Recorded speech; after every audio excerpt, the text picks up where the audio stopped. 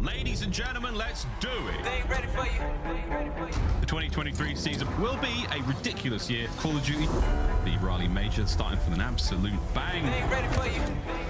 It's going to be a wild and crazy year of Call of Duty. I have no idea what to expect. Oh, you gotta be kidding me, HyDra! Oh my! I do not believe what we are seeing. Kenny, absolutely outstanding. Knock it out the park, yes, yo. Dashy again, handling business. Now you better come with it. I know you say you want it. Now you gotta get it on it. Whoa! Unbelievable! They ain't ready for you. What on earth is going on in this game? That is it! It's gonna be done and dusted! They ain't ready for you.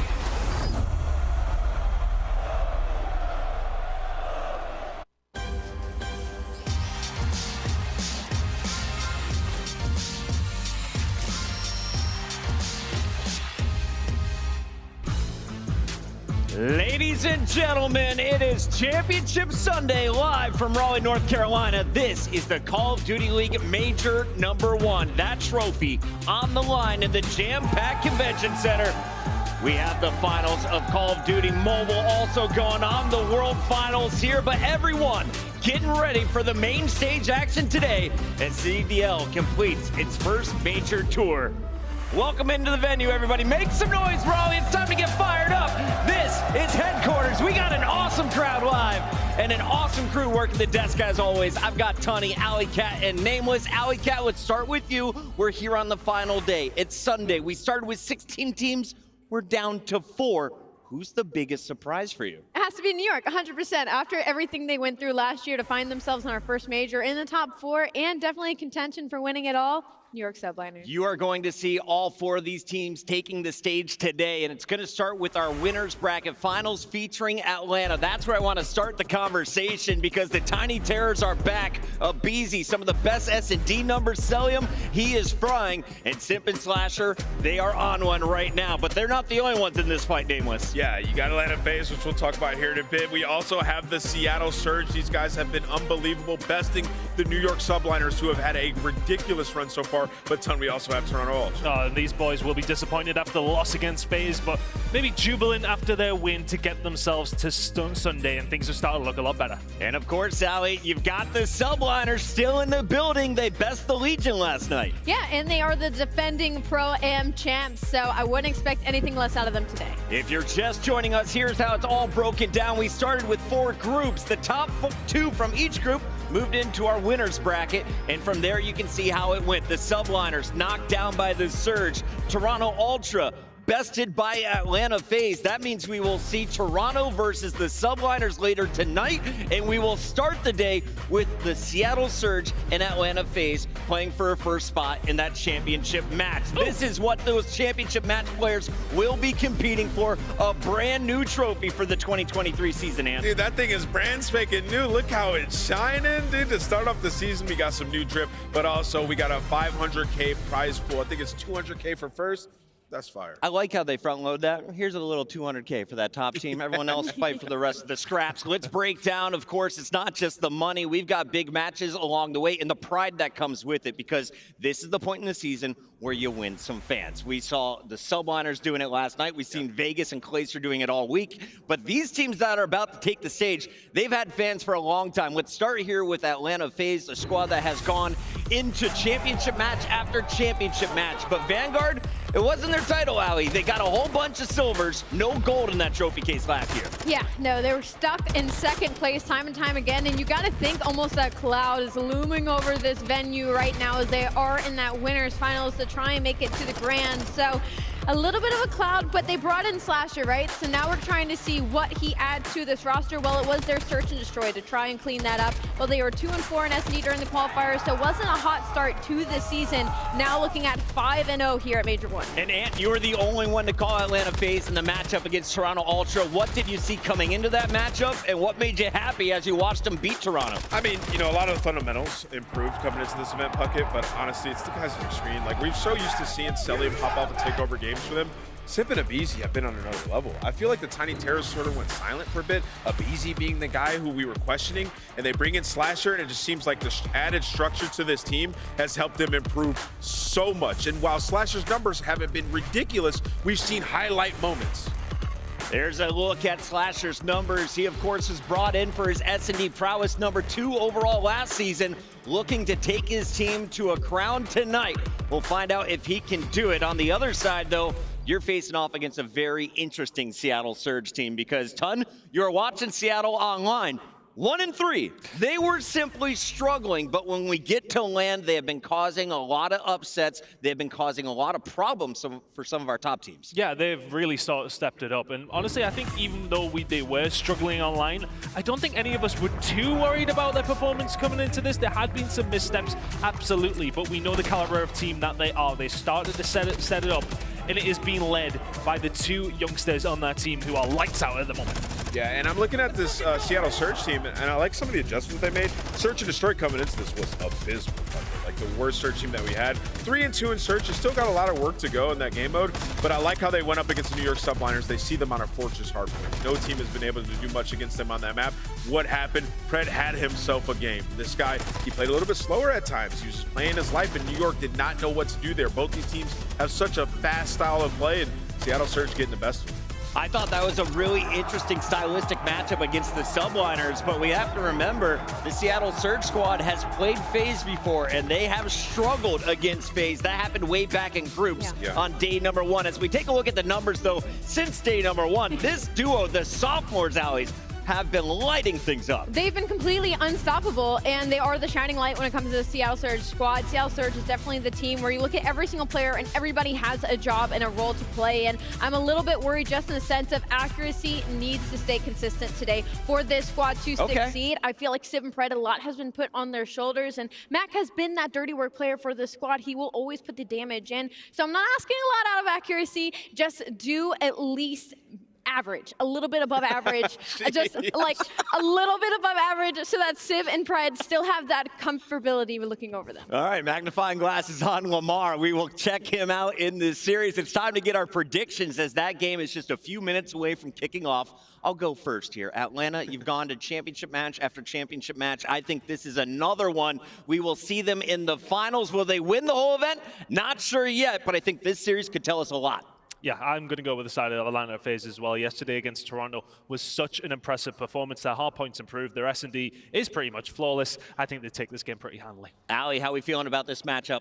I'm feeling good. I'm going to go with the Seattle Surge in this one just because I feel like there might be a little bit of a revenge story. You know what I'm saying? I feel like you always got to get your piece of the pie, and I did just put a magnifying glass on accuracy, so it'd be wrong of me not to stand behind them as well. It was accuracy, though, right? That's what got your pick there? Yeah. Got it. What about you, Nameless? I'm going to go with Atlanta FaZe. These guys are 5-0 against the Seattle Surge, 4 times in the last game. They had a 15-3 map count across their last 5 series against the Surge. Prior to that, though, they did lose a grand final. Good thing for FaZe, this isn't a grand final up here. So I think Atlanta FaZe take it. They look very strong. Search and Destroy has been unscathed. Shout out to Nuked and everyone else who's pouring into the chat. Welcome in, everybody. That, of course, is our winners bracket finals. That's going down here in about 15 minutes. Before we get to that, though, we also have to talk about the second series on the day because you're in for a treat, Call of Duty community. Toronto Ultra, Subliners. When you're talking about young energy, I've seen it on both sides of the stage. Can we start, though, with Toronto and the first 40 bomb that we have witnessed in competitive MW2? Scrappy dropping the numbers on us last night. Yeah, phenomenal performance from him. We have expected a lot coming into this season. Did we expect that against the Thieves? I'm not too sure. He's very, very, well, I want to say to average up against FaZe. Said himself he needed to bounce back, and boy, did he do that. A 40 bomb to close out the series, my goodness. And for this being his rookie year, like, I just want to talk about the composure as well for Scrappy. I mean, he went from a 0.82 versus FaZe to immediately the next series dropping a 1.17 versus the LA Thieves. Right. So the composure is there for Toronto Ultra, but again, they need to clean up what happened yesterday because that was not the Toronto Ultra we're used to seeing. Nameless, we saw Scrappy in the venue earlier. He's chilling with fans. He's taking pictures. He's all smiles. He's roasted me on Twitter. Amazing dude. All kinds of energy. Is it going to be up to Scrappy purely, though, or is this going to be a team effort? How do you see it matching up against the Subliners? Oh, it's 100% a collaborative effort. You know, we were talking about Toronto and how they've looked so great. Well, they had some mistakes that they made across some of their series. You look back at that Minnesota series, like Minnesota should have ran away with both of those hard points. Also in that Search and Destroy, you have Insight popping off 11-4, and they're giving up clutches, 1v3s, 2v4s versus Atlanta FaZe. So it hasn't all been roses and dandy for the Toronto Ultra. Got to make some improvements. And Scrappy had to drop a 40 bomb. They still narrowly won that game. So need some improvement. Remember, they lost 3-1 to Atlanta, but then bested the Thieves 3-1 to get to this spot. On the other side of the stage, you have the Subliners who took out Vegas at the end of last night. HyDra having some controller issues in the winners bracket, comes down to the elimination bracket, and the whole team starts frying. Priestahh, KiSMET, Skyz, HyDra, all dropping numbers. Search and Destroy has been looking clean for this squad as well. What is the most dangerous part of this Subliner team right now, aLLeY? You think they've got a chance to do some work today? My bad, Priestahh. I was not familiar with your game. I was definitely somebody who was on top of this player throughout the beginning of this season and a little bit last year, and he has been the superstar for this squad. But even then, even with him doing what he does on the map, Skyz is dropping a 1.33 on land. Not only a turnaround from online, but also a little bit of like a silent killer. Like, I feel like when we're watching New York play, we're not like, oh my God, Skyz, look what he's doing, look what he's doing. But then the end of the match happens, we're like, wow, Skyz took over that series. And I think that's really incredible coming from a player like Caesar, especially being in that main AR role, being the guy who's supposed to lead the New York Subliners. I feel like their chemistry has just blown up this entire major. Subliners have only dropped 4 maps here in Raleigh. They've dropped just 1 match, and that was to Seattle in the winners bracket. Since then, the numbers continue to pile in. 4 players in the top 10, 3 of them there in your top 8, and that's pretty darn impressive. I mean, honestly, like, they're doing a lot of things right, Bucket, but also everybody on this team has the hot hand. I mean, we're seeing them take over games. They play so fast, they're so confident in each other. They have a really good team for this meta that we have in this game right now. KiSMET and HyDra, they're always going to be playing like rats, and they're going to pick up the big 2-piece when they need to. And when you have Priestahh and Skyz also playing at that level, you're going to make a run. This is a New York Subliners organization that is 31-8 map count across the 2 pro-ams from last year into this year. They're familiar with this territory. And speaking of last year, if you're a Subliner fan, you're pretty familiar with the success you've had at Pro-Ams. Now, this was way back, though, in May of 2022, earlier this year. It's been a minute. You had HyDra and KiSMET, though, on this squad. The duo is still the core of this Subliner team. And could it happen again, Tunney? It very well could. Honestly, they have surprised a lot of players and a lot of teams, and ever since the tack change came through, they have looked like a really, really solid team, and it has been since week 2 that they've been dominant. And, well, I know they're down the losers bracket, but they could definitely get something rolling here. Win against Toronto Ultra will get things moving on quite nicely. Subliners taking on Toronto. That's the second match of the day. It's time to get our predictions, and I'm going to start things off as a man from Manhattan. I am going with the Subliners today. It's going to be done in 4. They can't allow it to go to that second search. As a man from the UK and nowhere near Toronto, I'm going to go with Toronto. I honestly think that, realistically, we were disappointed with them against FaZe, but they really did bounce back well against Thieves. I'm going to go with Toronto. I'm also going to go with Toronto Ultra. I think New York has a lot of high slaying power and a lot of slaying capability, but I think their decision-making slacks sometimes. I'm going with Toronto. I agree with them. I just feel like Toronto's a stronger team overall. You know, I like what I've seen from them. And while they did have some, you know, tough moments in some of these clutches, overall they've been pretty clutch throughout this tournament. So I think they take it, and Scrappy has a good performance. Raleigh, I need you all to do me a favor right now. Put your hands together and make some noise. Thank you for coming out and watching this action live. And of course, a big shout out to everyone who has been watching from home from around the world. We are breaking records with numbers this weekend. And as we take a look at what's up for grabs, we got a bunch. It's watch and earn here on the Call of Duty Major #1 tournament broadcast over on twitch.tv/Call of Duty. If you link your account, what can you get, Alley Cat? You can get all these really cool calling cards. I actually have my parents in the crowd on my account right now to make sure I get these for when I go home. I really want that Sweaty Hours animated calling card. And remember, we've got Call of Duty Mobile. The more you watch there, the more drops. It's all over the place. It's Raleigh. It's Major #1. And when we come back, we're kicking off with your winners bracket finals. Who's going to the championship match? It's either Atlanta or Seattle. Stay tuned to find out. To the west, where iron defies the sea, the wolf of Westmarch hides its spoils.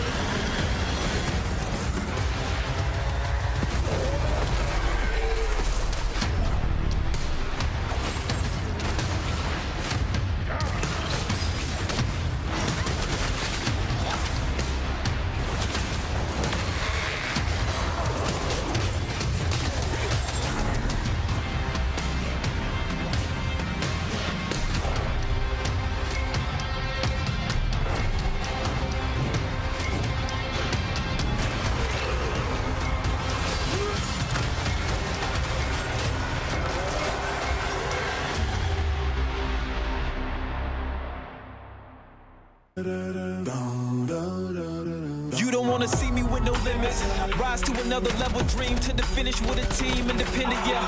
We moving like a steamroller, really, we extreme with it, feel me kinda mean with it, better duck. Like we hit you with a cyber truck. Coming through the dirt and seen a lot of muck. We on the rise, man, your time is up. We put in work, you on a pile of luck. We on another level, better move and know your time is ticking. We about to cast it out and reel it in just like we fishing. I told you it would happen, maybe next time you will listen. Just because it glisten doesn't mean it's gold, so pay attention. We always stay consistent, keep on top of the mission. Squad, keep it authentic, get the haters some distance. We about to change the channel, we about to change your vision. If you moving with us, better keep it tuned and handle business. Handle business. Are you ready for the rise? Are you ready for the rise? Are you ready for the rise? The rise will be televised. Are you ready for the rise? Are you ready for the rise? Are you ready for the rise? The rise will be televised. Are you ready for the rise? Are you ready for the rise? Are you ready for the rise? The rise will be televised. Are you ready for the rise? Are you ready for the rise? Are you ready for the rise? The rise will be televised. Ready for the rise?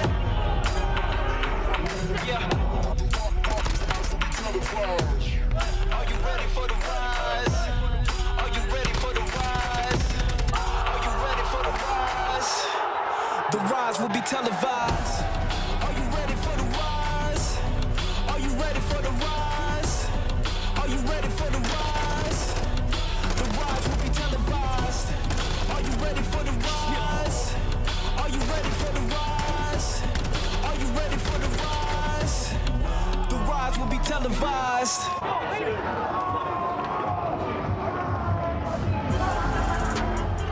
Raleigh, y'all ready to get Championship Sunday started? Yeah, what a beautiful day it is. And I know Call of Duty fans all around the world is ready to get this one started. It's a big money matchup. It's your winner bracket finals. And the first team coming to the stage ready to combust like hot fire from the south, it's your boys from Atlanta.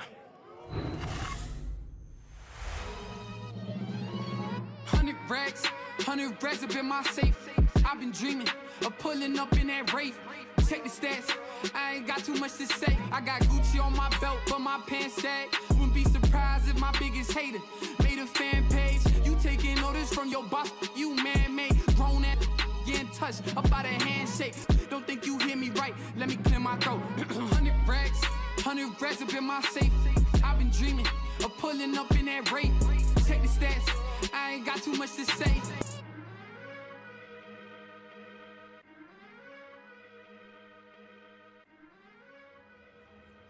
Ladies and gentlemen, give it up for Atlanta FaZe!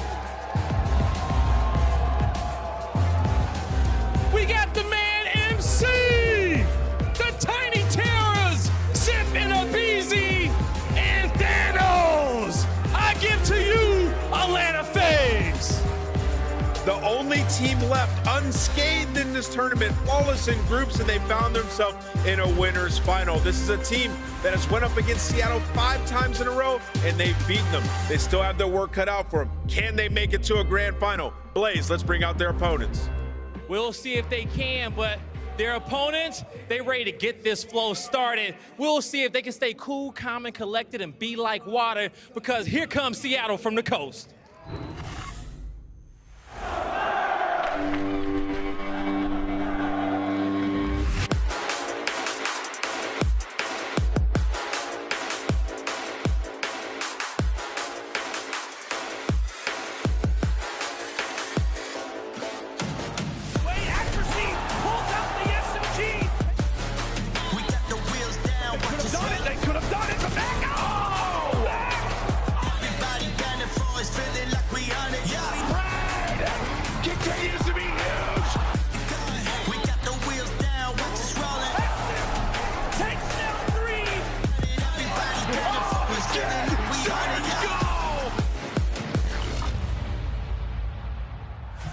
Ladies and gentlemen, get loud for the Seattle Surge. We got the son of Poseidon, Simp, the Iceman, Accuracy, Big Daddy Mack, and Pretty Boy Fred, the Seattle Surge. The Surge is locked and the crowd is loud for Seattle. However, it is time to drown them out. Blaze, it is winners finals time. Let's get it started. Raleigh, we got a steamy matchup on our hands. Y'all ready to go? I'm ready to get it. Merc, Maven, let's get this one going. All right, yeah, this is, listen, you can throw everything this year out the window and I'd still be pumped for this, because if you were following last year and you watched Champs last year, this matchup led to 2 of the most memorable series of all time. Like that crazy Tuscan hardpoint where you saw it, like the intro clip. It was absolutely nuts. When these guys collide, moments are made. Yeah, it feels that way, right? But I mean, you know, for Seattle Surge, really turn things around here on land to get to this, but let's not forget they matched up in groups, right? It was a 3-0 to Atlanta FaZe, but it felt like after that loss, it felt like Seattle Surge came alive. They're starting to play at a much higher level. Where Atlanta FaZe, this is business as usual. Back to a winner's final, back to top 3, and they will never be satisfied until they're holding that trophy. I mean, the story last year was what? Second. Just over and over and over again. They're getting close. I know you have the change with Slasher coming in, but okay, how much stock in you know, when you were playing, competing, if you had a situation like this where you either 3-0'd or got 3-0'd in group play, how much did that matter for you later on, days later in the bracket? No, I mean, they're going to know that Seattle maybe didn't play their best, right? And they know what the Seattle team has. They're going to just pretty much forget about that. Maybe the vetoes, you know, maybe there's a couple of changes, but you're going to have some of those maps that were in that first series. So FaZe is going to be like, yeah, we're comfortable. We'll play them on whatever. It's up to Seattle Surge then on what they decide to do. Because I know that's always been a thing in like major sports. It's like that saying, it's like hard to beat a team multiple times. It just is, because you change, you adapt, you learn from a loss. I mean, losing is learning is the reason that's been a saying forever. Now, can you learn from it? And I guess I feel like Surge, deeper in the tournaments is when we see them come alive. They get this far, that is where they bring the heat, bring the passion. It's going to be tough to deal with. But I mean, I'm just hoping, I guess I'm just trying to spin a story where it's not a 3-0. I just want to have a banger, right? Yeah, you saw there the maps and modes. The only thing is that, you know, there was a little change up for Seattle Surge. They're going to actually veto that hotel search and destroy. So it's going to be Embassy. We're going to be sticking with this. But one of the keys we kind of talked about with FaZe was like, man, search and destroy the way it is, like, does it hurt them, right? They're such a complex search team. It's what they want to be. They want to be. Right, yeah. I mean, they've won 5-6 in a row, so they are dominating in that game mode, led by aBeZy. We'll see if they can keep that going. But into our map number 1, hardpoint. They have Atlanta FaZe, Seattle Surge going at it. And one thing that'll be interesting to watch from Surge, which has kind of been a narrative for them throughout the course of this, and we talked about it a bunch yesterday, they sometimes get in this like loop of they have to break late in a hard point. They can test it big in the final 20-25 seconds. They gotta rotate and break again, and rotate and break again, and rotate and break again. And they get enough time that they're able to keep it close, but it's just like this unending cycle, it feels like at times for them. Yeah, and I think yesterday too, what do we see in map number 1 was sort of Pred having a slow map, and you're going to need Pred and Simp early on, but this is gonna take a team effort. And in the first series, it was really Mack and accuracy that did struggle, but from what we've seen from that moment on, they've been the ones who have been consistent, playing well. They don't have to be superstars, that's not their job, but they have to fight Gunny with Gunny and Simp right now, somehow alive. Will get taken down as both teams fight for P2 control. I think that's a good point, because I think accuracy needs to play with that same swagger and confidence that we saw yesterday. Because when he has been exposed at times and maybe struggled in some maps like last year, it was against the top competition like this, like going against the OpTics, going against the FaZe, that have that insane talent. I want to see what I saw yesterday. He's ego challenged, he's winning fights, he's playing smart, but the confidence was there. Yeah, no doubt about it. I think this game kind of plays to his style a little bit more than what we saw last year. Certainly. And Simp with the tack, a lot of tacks out right now. Everybody just fighting over control, but Seattle Surge, as Simp locking down, trying to get to the hill. A little bit of a 20-point lead, but on that rotation, and have accuracy working over towards that tennis court alongside Pred. We'll see if they can get to that. Well, that's going to be 3 dead. And Atlanta FaZe, they kind of go for this one last time. We'll see when the spawns come in. And Simp is able to win another one. He's now on 5 in a row. I mean, really, it's just not a lot of timer. And you take a look at the play clock, you already got a minute 15 off of it, because it's just been fighting around the hard point. No one able to stay alive inside for any amount of time. But the Mack attack, we go, and Cell up, the headshot comes through. Mack probably feels like he got choked a bit, but he gets dropped, and then Simp. The multi-kills can be so massive, he's able to do it. He's got the cover of the trophy. Cell looking over, staying up at the point. Yeah, and that's huge for Atlanta FaZe. As you said, yeah, I think those first couple of hills can be pretty scrappy. This one, though, a lot of time can be earned. You're going to see accuracy, trying to maybe find an angle with Simp through office. But nobody really contesting, as aBeZy's able to find one, and still accuracy, just trying to find the angle. Here comes Mack from the other side. Maybe that opens things up, but Simp, he's got his trophies down. He's got, I mean, just earning all this time. And with FaZe so far, like this weekend, the rotation percentage hasn't been great. Like, they're not first to the point a lot, but once they get in and get set up, they've been locking it down. Their whole percentage has been nuts. I mean, this has always been a break-heavy team. I know you change like one player, but that's kind of always been their thing. I mean, yeah, Simp and aBeZy, yeah. I mean, yeah, if they can break, that's what they're going to try to do. They just play with such great aggression. Is Atlanta FaZe able to find pretty much 50 to 60 points there on that third hill. So we head into office. Seattle Surge, the first team's there. Cell just controlling this backside. He's going to have aBeZy pushing all the way through as well, and now they're going to start their push. Simp just trying to get the info, trying to give his teammates any call-outs that he can.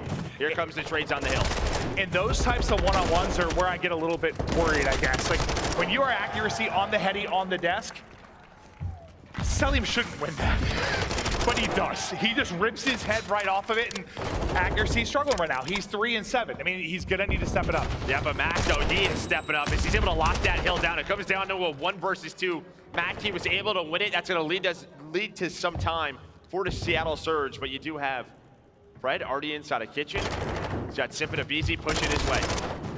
Yeah, I guess I'm saying he's step it up. It's basically a tie game. Not that much different, but Cellium, Pred, they trade a couple of doubles. Who's remaining at the point for the final few seconds? It will be FaZe. Then rotation, you really have one player there. It's just going to be Cellium all by his lonesome accuracy, able to push that out. Now, what can they do with this? 2 players going to drop in transitions. They got to cut across the map. Slasher, Simp, they find the entries. The Vast Devs popping off right now for Atlanta FaZe. Back into the point they go. There's a break, because it didn't look good early on, but as I say that, the nades come through and surge right back in. I mean, Simp has been fantastic at breaking kills. I know he's got 10 kills. Not leading the way, but so many of his kills have felt impactful. And he's gonna fly on through as well. He's got Slasher right next to him to get him on the hill. Cellium pulls out another Vast Dev to try to keep up that pressure, but it's just Slasher, the nade, not gonna connect. As Pred able to dodge it now on 5 in a row. Still a back and forth battle. Yeah, up to 15, leading all players right up there with Mack. See if he can earn the precision. One close, what a snap it is. aBeZy gonna get sliced in half as the shots are on point. The streak is earned, and Pred continues to be on a tear. Now Daddy up, that was like one of the few gunfights that actually lasted a little while, which isn't very common in this game. I don't even know how his bullets were connected. It was just so odd as he hit the drop shot, but able to recenter his Simp as he finds that one. And again, just a situation where nobody really on the hill right now on this P1, just playing for map control is both teams.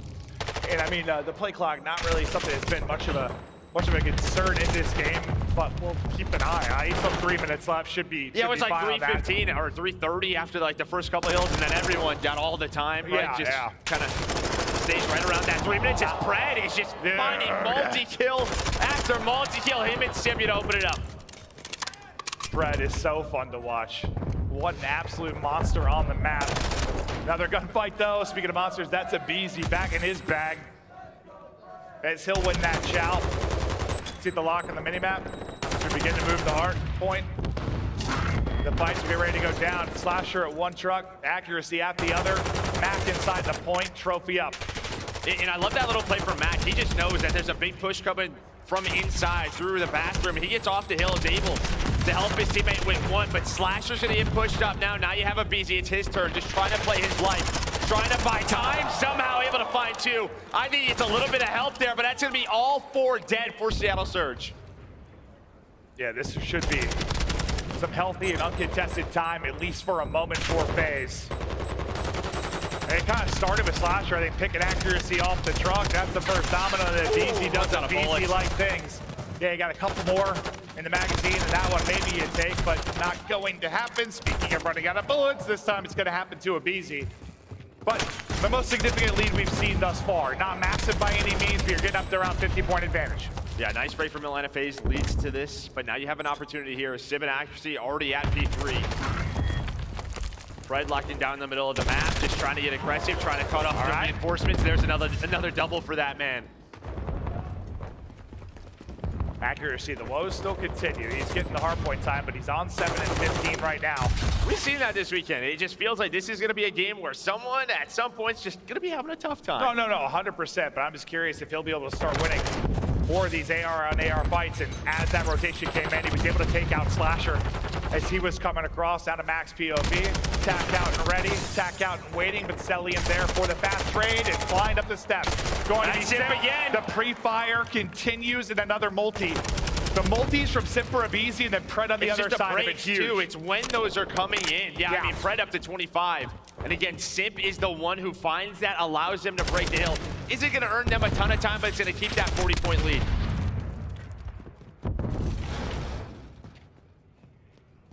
Let's see if Pred can have another moment. Trying to cut them out. It's just the movement there. I thought like a little bait and switch was going to be perfect, but Pred ready for it. aBeZy able to get out. Teammate Slasher sacrifice, but aBeZy ultimately lives to see another day. He's going to find another kill onto accuracy on the tail end of that, but surging back into it. Now we're Surge at 160, down 20 points, still fighting and battling. Accuracy allows one through on the cross. So a contest inside for a moment to chow out. Accuracy ready and waiting. Hey, they're doing a really good job just finding that last player, right? Like aBeZy was trying to stay alive in the back, wait for reinforcements. But this just staggers the push. This is really the first team push for Atlanta FaZe with 20 seconds left. Really now, nice hold. just like that, Really we're gonna nice have hold. a lead change coming in as we head on over towards Kitchen. You're gonna have Mack try to set up, but Simp, aBeZy, they're gonna find a couple of rotation kills. There's Pred, the madman. He's got Deddy if he wants to pop it, just trying to find anything. But that was the hold. I mean, you allow another break, you might start to see that lead get blown wide open, but suddenly you have a 12-point advantage if you are Surge. Now, what can Pred do? It's 3 in a row. Looking for another angle. Everybody tucked away inside, but Mack's gonna get one on the other end of it. A chance now for Surge to collapse around the point. Here we go, right in they will go. The FaZe members back up, Simp with a chance for another multi-kill, but he's gonna play his life for now, and it's Pred on the hunt.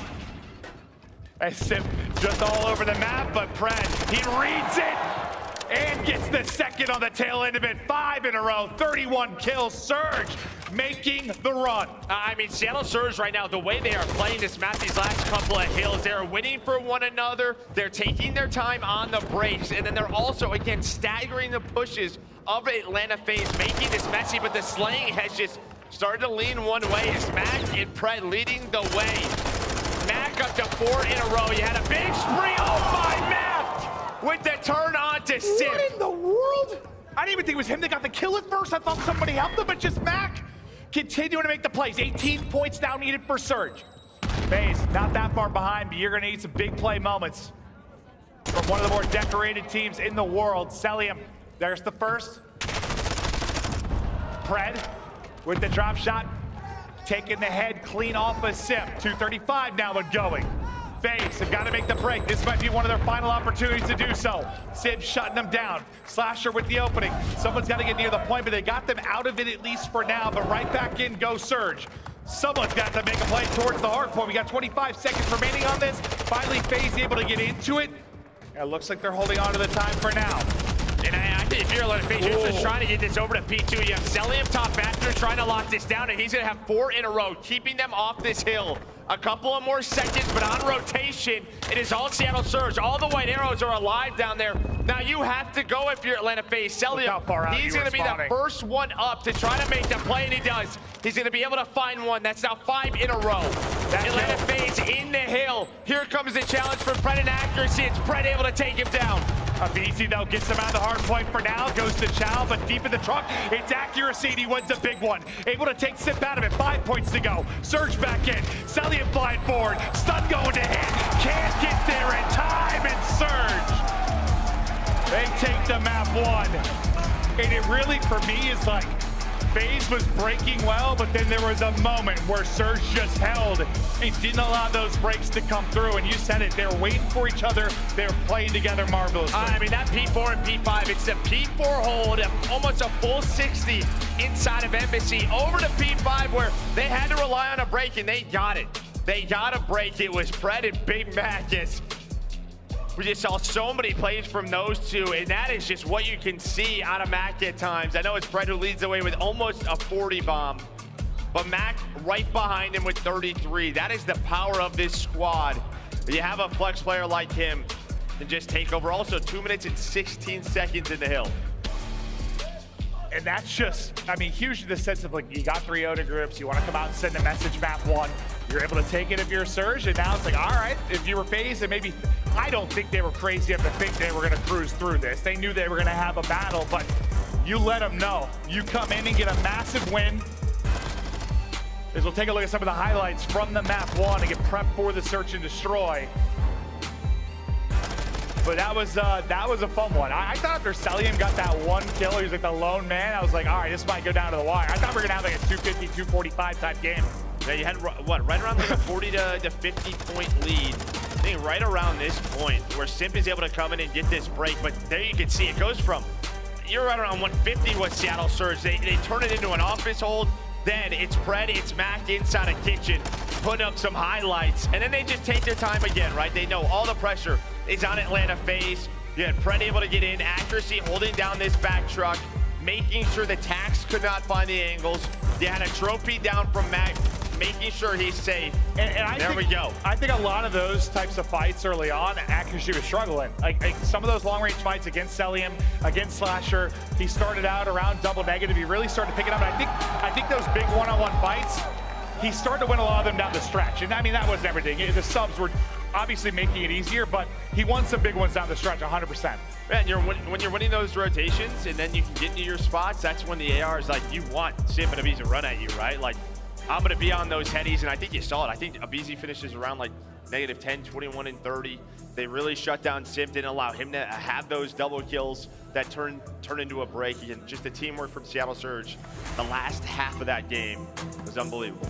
So we're going to take a look at the S&D through Major 1 for these two teams.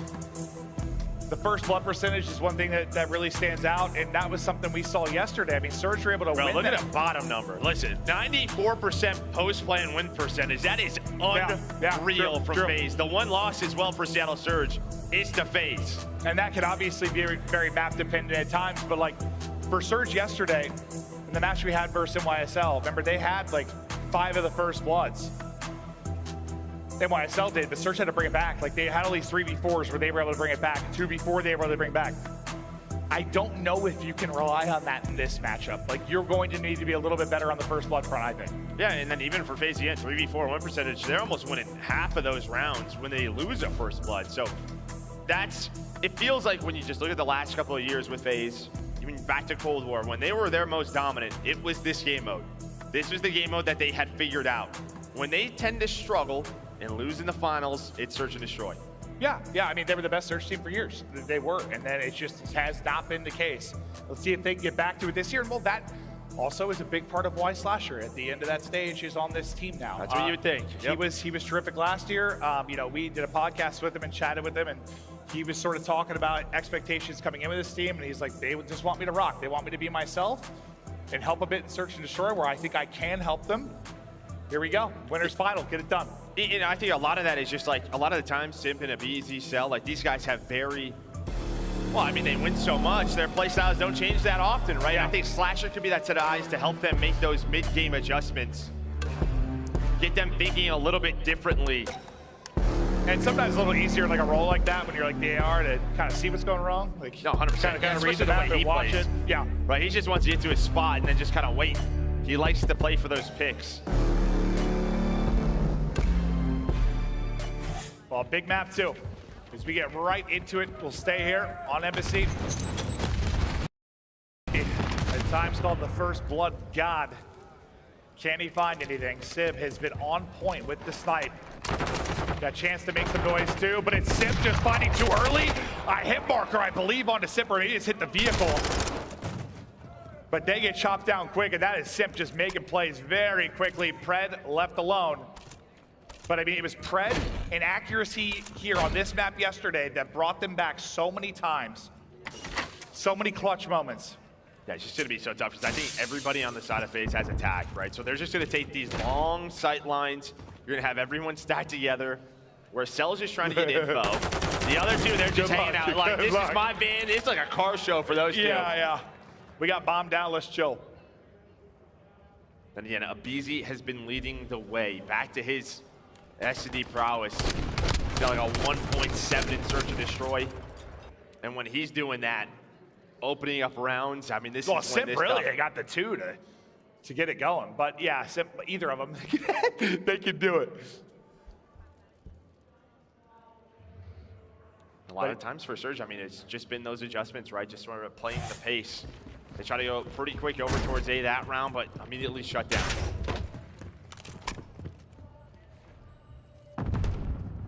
Well, Simp with a terrific start in the last round. Gonna play it slow for now. aBeZy, moving out the window. First gunfight, Simp tagged up, but going to play his life. The nade, if that goes in, that might be a kill. Might have been. But he's gonna turn this right into the plan. I mean, listen, when you're this player, you're probably gonna take it down, just try to buy time. But you're saying, listen, guys, I get the bomb planted. This is on you. But Simp can actually get aggressive here. Try to help him out. And aBeZy's gonna find that first blood. They're trying to hunt this duo down. Not easy. Just The bait and the switch from Simp and aBeZy. They find all 3 kills, maybe number 4. I don't know who got it, but that is what Simp and aBeZy do. They did it in round 1. They do it here in round 2. Yeah, they're dancing, man. Just beautiful chemistry. Oh yeah, they get them all. Between these two, just ripping everyone from that post plant. You got to think at this point is how long they've been playing together like a sub role. They probably have to talk to each other that much in some of these sequences. Just telepathically, yeah. It's like they're twin brothers. Like, I know what you're doing. You hit left, I got right. But Surge on the back foot early in this one, but you got the massive map 1 win, so still feeling all right, but you've got 1 kill to go so far. Pred, that's it. Oh, there we go, around the edge. aBeZy ripped out of a nice shot by Simp. And you saw that trophy go down, so not able to nade this player on the cross. Bomb being planted by Mack, he heard that door open. And Simp, that was a very aggressive position with that snipe, able to connect. But now you're relying on Simp and Slasher. Slasher with Denny pop. Mack goes for the gunfight, he's able to win it. Fred in the corner, gonna shut the round down. But it starts with Simp and Mack just working that objective. And Simp going for that shot. Yeah, he hits it. I'll tell you one way to not have to worry about dealing with that duo and Simp and aBeZy is pick one with a sniper early in the round. Just get him out of it. And it relies on that trophy getting there. A lot of the times you don't have fast hands going down, right? We've seen just get drilled by nades as you're trying to toss it out. And even then, I mean, even if you don't find that kill, that weakens those players up. Even for aBeZy, that's 1 bullet, right? Then maybe that's what's into a first blood for you. But making sure that trophy is in a good spot to deal with those nades. Speaking of trophies, 1 out for Simp. Takes his time around the edge, and Cellium, he rarely hesitates to challenge snipers. He loves to do it. Nearly picks one there, but not gonna happen. aBeZy 1 down. Yeah, aBeZy able to find that first blood, but quickly traded by accuracy. Cell, yeah, he's gonna try to take these fights. Try to give you a little bit of flinch on that first bullet. But aBeZy finds one, and then right behind him is Simp to give them that man advantage. But Pred just hanging out. He's able to spot that. He gets the info. Love it. 2 versus 2 now. 40 seconds to go. Slasher takes the fight. Now on to Simp. Getting tagged up, gets dropped FaZe. They will take the round. What happened in the 2v2? I mean, Slasher just gets behind them, right? He works right up through P1. They don't see him. It's like Pred was able to sneak on through, but they had no info on Slasher. As Slasher wins that first gunfight, I think Cell had the crossfire come in. He weakens up Simp. Simp was going for that chow. But they take him down. Just nice teamwork from this team in Atlanta FaZe right now. I mean, Cell's hanging out. He's 0-1, just having a great time. He's just pulling attention to the Yeah, he's just making sure Simp's looking at him. Yeah.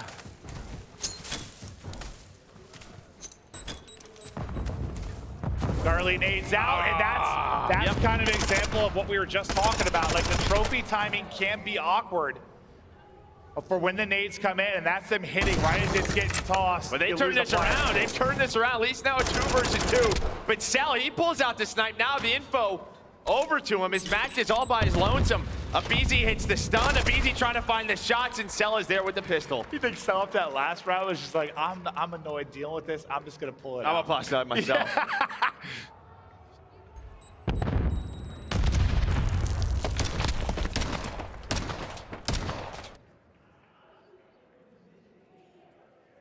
But yeah, a lot of times we'll see that from kind of the offensive push building, and it's just, yeah, I mean, it's funny you said that, and then like the next round it basically happens. Just this awkward timing with the trophy toss.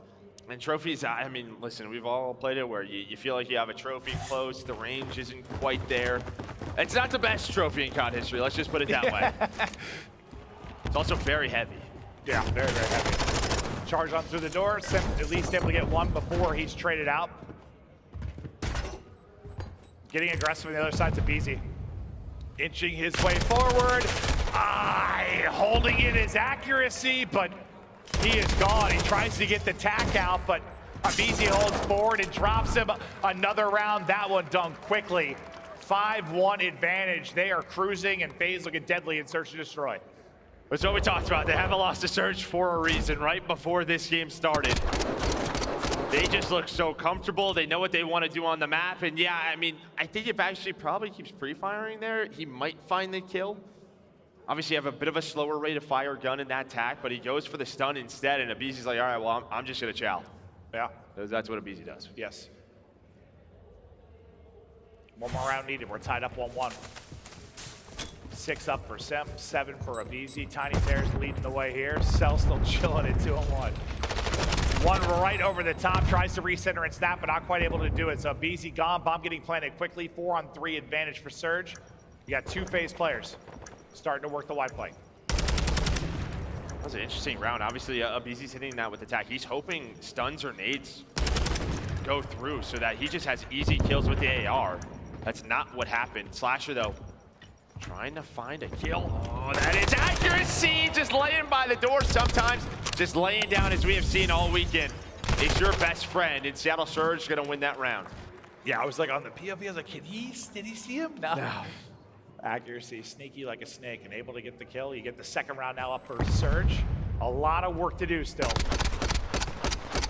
Anything you've seen like that Surge really has need to work on, some of these early parts of the rounds, give themselves a better chance on them. I mean, even last defense, right? They had the quick trade onto Simp. It just feels like when the rounds are slowing down, FaZe is finding where they need to go. They're finding like the openings in that defense. So maybe just group it up a little bit more on the defensive side. It seems really one-dimensional at the break. But once you get these little 2-on-2 and 3-on-3 skirmishes, there is a little more room for playmaking ability. Yeah, you've seen some of that out of FaZe. Yeah, just maybe giving them less space or giving them more space but being together on the side of Surge. And I know it's tough on a map like this where you're just trying to watch crosses. Mack trying to find aBeZy. aBeZy's going to win that first blood. Now things are going to slow down. Here comes the push. Accuracy and Fred trying to work together. A little bait and switch. Slasher, though, smartly just backs down. Well, backs down and rotates and gets a freebie. They're getting chopped to pieces. Accuracy, last guy up. FaZe completely in control of this search and destroy. See, it's just one by one. There's no trades. There's no scenarios where they can help each other out. FaZe picking them apart. Accuracy, 35 seconds to work with. If he has bullets, that's another kill. Slasher a little lucky there. Yeah, I mean, still a lot to do if he gets that kill, but nice centering, nice step from Accuracy, but not enough. FaZe, their dominance in search continues. They make it look easy. Not a lot of like crazy rounds to even get excited about it. It was just clean and clinical. Just finding the openings. Obviously, Simp and aBeZy early on, just right from the get-go, just working some ridiculous rounds. Their teamwork on point, but it is a balanced effort from Atlanta FaZe. That's why their search has been so good. Let's take a look at the overall stats. Yeah, I mean, you said Cellium was kind of vibing, but the other three, 6, 8, 6, right around the same damage, around 1,000. They played it well together. Seemed to be as a tighter unit compared to this, like you were saying with Surge, and they get it done. It's just not really close. And I think versus NYSL yesterday, it's sort of what I was saying before I started, like, if you go down a man, I don't know if you're going to have these crazy comeback type rounds against FaZe. And there weren't. There weren't the openings. They weren't giving them the freebies. Like when you got a first blood, if it wasn't an insta trade, there wasn't that like free kill that came through like we saw so many times for Seattle yesterday. No, and again, just those sort of mid rounds, right? Like 30, 40 seconds left, whether it's 2v2s, 3v3s. FaZe knew exactly what they wanted to do on the map. Like they were very reactive. They were finding the openings, finding the kills. It's just even little stuff like you said at the end of it, like when Slasher is holding an angle, he sees 2 people chow, just gets out of there. Like it's just not a fight you have to take. Don't need eagle chow, just get out of there, play your life, keep the numbers. They did a great job of it. But we will be tied up 1-1. Surge with an electric win in the opening hard point. Crowd getting hype, getting behind him, and just sort of shuts everybody up with the map too, because FaZe dominate the search and destroy. We're getting ready for a control map, the swing game. Who is going to be able to take control? Will it be Seattle Surge? Will it be Atlanta FaZe? At home or in the venue, do not go anywhere. More CDL action coming up next.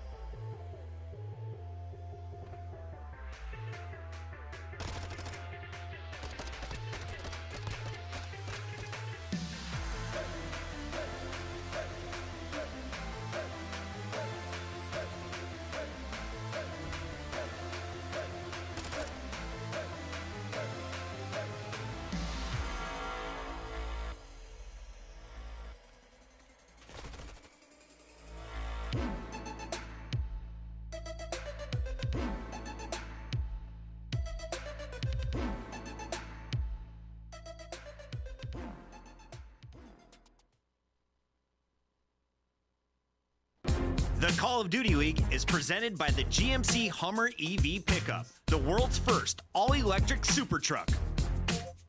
Upgrade your game with a Scuff, the official controller of the Call of Duty League. Hello, we are back and ready to get into it. aLLeY Cat, what a wonderful addition back to the desk. Family here enjoying the matches. It's awesome to see Mom Cat, Dad Cat, aLLeY Cat, all the cats. The squad. Yeah. We love you. Hope you guys are enjoying the matches. And now I'm hoping for things to, I felt like the hard point was lit moments, like some hype plays, some crazy moments. The search just sort of like, FaZe has had that impact over the years where at times they've been so good they like take the wind out of a venue. Just because like it's so clinical, it seems so easy. They dominate a map and you're like, if you look up the word clinical in the definition there, that you have like, yeah. Well, at the beginning of the CDL, we had that stat that we throw up all the time that people get mad at. It was just like showed every single mode, every single category was first. Like when they've been in their best, it's sometimes been hard to watch their cast because it's so good and so dominant. You know, but that was the search. Now we get to the control. A lot of people in here are like, just like, can these guys just like lose every now and then? Yeah. It happened last year though. It did happen last year. Just second after second. That's probably the big story here for me. It's just you're trying so hard to get a win. I mean, I'm sure it'd be amazing for Slashers coming into this to be able to do it at the first event with this unit. Map 3 now, underway. He just tried to stab someone from about 100 miles away. Yeah, that'd be the old Commando Pro. Yeah. That would be something. Imagine we're just dropping. Like, okay, well, that wouldn't surprise me. Bug or a feature, huh? Maybe it'll be in the next one. Who knows? aBeZy wrapping back. Septon's able to get the kill, though. The buildup, though, has gone towards A for now, at least for the side of Surge. They work forward towards this first bit of progress. Slasher was kind of a low man in that vicinity. And it looks like, for now, at least just setting up if you are FaZe. Yeah, I mean, Atlanta FaZe do a good job. Surge, they go for that B hit, which we see at the beginning every now and then. But hey, this has sort of been the meta, if you want to call it, of this control map where you have one player on it and both teams just trying to find map control. Where the defensive team, they're just going to send 1 to 2 players through these archways into restaurant and just sort of pick you apart, or at least try to make the game messy, but that will not happen. And it's going to come down to a B-hold, and I feel like we really haven't seen too many crazy B-holds, like one every now and then. It's really been the A-holds on defense. Well, it's just, they're very different. It's like, A might be easier to kind of break, but you have to, it's harder to hold, right? You might have to deal with a couple of waves. Whereas B, it feels like you get 3-4 down, it's over. Like you just get set up and it's done. But while you have Simp in this top bedroom position, it is going to be real hard to make any progress onto B. So he's going to be a guy they're going to have to deal with first and foremost. You saw him pop down and get a second as well. Slasher playing for information, gets some info, gets a gunfight win to continue to stagger the build-up. aBeZy does the same thing in mid-map. And this is usually where the good B-holds have come from. These type of kills, far from the point, setting them back and resetting them over and over and over again. So it feels like, oh my God, Joe, a minute's gone by, you haven't even got to push at the point. This has been terrific. Slasher has been clinical here. Yeah, him and aBeZy, I mean, they're just locking down in the middle of the map. The one thing they just have to look out for is while this is going on, right, you see where they're spawning, you have to keep Simp alive in this area. As soon as bedroom control gets changed over towards the offensive team, that's when things get scary, because then you're caught out in the middle of the map. You don't have a lot of map control. You can see it already. 1 kill on his cell. You have 2 players near that B point. So Simp taking his time, waiting for his teammates to rotate on over and pick them apart. Well, I like that because obviously he could peek it, but he knows there's somebody looming. Like, don't throw your life away. He knows what an important position it is, relies on a teammate to get the kill, and that's exactly what will happen. And now you've got an 8 life advantage to go with the fact there's only 40 seconds left. So far, so good. A wild gunfight, but that'll get Simp up to 4 in a row. Yeah, aBeZy to 5 in a row. Slasher to 3 in a row. They've been locking this down. Yeah, just with this map control, you spawn them in kitchen. I mean, it just takes so long to get across the map, and you have to deal with players like aBeZy, trying to find the picks, trying to just stagger these pushes. Don't give you a 4-man push onto B. You do have Pred, who's gotten into a pretty solid position all the way towards bottom spa. Nice win. Able to win a gunfight. It's not over yet. Okay, Mack's able to fight Slasher. They're going to be on it. So you have bedroom control, and just like that, maybe an opportunity. Here comes a crossfire, though. aBeZy double headshot in. Only 3 lives remaining as Atlanta FaZe, they lock down B. And for the most part, I mean, I guess I chalk it kind of up to those 2 one-on-one when Slasher got A side. Like at the beginning of that, like when you had what, minute 45, whatever it was on the clock to start to work towards B. Their gunfight's about 20 seconds apart or so, but like that just delayed the push so much, and then also Simp just lingering, right? You gotta worry about Simp him. had like a double to really give him bedroom control, and after that, he just stayed there, jumping on the bed, hanging around. Got them all in their spots they want to be. All the places they can get information, take their fights. And well, aBeZy, he was just a demon. I mean, towards the middle of the map, we talked about some Slasher Simp plays, but it's aBeZy with 13 in the round to lead the way. He might have hit 2 bullets in the double headshots. We saw like Simp's POV as he was peppering them too, but the crossfire of the tiny tears, not something to be messed with. The 5 in a row now. We'll see if this can continue for aBeZy. What a start it has been. He's doing it a different way, right? Like with this tack, he's running that 3rd AR. Keeping Simp on that Vazev. They're just gonna work into A. Mack just roaming around the middle of the map. And here comes the retake opportunity for Seattle Surge. They're gonna find it. Yeah. Cellium just trying to find a killer too. He does spawn his teammates very close, so they can just go if they want to. But it looks like they're gonna readjust Simp. He's just trying to work over towards B.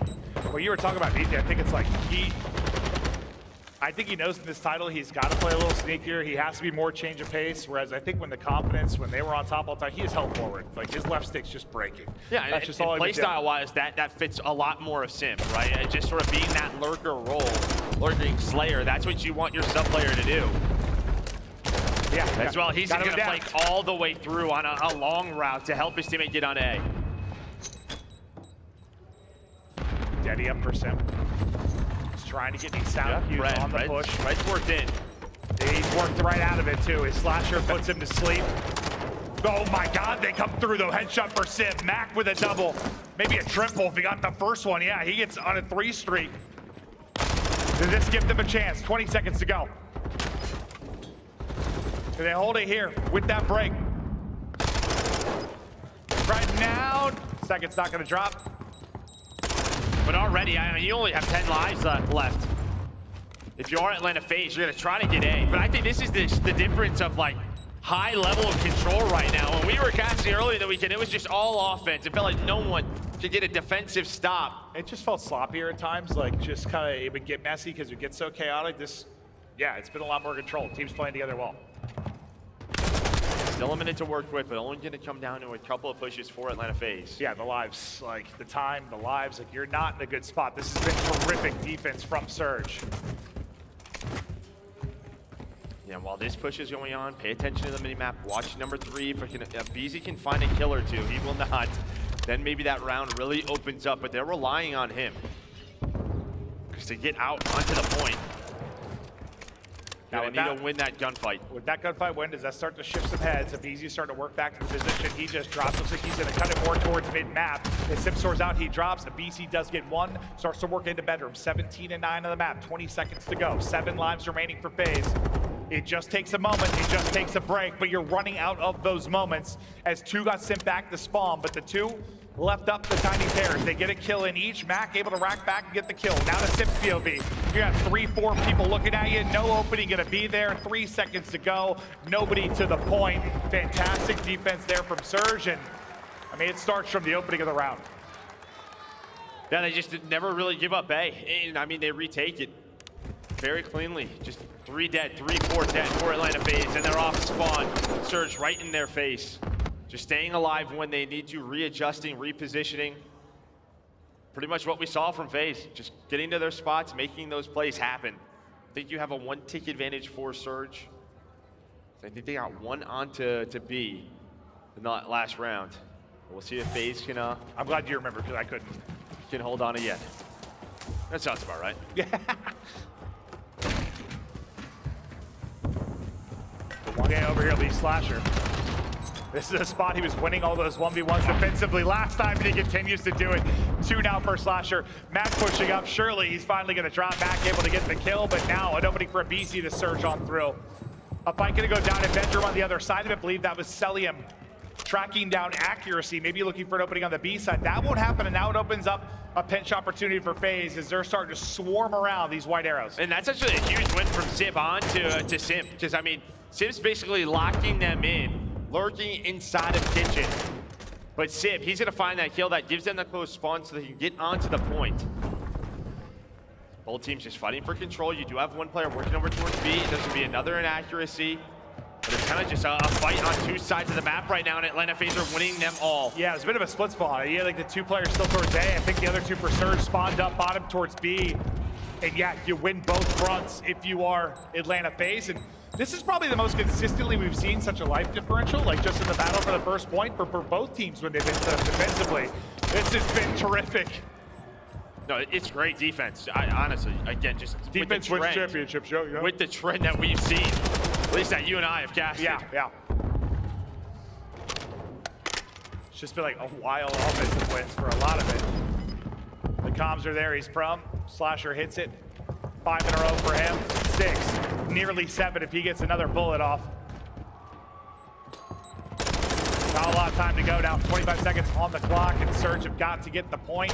They still need another bit of progress. With that gunfight win, that might be able to do it, because the only one close will be Slasher.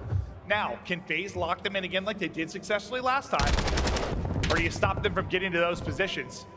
Slasher, I thought, got away from that for a second, but they'll track him down. A done, minute added on, but just a minute 15 to work with, and the live's a big deal. You only got 9. Similar to what we saw last round. Surge is going to have 1, maybe 2 goes at this. It's like identical, it feels like. No, yeah, it sure is. You still have Cell bedroom side, but the rest of the team of Seattle Surge, they're able to get pushed on up. You have 3 players off the spawn. Maybe a chance here. Accuracy. Sebastian! Accuracy doesn't need the AR. That's going to be 3 dead. They can stack the point. Cell, he's going to have to make a play. Can he find anything? All of Atlanta FaZe is going to try to retake through middle of the map. It's going to be a precision from aBeZy onto the point. What does that do? It's gonna at least stall it for now. And well, the streak's gonna come in, and it might be the hope that saves this round for FaZe. I'll tell you what, that's why B can be tough to hold. Moments like that, one individual moment, your team gets peace. And that was only like accuracy's 7th or 8th kill. I mean, he just not over yet. Turned up in that moment. He's doing it again. Accuracy going nuts in this round. 5 in a row. Still tucked away in a pocket. Slasher trying to dip, dive, dance. Not able to do it. Surge are in, and that's the offensive round win. Woo, all that defense, but it's just a moment, and it's Lamar. Accuracy, the hero of the team. I think he just said, I don't know, dude. I don't know, bro. I have no idea. He finds it fast. He's like, oh, this is what some players are playing with, bro. This is nuts. Add it to the list, you know what I mean? All right, but accuracy. And he stayed alive that entire time. Yeah. Right, he held that bar position, waited for the streak, and then gets right back onto the point, finds another double. Joe, aBeZy's on 25. That triple got, I think, Lamar to 7. But he wasn't super involved until that point, but it just takes a moment in control. And what a special one it was. You're now up 2-1 if you are Surge. Not the guy we expect to do that, right? No. I was like, who's this with the sub? All right. Mack, not an easy fight as Cellium holds the heavy. Now it's Pred's turn. Behind the cover to try and get damage in. Simp hit down to 5 HP. Is the need true? He's able to finesse away from that and get back behind the cover of the desk. Teammates there for help. Hey, slowly working forward. FaZe, you got to take this round. You're going to get to round 5, and then I imagine defense for Surge, right? With that advantage early on. I mean, finally, you have like an offensive break that kind of goes the way of the attacking team, where you have some map control. You can already see Slasher in the defensive spawn. Lamar's still vibing on that 5 streak. Simp, though, he was able to find that Pred with another one, but A will be done so. 2 minutes, 12 seconds to work with. Lives in favor of the attacking team. That's a big fight, because the precision you saw it had. Here we go, too. Oh, they lost it, but it had an impact. Close to getting it if you are accuracy, but yeah, with the 2 dead, I think not gonna be a big deal because Pred answers with 2 almost instantly, so it kind of slows it down. Cellium can't get down in time, so the trade is there and it is efficient. Accuracy, peekaboo, here I am hitting shots. And I think Simp just hit some horrible timing middle of the map. He's watching that middle. And well, as soon as he gives it up to go to bar to help his teammate out, I think Pred just runs right through that door, finds that kill, so that slows everything down. You can already see Pred's position. So Simp was like in that spot that we saw Slasher win all those key one-on-ones. Slasher spawning up for the other side, able to win that fight, at least get the opening to the top side of the map, but then you lose 2 teammates, 3 teammates. Slasher falls in the mix of that, so I thought maybe an opening. Slasher's been winning a lot of one-on-ones, but not gonna be enough there. And again, Pride just off spawn, finding those two kills. Now all the map control over to Seattle Surge. Nice little bait and switch though. And now he's got attacked. Are we gonna see the opposite from Simp? Saying Pred gets a second. How massive will that be? But as Pred drops the point, now you get in. You stop the clock with just over a minute to go. 13-12. And the lives advantage to Surge. Simp just tucked behind the block. Now who's going to come up with the big kills? It's aCBeZy and Mack that are able to locate him outside of the point. Lone point man right now is going to be Slasher for FaZe, waiting for the troops to rally in and fanning out across the map. It's going to be Surge, Pred leading the way. Keep an eye on that number 8. That you had bedroom control, but you didn't know where aCBeZy was. And while he was towards this lower tunnel side, he was able to find that one kill onto the point, slowed everything down. And while aBeZy's like, hello, peeking, but that was like a horror film. Scared the hell out of me. What was that? Simp and aBeZy, they both get across. A chance here. 8 versus 7 in lives for both teams. Cruise missile gets one. Trying to rotate it, but there's nobody on the point right now, so everything's gonna slow down. This is almost like a Surge round. Oh my Both teams just wall-banging each other right now. The nades in, Pred somehow staying up. 20 seconds to go. 5v5. Trying to do what he can. Mack through with the big play at the end. That'll be 3 in a row. No respawns for either side. aCBeZy with a big win. Under 10 to go. Off to the races of the 2 remaining players. Good luck. Not sure you got the time to do it. Gonna get caught. Gonna get dropped. Surge with the control win.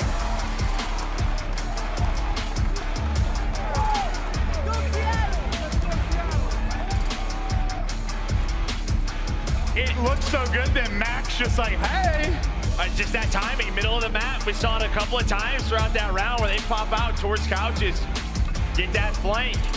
aBeZy actually made me skip like a heartbeat when he came around that corner. But obviously, it all comes down to that round number 3. It felt like Surge were out of it. The defense was so strong, but it's aCBeZy. The Iceman with a 5-kill spree that really opened up the B point. I mean, he has 14 total. Yeah, the 5 in that He's got round. 30 engagements. On the other side, yeah, I mean, on your team, you have people close to 60. Yeah, I mean, that's the type of player he is, 100%. But like in those moments where he needs to be clutch, I think his face said it all, dude. You just saw him look at the team like, I don't know, man. Like, I just hit it. It worked out. But what a spree that was from aCBeZy, and moments like that are why he is on this roster. And now you regain control of this series. You've taken both respawns now.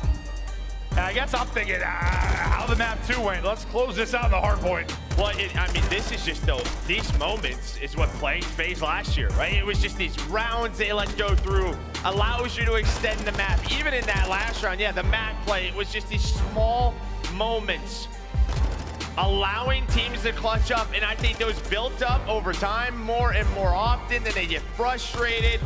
And it's like, man, how the hell did we lose that series? But you gotta give props to the Surge players to make it happen. It just makes you think we used to finish watching the World Cup and it's so fun. This final's not a good example, but like, you know those games where it's like, we got 80% possession, all these shots on goal, but it takes one moment and suddenly it flips on its head. And like, same thing can be true here. Like, you feel so good. And then it's just next thing you know, you're looking around at your teammates like, what the f just happened? Like, what happened? There it was, that 3 kills. You had the streak come in, but he stayed alive, he avoided it. This was that round, gave them the edge in the map. Found the 2 as they lined up. And then to close the game out, it was Mack, who's having a fantastic series in the respawns. Yeah, when I was just looking at the minimap at first, I was like, thinking like, FaZe got this, we're going round 5. I mean, that seemed to be how it was developing, and then suddenly we switched POVs. I'm like, oh, never mind, Mack's behind 2 players, and just seals the deal. The timing works out for him there, the clutch moments from aCBeZy, and that is where we stand currently. Well, look through the maps and modes for this best of 5. Surge fans getting pumped, map 4 getting ready to go, and listen, I know Search and Destroy can be very map dependent. If this goes to map 5, Surge, obviously you have the chance to win it, but I'm just thinking, yeah, if you're gonna win this, get it done. I don't know if it's map dependent right now. I mean, dude, they are. With the way FaZe are playing, yeah. You're saying? Yeah, they've been pretty unbelievable. As you said, I think I'd much rather just get this done here if I was a Surge fan. 1000%. And I mean, those, just looking back to last year, no different title, but in that World Championship, like those hard points were insane between these 2 teams. And those closing moments, those little moments, as you were saying, like that against a team like Surge is where FaZe would struggle. Just feel like they always happen. They always happen. They always happen, especially in respawns. And for at least some of the FaZe matches we watched, like the hard point, they're kind of putting people away early, big lead, just kind of stomp out that light. Surge is one of those teams that just doesn't go away, man. They never go away. Just doesn't go away. Someone always steps up. And maybe not the guy you thought was going to do it in that round, but it was accuracy. And now, I mean, the pressure kind of on Atlanta FaZe, right? Perfect. Until Championship Sunday. Okay, so I guess kind of my question for you now, maybe not for Slasher so much, but for the other three, you're thinking like, not again. Like, is this gonna be maybe another second again, a third? Like, are we gonna fall short? Like, that's starting to creep into your mind a little bit? Just because of last year, I would never think so, but like, I've never gone through it. I don't know. I've never been to that. Has anybody? I mean, I know there was a time where like I think like Cap, Slack come to mind. Like we had a ton of second places because you're dealing with some of those dynasties. But like, no one's had a year where it's just like all seconds. Like it's gotta be in your brain a bit, man. It has to be. You would think so, but they're not out of this yet. Can FaZe win a respawn? We're going to Fortress. And I guess a good thing is like you had aBeZy really pop off in that game. You had Simp moments. Just those critical, crucial moments. Can you not allow Surge to win them? It's a wild game, man. Variety of game modes. Some longer than others, but it usually just comes down to those few moments in the beautiful game. It's all kills for Surge, at least early on. With Fortress, it can be something. It can be a very frustrating map, very rewarding map, depending on what side of it you are. But already a great start from Surge. I mean, they get out. I mean, Pred, he's able to win a couple of gunfights, but he takes that long route. Takes that long route. That gives them spawns. 4P2, and now you are trapped. Dude. It's not moving, just headshots. You are trapped now. As you can see, Atlanta FaZe has to deal with this, but they are in the blender right now as Pred and Mack, the two-man game. All right, it's like a FaZe smoothie. Yeah, they are getting mixed up, right? Just fried everywhere. Cannot find any opening whatsoever. Hey, Simp. Just a triple on the kill feed. 4 in a row for Pred. The other young superstar. Finally, you get finally a kill. Gunfight win. Yeah. But that's all you get, just one. I mean, you got 3 kills of your FaZe? I have no idea. It's not many. It's this not is a lot. just continuing to put them in the dirt. Surge, come out swinging. You got 4. You have 4 now, 5 kills. I was like waiting to see the stats because it seemed horrific. And I think they just kind of have to give up the rest of this time. Maybe you send a couple through the doors, but you kind of know it's rotating to P3. You can see Cell's just stopping. They need to respond at P3. This has to be a full 60. Dude. Or this game's already getting a little bit crazy. You have the streak now on the Mack. Maybe you can use that precision to open this up. Cell, Simp, and aBeZy are 2 and 16. What in the world is this opening? They're gonna call it. 7 in a row. Does he find any more? Trophy ripped down to the point. Could be crucial and gets a kill. That'll be 8 in a row. Finally, he's going to drop. As aBeZy chains together some kills, that's the most red I've seen in the kill feed since the start of this map. Finally, some points for him. And that's what I was talking about. The trophy got ripped by the precision. You saw like aBeZy couldn't do anything deep, even though he had attack. He was just stunned, naded, nothing he could do. And this is already just such a good job, just keeping them off of it through the front door. You were hoping for 50 to 60 points, but the first 10, I mean, just because of the streak, you had to deal with that, and then you have to cross on back. They're ready for you to cross. I think just the no trophy, like you just get hit by everything, whether you're trying to get back or holding in the point. And just like that, guess what? We are stuck on this side of the map again, as you're gonna have Sim inside of the hill. Pred, he's inside of top maps. Does he take it down? But now, the next wave of Surge players is gonna be accuracy and Mack trying to lock him in. They're locked in the middle right. That is just delicious. Drop shot from Mack. Just erases Slasher from the map. Lead 60 and growing. Simp 5-2. Done growing. Back to aBeZy we go. Again, you get a little bit of red tag kill feed, but you just need some work around the objective. Just outclassed and outgunned from the onset of this game. aBeZy trying to be tucked in a corner. Not going to work out. Is it Surge just seem a little more comfortable in this particular map and mode for you? I mean, so far, I mean, you would think this would be a great FaZe map, I'm sure, but obviously when you put in a trap like that, it's just how can you bounce back from it? Mack has not slowed down. He hasn't missed a bullet. He is 16-6. It just feels like this guy, I don't know what it is, gets into these forms I don't think he's missed. Destroys everybody. What is he doing? He's just not missing. I mean, from the opening gunfights you saw were just straight headshots. The centering was perfect. You can tell my man was dialed in.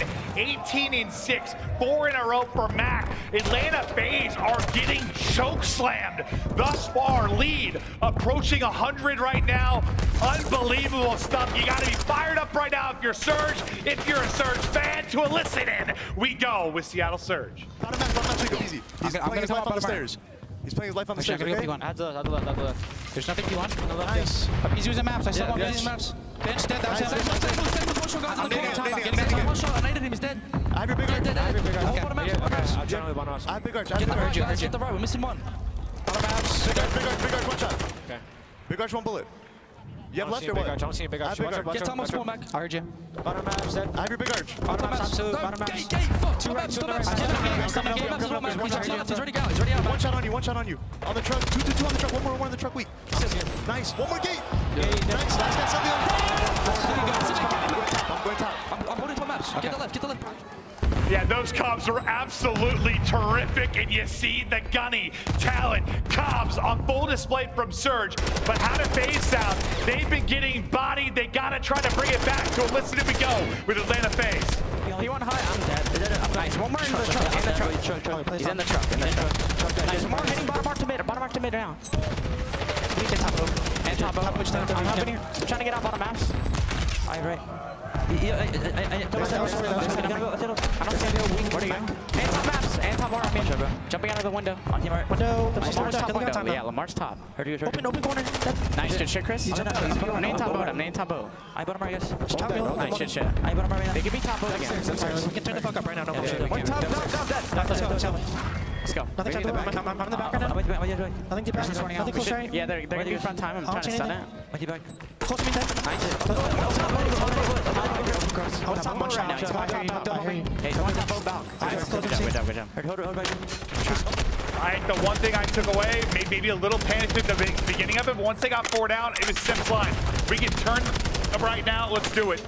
Can they, though? This is a tough lead to get back from. I mean, yeah, it would be something sensational to see. I mean, they're going to get 30 seconds here, but you're going to need a break at this P3. You obviously don't have a streak. There's just no way in hell you have one. Fred is still finding multiple kills, and I think that's what they have to just try to slow down. But I don't know if you're going to be able to. It just feels like everyone on Surge is on point right now, play at such a high level. But here we go. Maybe a chance, maybe an opportunity. And Surge going to try to hold that line. This is the moment. If you're gonna do this, if you're FaZe, you have to pull off something absurd to get through it. They're just getting tagged up through the walls, not finding openings. The chow's gonna go out. aBeZy's gonna be the first. Cellium Slasher able to win 2. Simp's gotta get that kill. And he's gotta get it. He gets both. Simp able to take out 2. Simp able to 1-1 on the other side of it. Now you've got in. You've gotten spawns. aBeZy pops up and goes nuts. And all right, you needed a break and you got it. No, right here, though. This is that play. Okay, Simp, though. His Simp is starting to go off. He wins that one-on-one, as you said. Lurks through stable sides when all the pressure was on him. But he's got to deal with the final boss, Mack. Trying to win that gunfight so you're still alive. The problem is you're down, what, 130, 140 so that points? was step 1. We're doing baby steps here, Joe. Yeah, baby steps. And that wasn't a tiny joke for FaZe. That just baby steps, Joe. I feel that, yeah. Right now. A huge break there. Now it's just, can they keep this messy? Can they keep it going now? Maybe some momentum on the FaZe side. Will it be too little too late? Look at one of the greatest teams of all time do something spectacular, but there's the 200-point mark hit now for Surge. They've been so good with these leads, just getting a little bit of time here, a little bit of time, and putting people away. Contested inside for a moment. Dipping out is Mack, who's down to 27 HP, is trying to get back to full.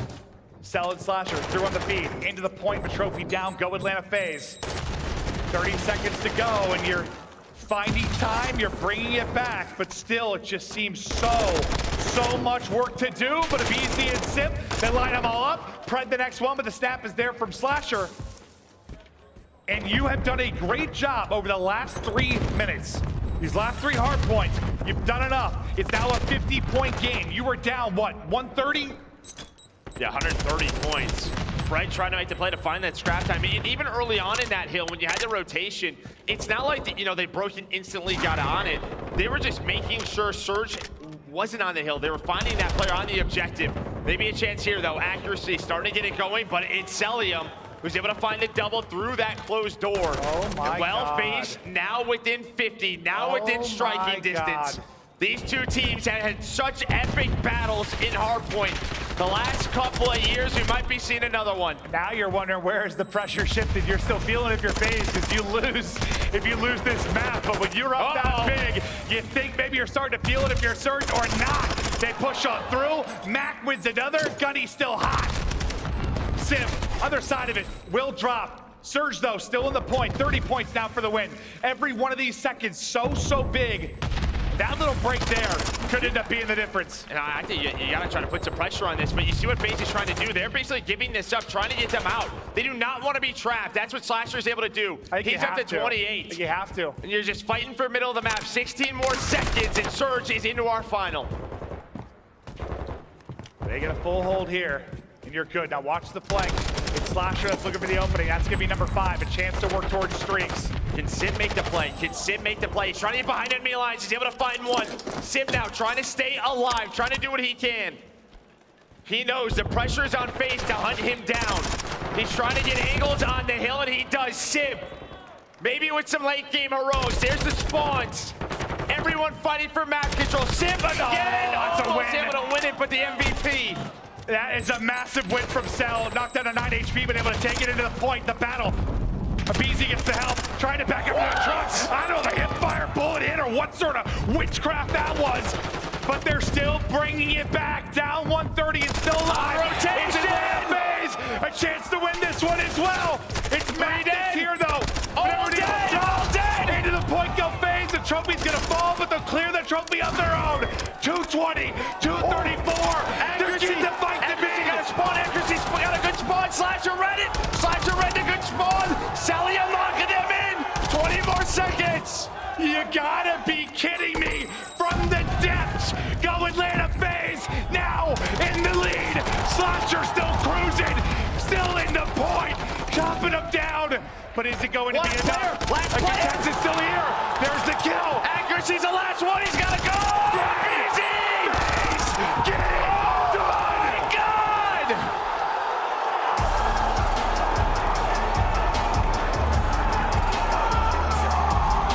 Atlanta FaZe with an unbelievable comeback.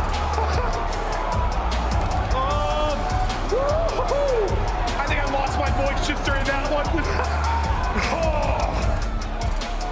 Wow!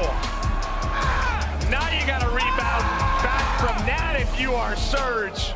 We are going to see many comebacks like that the entire year, and what it comes down to, a lot of plays, but it's what Simp said in that listen-in. We got to turn the fuck up right now. We can do it, and they do in unbelievable fashion. He gasses the boys, and what a comeback it was. Unreal. Woo! But it's Slasher the entire time, keeping them alive. And I don't know if we can go back and see it, but as soon as that P2 pops, Accuracy spawns behind them, and I thought, uh-oh, it's done. But Slasher somehow knew that that could happen, and he's able to win the one-on-one, make sure that Surge keeps them trapped. You see it right there towards the end. Slasher kills Accuracy. And now you can see they have spawns. All the pressure is on Surge to get through. The gunfights go the way of FaZe. I mean, I don't know how they did it, but they did it. I feel like I'm watching the World Cup final over again. Argentina up 2-0. Just hill after hill. Staying alive. Plays. Oh my God, back and forth we go. And that's just one of those things, like, I don't know if there are many teams at that moment that are actually, like, I think when Simp said it, it wasn't just one of those things you try to say as a leader where it's like, hey, we can do it. He legit was like, this is where we turn around. This is that moment. This is the moment. And he was absolutely right.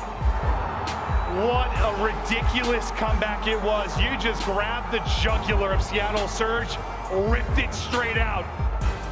But now you got a moment, a breath. You chat with your coaches. You look forward to the S&D. As somehow these series between these two teams, we said it multiple times before, the hard points are magic, and it's another classic in the books. Woo! I gotta regain. Yeah, no, I like literally felt my voice going at the end of that. Yes. Like I was just screaming for so long. I was like, we haven't been casting in a while. We're not doing the fully. It's dry in here, dude. Yeah, a little dry. We're turning up for the first time. I'm screaming way more than I normally am, and that was something special. That was fun. 135. Is what it was? 43 to 178, and then they're able to win it 250 to 234. Hill after hill just gave themselves a chance, and then just even the plays, the comms to at P5, you know what? Give up the 10 to 15 seconds. We just have to hold P1 and transition it to P2, and they do that. That is not easy. Some teams, some players, they might freak out, try to win a gunfight on that final hill, and they ignore it. Well, everybody grab some water, an inhaler, go for a walk, just get a deep breath. We're not done yet. Map 5, up next.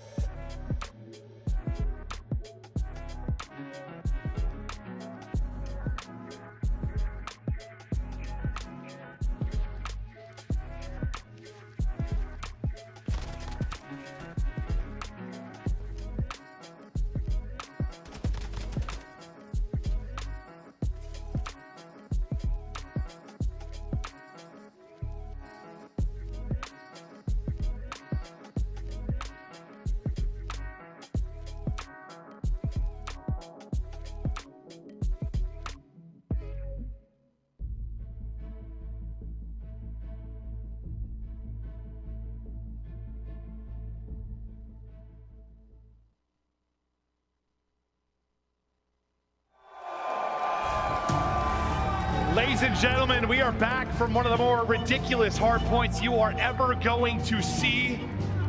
A truly memorable moment, an all-time classic, and one of the better comebacks just ever. Literally ever. I don't even know what comes close to that. I'm sure there's something. 135 in a hard point is just wild. And on a map like that. Yeah, exactly. Like, you know, you talk a lot about like the full sail and stuff that's done in Search and Destroy, but usually you're down like that in a hard point, it's done. Because typically what will happen, like, the team in the lead will like let off the gas a little bit and like the comeback happens, but it's too much. It's just too much to come back from.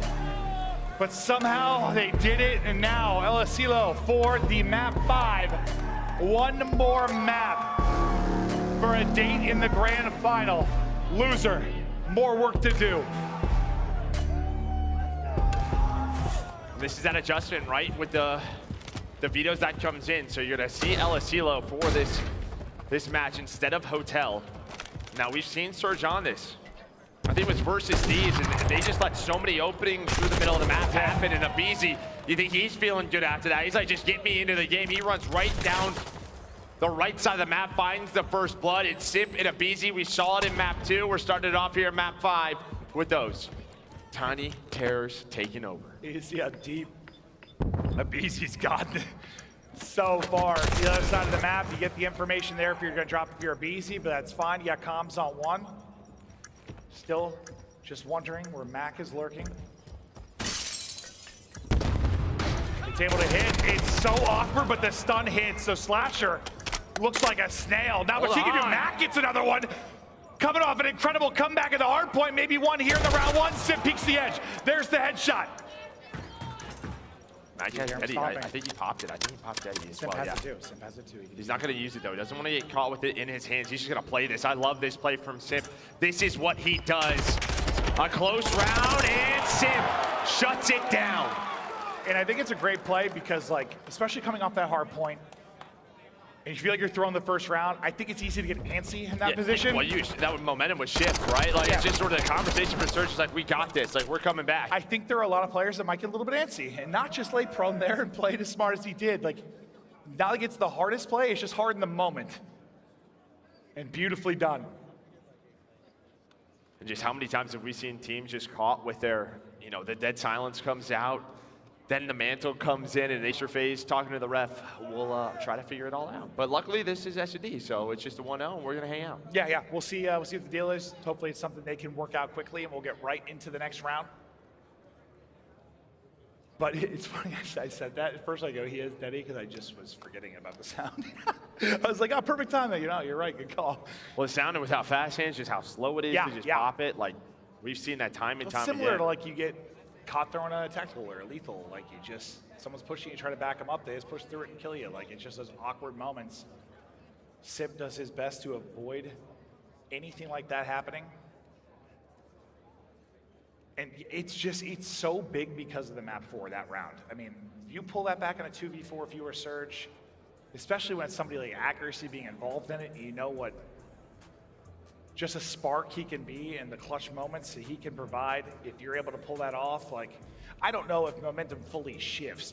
I don't know if anything fully shifts outside of a map win after that one, but. Well, I guess it just sort of changes the mood. I think that changes the vibe a little bit if you are able to pull out that 2 versus 4. That's just one of those, like, insane momentum type rounds. But Simp, he does get 3 in that one. And as soon as we're good on the main stage, we'll get back into it. But yeah, no, you nailed it. Thankfully, we're in Surge, so we can just take a little pause here. A little timeout while they work on it. And I'm here and we're almost ready. So, crowd, don't worry. We're getting right back into this one and hopefully a treat here in the map 5. Everyone, just a moment. If you didn't get a full regain during the commercial break, maybe you can work on it now. What was it? Was it Mack's mom that came up to us during the break? She goes, "You thought you guys were going through it?" I was like, I can't imagine. Cannot imagine. Just a quick little refresher here. If you're just joining us, wanted to tune in for the map number 5 in our winners final. Surge in the respawns, taking care of business, but in the search and destroy. Well, the first 2 respawns, they took care of business. The last one, they did not. I mean, the search and destroy was all FaZe, and then 135-point comeback in that map number 4, Fortress Hardpoint. Yeah, it went from handling business to absolute breakdown, I think is what you're doing. If you missed it, go back and watch it later. Yeah. I mean, just unbelievable. I think what stands out too is like, there've been a lot of wild comebacks, but like, I don't know if I've seen like a start that hot where it then happens. Like the lead was 135, which is massive. But like at one point, I think I said like, the three like studs of this FaZe lineup for so long, and Simp, aBeZy, and Cell were like 2-17 or something like that at the gate. Like aBeZy started 0-8. Like they were literally, I think I said they were getting choke slammed. Like they were just getting annihilated, and then they weren't. No. And on the other side, I mean, everybody was just popping. I mean, Mack was just in an unreal mode. That's what he has been doing this series. So hopefully he can keep that going in this search and destroy. Now he was just shooting rockets. Yeah, but like the centering just seemed to be locking on foreheads early on. Like just the number of headshots where he'd round an edge and be centered so well, instant headshots. Like he was super, super dialed in, and he was getting first bullets so often that he wasn't worrying about the flinch. He was just taking off faces, and it was so impressive. But I mean, the man of the match, like you said, Slasher was the one with some of the big reads, led the way in the kills department. Huge for FaZe. All right, I guess I lied to you guys. I thought we were getting ready to hop into it. We are going to be heading to a quick break while they resolve the technical issue on stage.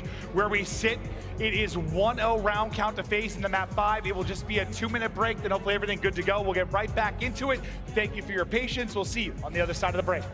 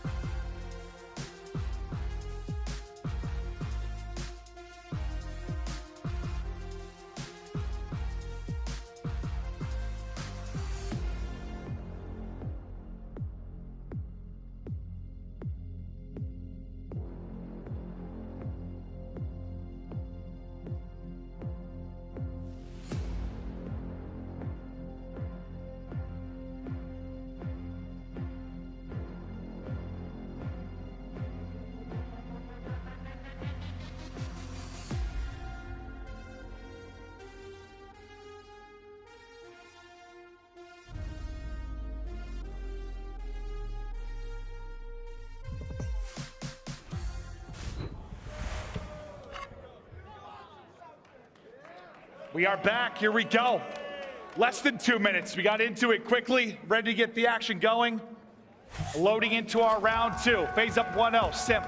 3 kills to start us off. We'll see what he can add on to this. The guy's doing 360s. He's closing doors, man. Gotta make sure those are taken care of. Important, Joe. Don't want to waste money on the AC bill. But Simp puts him to bed. Maybe a bit of a heat check there for Simp, right? I mean, that stun comes in, and they're just waiting for him, but a nice aggressive round from Seattle Surge. They find Simp, they find aBeZy. With those nades, just giving them the advantage. You had Simp, who was stunned, aBeZy, he was naded. We almost saw a 2 versus 4 in round number 1. Are we gonna see something similar again? And Surge just kind of stop, slow down, just trying to play around this info. Just try not to give up anything for free. Mack should hear him stomping around. Sib, maybe true on the other side. Mack did hear it. There you go. Great round from Surge. They don't lose anybody. Come out of the break firing. And yeah, maybe some over-aggression or some heat checks like you said on the FaZe side. Yeah, I didn't think Simp was gonna jump. After getting stunned, I thought maybe just try to get away with his life, but he was trying to get inside that office, maybe hoping that door's not open, but. Well, I mean, there's some players that he can probably just pounce out and win that fight, but Sib not missing too often. Someone said when I'm saying Sib and Simp and Sib.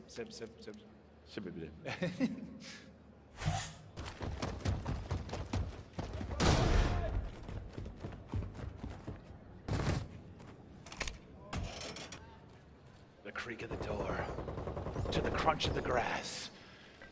His accuracy, just playing deep. We saw very early B aggression this time. One of the more standard rounds, Cellium with that first blood, bomb being planted at A.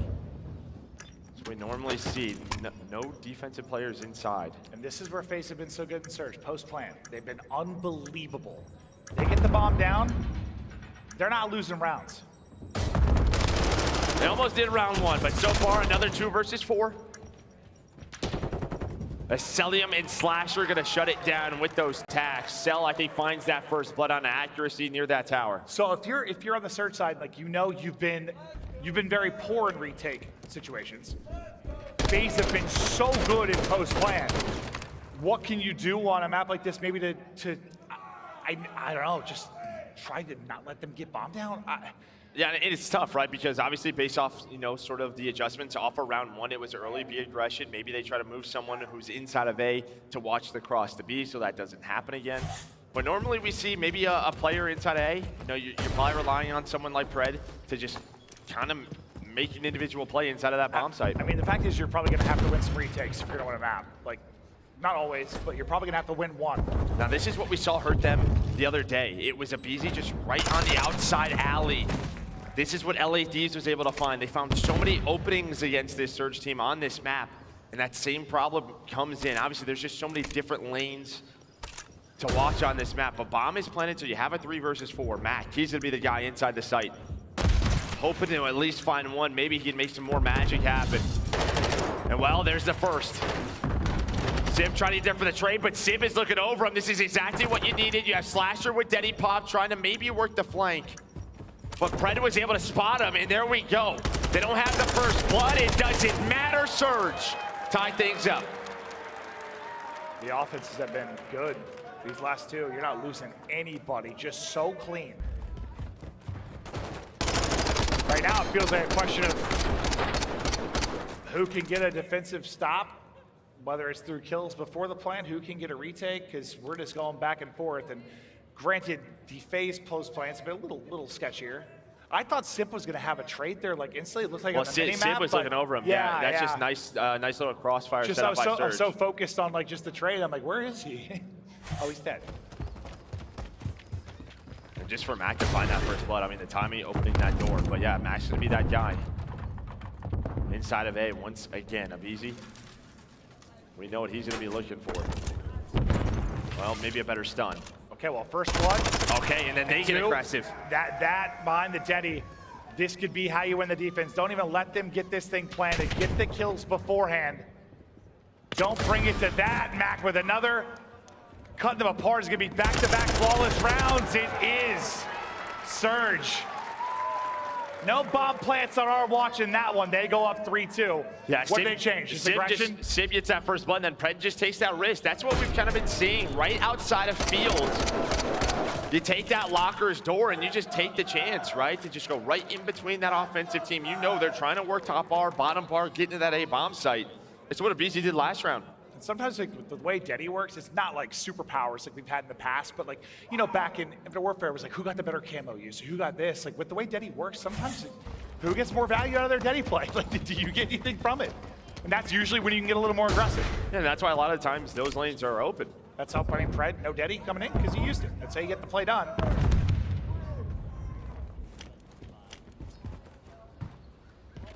I guess it kind of is a superpower at this point. You're a Nightcrawler, so I don't know. It's in the shoes, dude. Yeah. It's looking like a B hit here for Surge. You see, have a couple of players rotate on over. Cellium just trying to get info by this tent.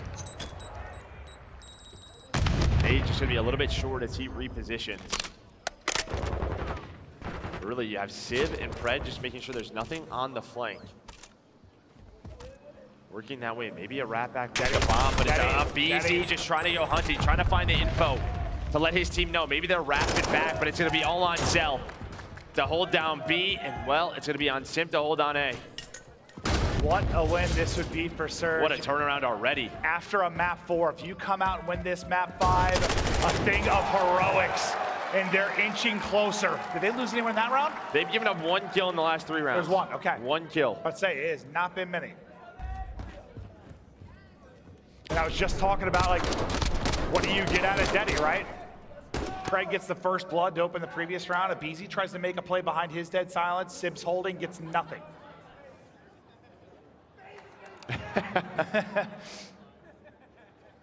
4 in a row for Sib, 5 for Pred, 3 for Mack. Handling business. This is a massive round now for FaZe. You need one. Just the mental battles on both sides. I mean, for FaZe to get back into it, then Surge just fighting their way right back. All the pressure now on FaZe, but aBeZy ready for the aggression. This is gonna be a fast round. They wanted to play behind the aggression. Did not work this time. And we really haven't seen that, right? Just, you know, you make a call, you go for a risk, you're hoping it pays off. But FaZe, they slowed things down a little bit, and they just kind of waited. And like, even though you lose that round, if you're a Surge, do you like feel okay about it? Just a sense of like, we gave him a different look, we'll keep him guessing a little bit. Yeah, I think so. Not every dart you throw is gonna work, but keep them thinking about it. I mean, it feels like whoever's making those play calls, right, the last 3 rounds before that one, it's been working. Maybe they have something out. Keep believing in it, yeah. Someone's in the shops, yo, dude, let's 3-hit mid. Like, all right, sure. And I firmly believe, yeah, sometimes those rounds don't work like that. Like, you still like, if you're aBeZy, like, I can do that again. Do I gotta wait for this push to come through? Maybe you play something a little bit slower. Slasher's gonna get dropped first. Well, it's a 2-man. Daddy pop from aBeZy. Does he get more use out of it this time around? When I like this, they find the first blood again. It's just slowing down. The timing. Oh my God! Goes his way. Resets Mack. steady. Reset steady. Oh, really low. Please! Somehow the kill. Sim. Drop. Trade should be there for Simp. Not gonna be there. He's able to get out. 2 versus 2 now. 50 seconds on the clock. Trying to hunt it down. Behind the dumpster. In play in his life is Pred. Cell can't get the trade. Pred, a man possessed. Able to get away. The re-peek in Chow kills him. I love the pre-fire on the Chubby's not there. 1 versus 1 now. The Iceman versus the nerdiest player ever. 1v1. They live for this. Maybe the comms off there a little bit from Seattle Surge. I mean, Pred is thinking, let's double chow this, and I don't know, maybe accuracy's comms a little bit different. But Bomb, you know, down, he does not have Daddy. The bomb play gets him a bit closer, but I mean, it might come into play. That's the info. That's the info for Cell now. He's gonna go hunt. It's just a question of what kind of timing does he get on this reach out. 30 to go. A lot of time to work with for Cellium. Just gonna throw a shoulder. Gonna throw that shoulder, and he knows the pressure is on Cellium to have to make the play. Cellium! Oh my God! He hops it, gets off it, the pressure on accuracy to check, and puts him to sleep with the gunny. And I mean, listen, Cell's been on this stage a lot of the times in situations like that, right? All of Atlanta FaZe, and I know what they're thinking. They're hoping that there's not gonna be a peep from anyone. But if he sticks that defuse, it's just a little different, but accuracy has to check it. And he's ready for that reposition. Yeah, and like, in a 1v1 like this, it's like you have a lot of pros on either side of it. Like, accuracy's won so many of these, but if you told me it's going to a straight up one-on-one fight, Cell. Every time in that fight. 4-4. It has been a game of swings and emotion. And we continue. And again, they slow things down, just making sure. It really feels like FaZe is not allowing those early Deddy plays or early routes to have an effect in their offense. The first 30 seconds, you kind of see it. Mack and Pred inside of A. That sort of two-man game setup. That's what they have the bunk beds for. Just hanging out. We should have bunk beds. We really should. There's more room for activities. Yeah.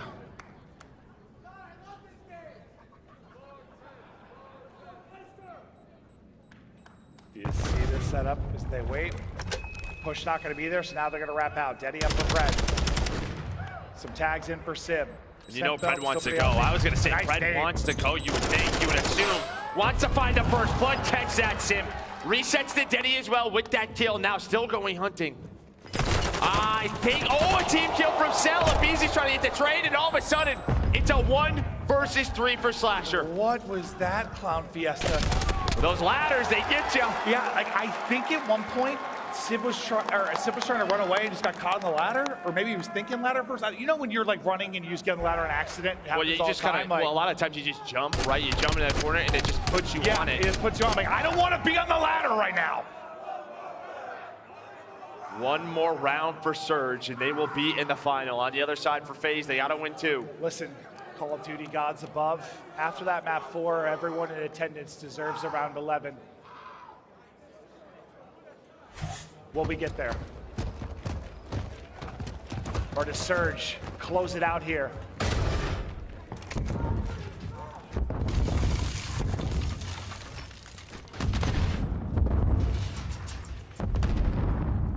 Well, Surge, it looks like they're gonna go around. We'll see. It's gonna be on Slasher. Slasher finds a timing. That's gonna be the first blood. But look, everybody looking his way now. He has to try to play his life. He gets focused down. So we're quickly into a 3-on-3. Well, Simp, no! he's so weak. Can't get out, Simp finishes it. 2 versus 3 now. Daddy available for Simp? And how many times have we seen a player in this spot? It just feels like you know someone's gonna be there. Where Pred is looking for Cellium. Simp though, he's gonna pop Daddy. So quiet, I can hear the birds. And there we go, Simpson, he take it down, they find him. All down to Cell. He had a 1v1 clutch. Could he pull off a 1 versus 3? Plank going down A, no Daddy to work with. Maybe no hope. Steps to his left, steps in the front. People all over, 40 seconds to go. He plays it beautifully though. First one, wins it. Still some time to work with. He's gonna try to reposition. He's gonna hear that player. Did he spot Sim? He does! He does it! No, we saw him, but he drops! And Surge survive! They answer the call! And they take the series!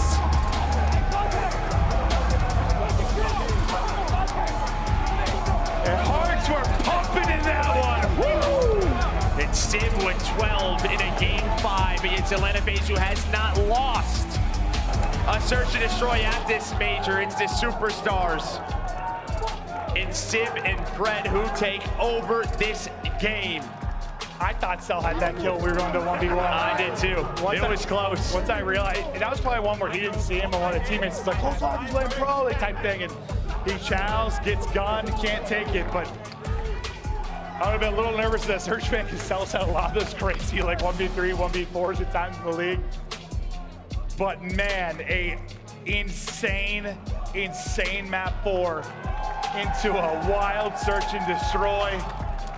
I can't believe that series. And again, it's these two. Yeah, it's like, we've talked a lot about like FaZe and Toronto series, but just based on like the second half of last year and now, like this is another one, man. And it's like, it's great too, because it's all about like these young gods on Surge up and coming, where like, I mean, that was Simp and aBeZy a few years back, trying to take the reins.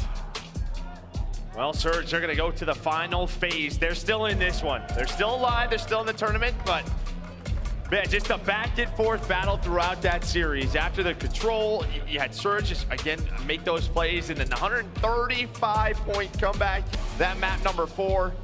And then just to bounce back from that, that is not easy to deal with, to regain from a situation. Unreal stuff out of Seattle Surge. Truly remarkable stuff to bring it back, the discipline, the fire to win that map 5. I gotta hear from the team. Let's get on stage. We've got Pred. Thank you so much, Merck and Maven. Riley, give it up for the Seattle Surge as they're our first team in the grand finals.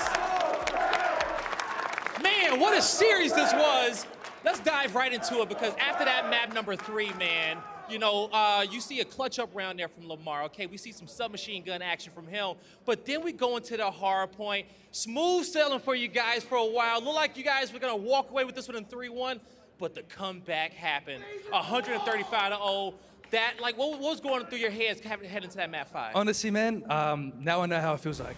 What they did to us that map, I was like, damn, that's how it feels to get comeback like that. I was like, they were just winning every gunfight, every timing, every rotation. I was like, holy, like, we can't do anything right now. Yeah, they've had y'all number for a while. I want to say, like, last time y'all beat them was when you guys got your chip in Toronto back then.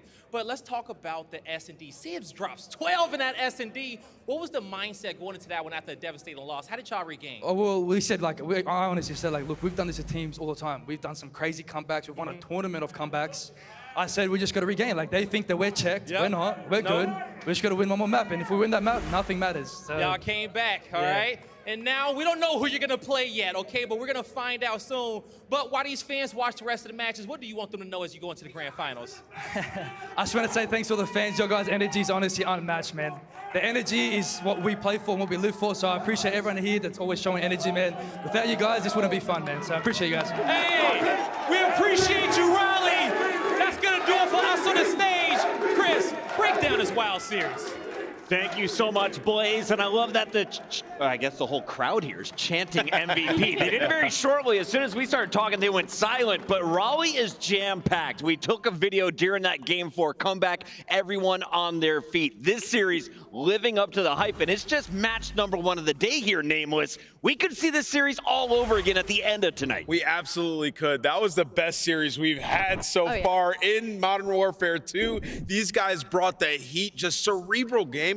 That Game 5, if you're just tuning in, go back and rewatch the mental warfare that these guys are having round in, round out. The comeback bucket, come on. Now, aLLeY, I know you were talking about some of the stats before this series. You said, we just need accuracy to play average. I got your scuff play of this series. This is from the great Lamar. Walk me through his 5K at the end of Control here. It was above average, and it was when he picked up the Vaznev, and just like when they were casting over it, he was like, wow, you guys get to run around with this gun. He pops a 3-piece for this offensive win, hops into time, and continues on to go into a 5-spree amp. Yeah, and that was the difference on this map. It was like, who was going to steal that offense? It was so tough. They were playing defense so well. And, you know, accuracy, really slow game to start it off. Through the first 2 rounds, he's sitting at 4 and 7. Gets a round back. Usually you have to take your time there, but Atlanta FaZe, they give him the 2-piece. He rides it out onto the point, and they collapse so well. Just a great effort by him and the rest of the squad. That was an epic finish to game number 3. That put Seattle up 2-1, and we went into a game number 4. We mentioned it. It was all surge, 178 to 43,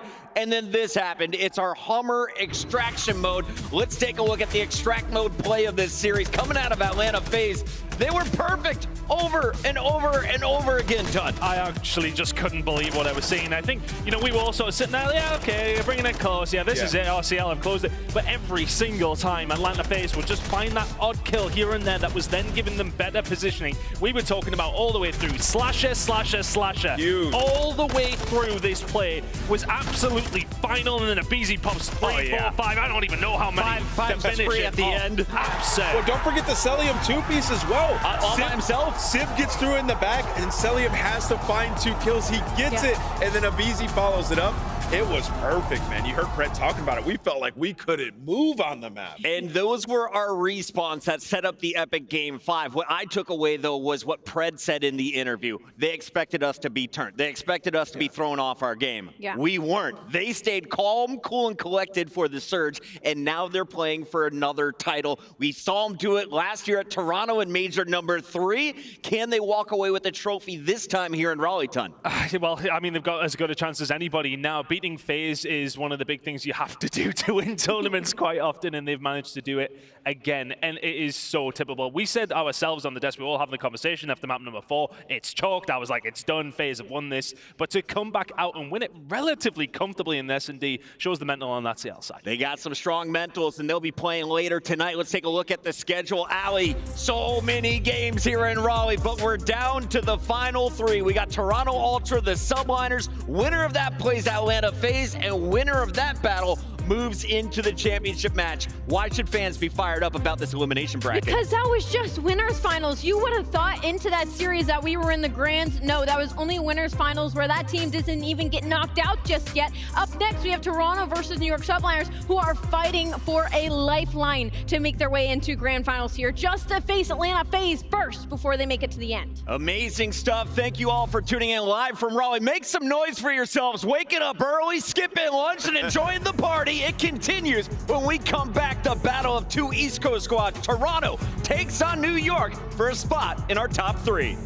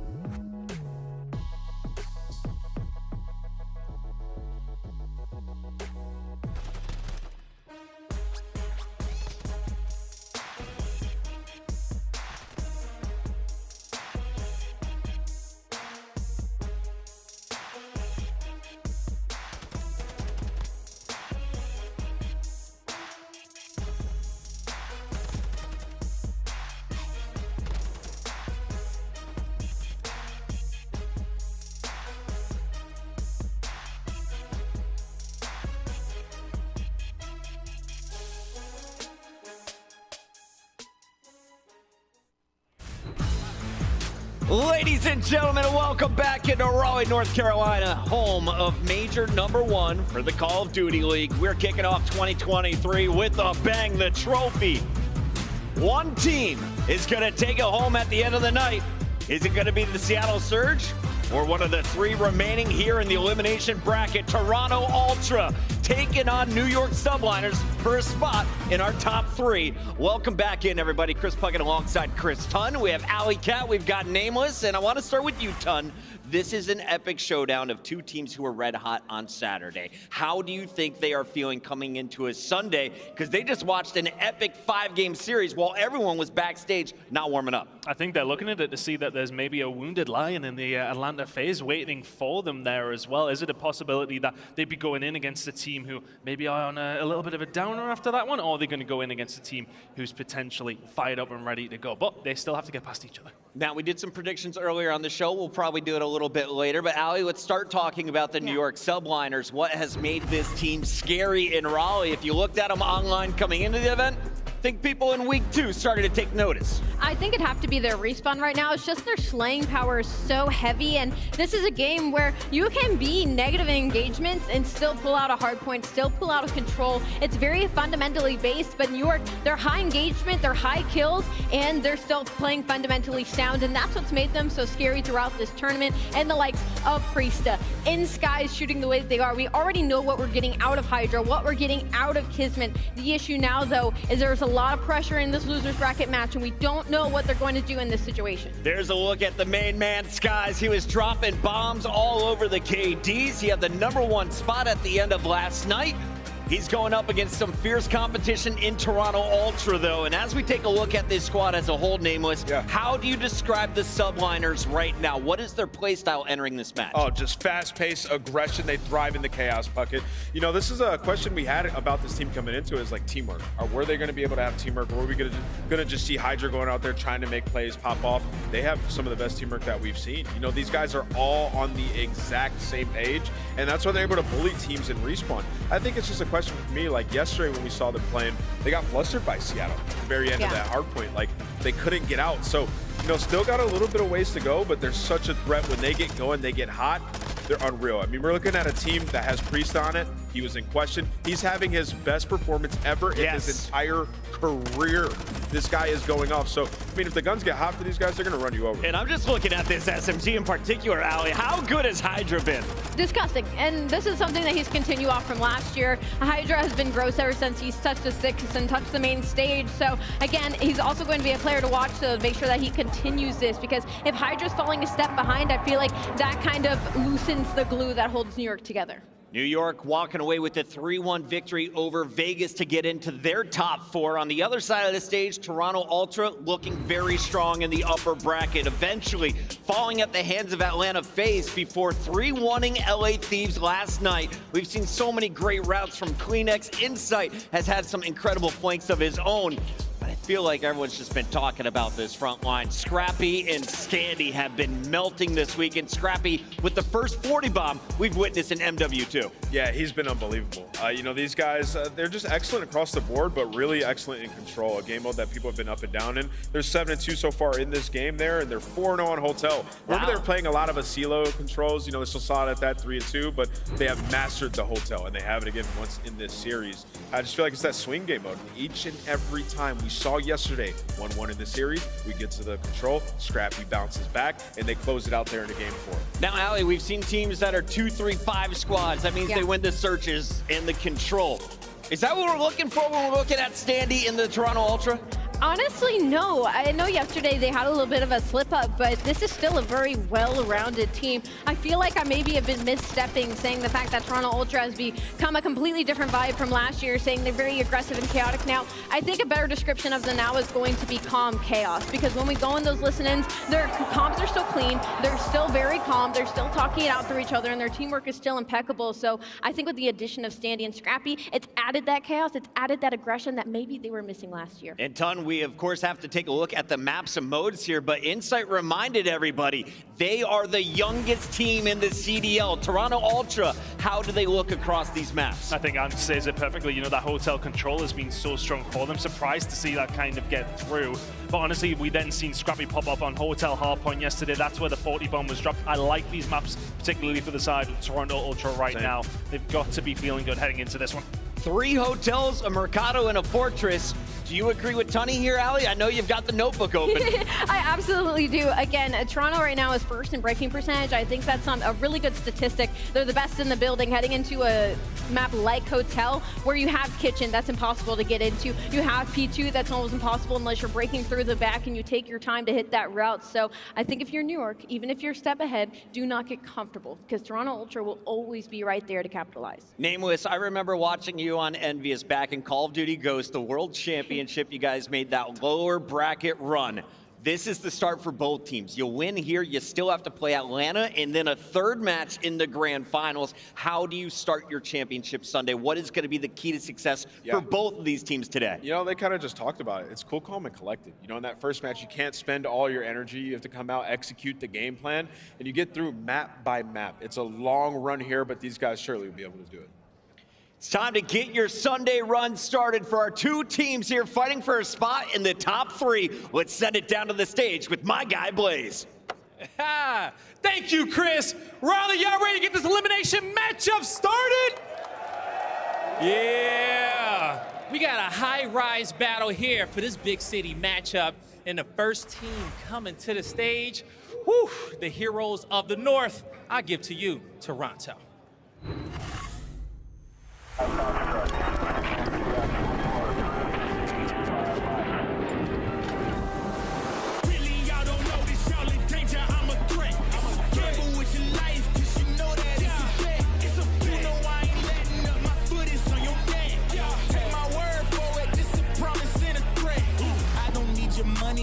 Pay me in respect, cause once I do it big, what's to follow is a check.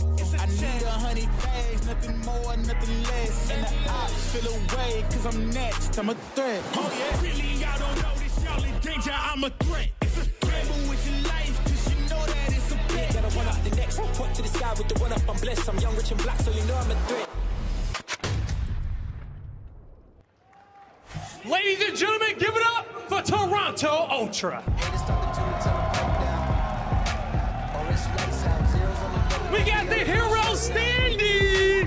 Kleenex, Inside, and Big Scrap! Toronto Ultra! Not since 2011 has a first pro LAN win went to a rookie since Scump. We all looked at that man Scrappy on this Toronto Ultra team to try and break that feat. Ultra gonna be feeling good heading into Sunday. Let's bring out their opposition.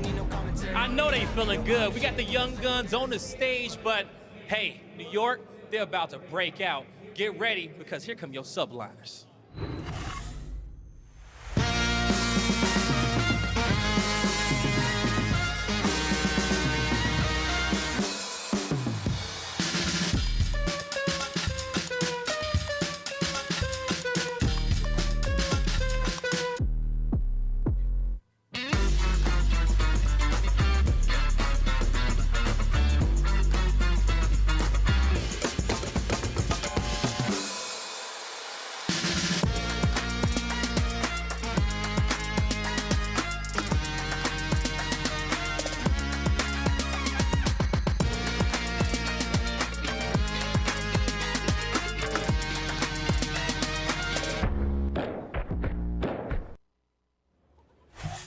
Riley, here comes your New York Subliners.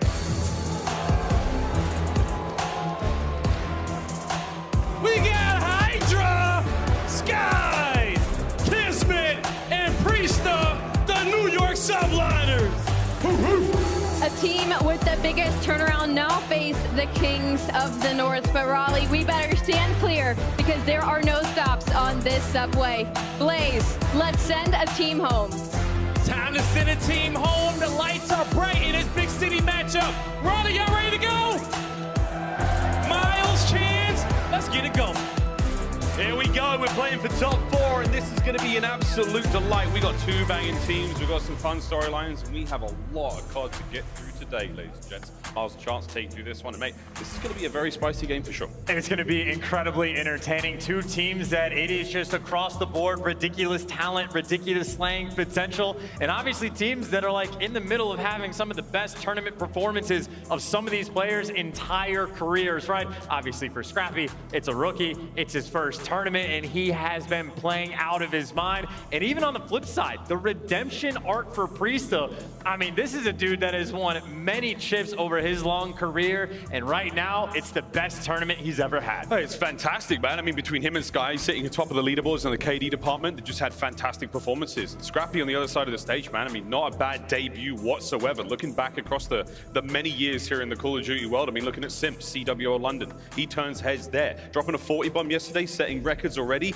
Imagine a deeper run in this tournament. And honest to God, I mean, maybe the comeback Atlanta FaZe had could be the most impressive map we've had at this tournament, but Scrappy's 40 bomb is right in the mix, because keep in mind, the first real taste of adversity that Scrappy actually saw was against Atlanta FaZe. Drops a point in, we're like, well, how's the kid gonna respond? Literally, by breaking records to get his team in this moment, but that's the setup. It is to Greenberg Hotel we go. This is where the 40 bomb took place, so you already know who my player to watch is. Well, we'll keep an eye on pretty much everyone throughout this matchup. Again, a very, very fun series ahead of us, Riley. You've been a treat. It's been a wicked week of Call of Duty, and now the final day. We'll crown a champion, but Ali said it best. We're going to send somebody home. And after this best of 5, we'll find out who it is. Can the Subliners survive after that late night they had last night, taking down Vegas? And here we go into Hotel. I can't wait to see who starts with the fire as well, because it is heavy slayers decorating this lobby, but looking for those entry salvos. Scrap there on HyDra, but New York with the extra couple of kills, and obviously they spawn on the closer side to the point, but doesn't last for very long. A lot of TAC 56s showing up in the feed. Toronto have at least cleared the point. That nice purple and gold between both teams as well, looking fantastic so far. First half point, 30 seconds left on this one, and it's going to be a little back and forth. HyDra can't get past Scrappy just yet. Smooth moves, keeping the play going. He knows KiSMET's around that corner. Here he comes. KiSMET wins it. Big stuff there. New York Subliners finding those kills. Rotation down. That's another massive kill. That's going to be P2 all theirs. Yeah, big moment right there from the Subliners to win all the gunfights on the flip side. And, well, they try to win him in the hill. KiSMET there to shut him down. And an important battle, because KiSMET and HyDra, none of these Vastnevs in this lobby you can allow to get the hot hand. And I think Scrap might not know it. He's about to get shot in the back, or maybe he's ready as his team's setting up the full pinch. Yeah, pinch is done. That side of the map now a little safer. Eyes now towards the middle of the lobby. Here comes KiSMET. Catches one out. Trades there. Insight, he's the next man here for Ultra. Straight into the feed. Again, trades on point. Good work out of Toronto. Managed to get in the hill for now. A couple players making their way still there for the New York Subliners, but the break is almost done. And there you go for Ultra, keeping him pinned in the back, and maybe force those spawns that direction once again. The clean 4 down. Where do the players for New York spawn? All of them over on the kitchen side of the map. So, hey, 20 seconds of scrap time. Well, possibly gonna go. Stany might have a gunfight against KiSMET, but it is a long rotation over towards kitchen. Subliners assuredly going to be there first. Yeah, gonna be able to set up right here now.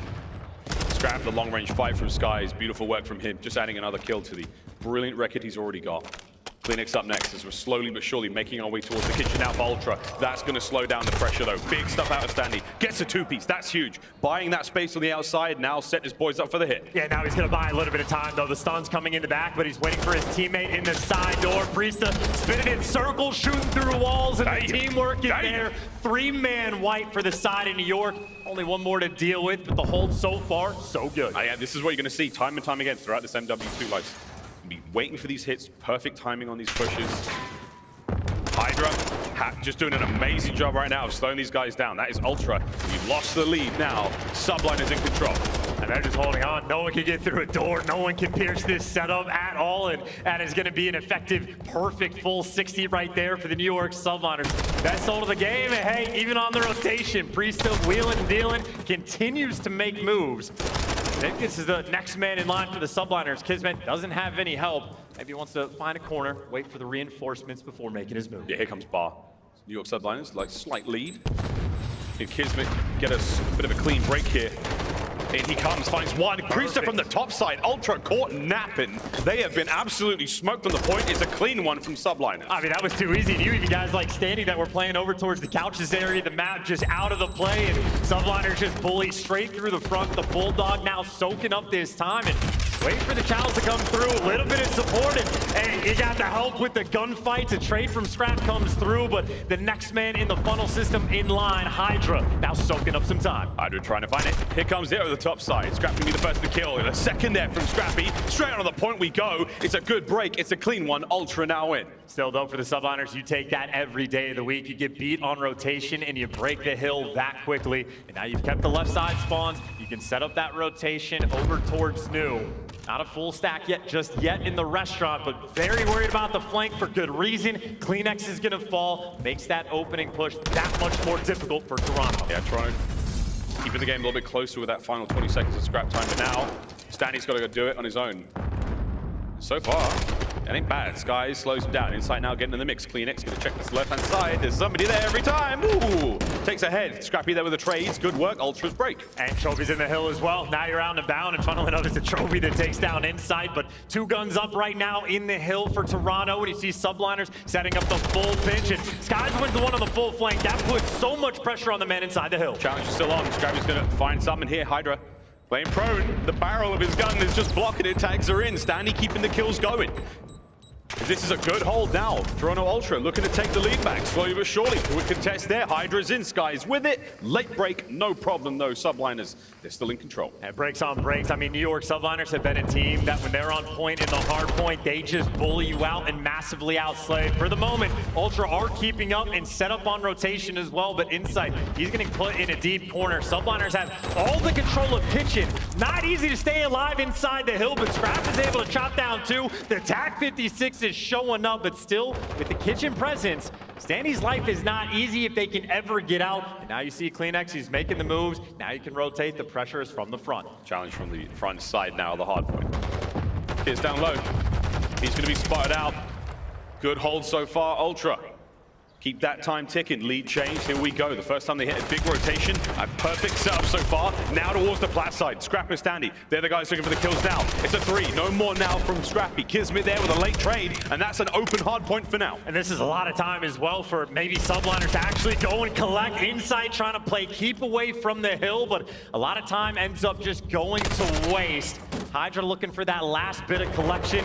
And maybe just trying to stave off some of these Ultra players. But it is a scattered setup right now for the Subliners. You got 1 player on the catwalk, the other 3 towards bar. But KiSMET, he's being the opener. He picks up a big 2, allowing Subliners to get in position to swarm the hill. I mean, Insight the only guy in Toronto Ultra right now with the, a decent ratio when it comes to that 13-9.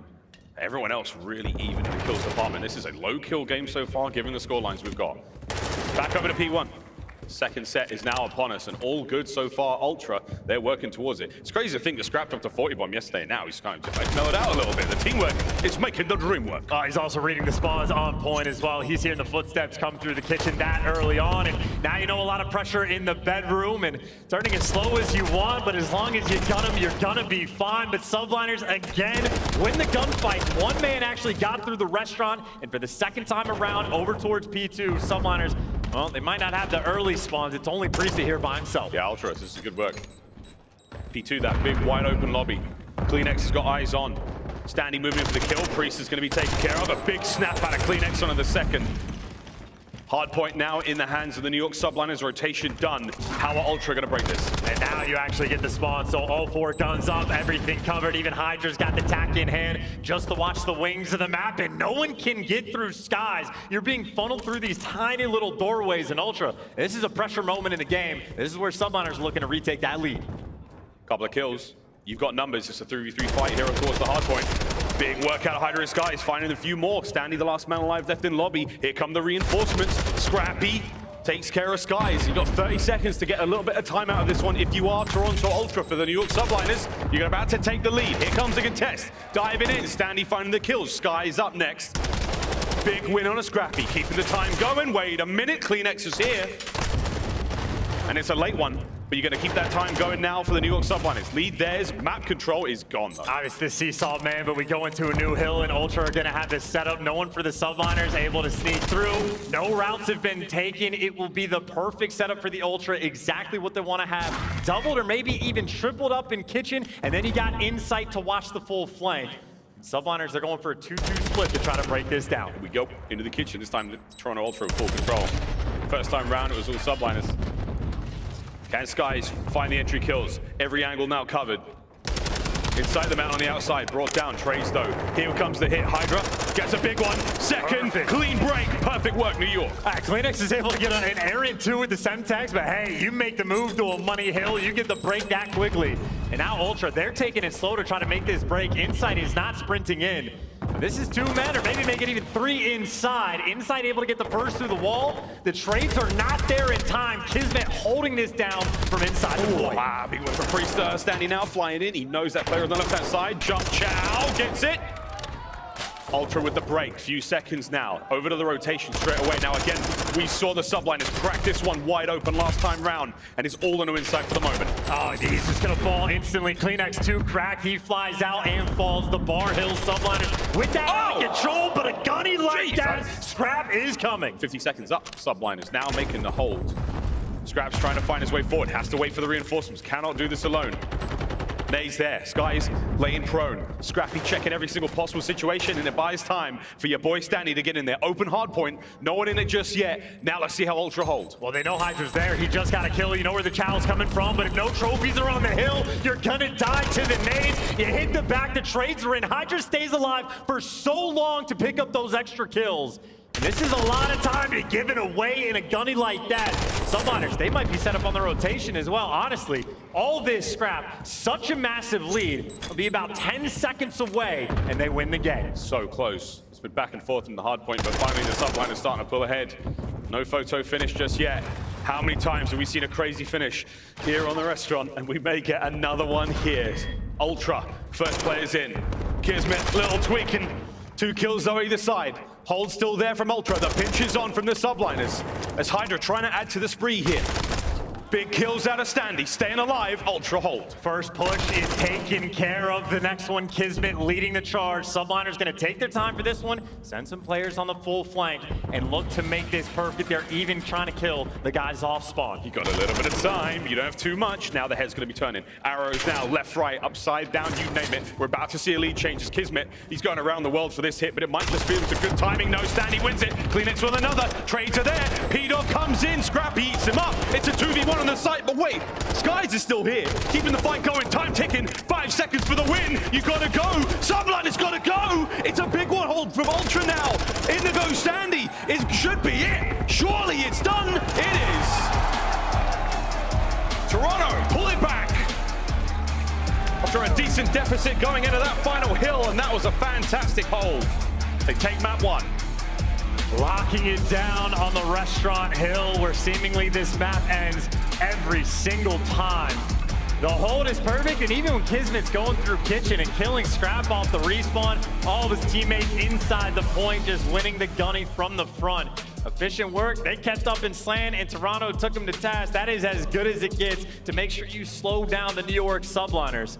And uncharacteristic for New York from what we've seen in this tournament, they were not able to crank up the pressure with the slang, and as soon as it was a little bit close, they took the L. I mean, the amount of times we've seen the Subliners just run away in these hard points.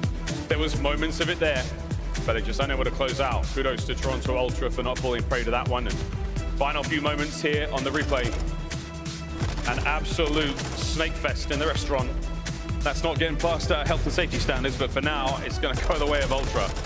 Every angle covered, trades are on point. Communication has to be so good in a moment like this, Chance. And that is also truly a hill where if you have a trophy inside the point and there's no nades to take you down, as you pointed out, the Snake Fest is unreal. You are unreal when you are in that center section and KiSMET able to just piece them up. That's big rotations the whole way around, and impactful moment of the game just to get this series started. We're looking at the overall maps or even just the kills. Again, if you are keeping it close against New York, it doesn't mean it's easy.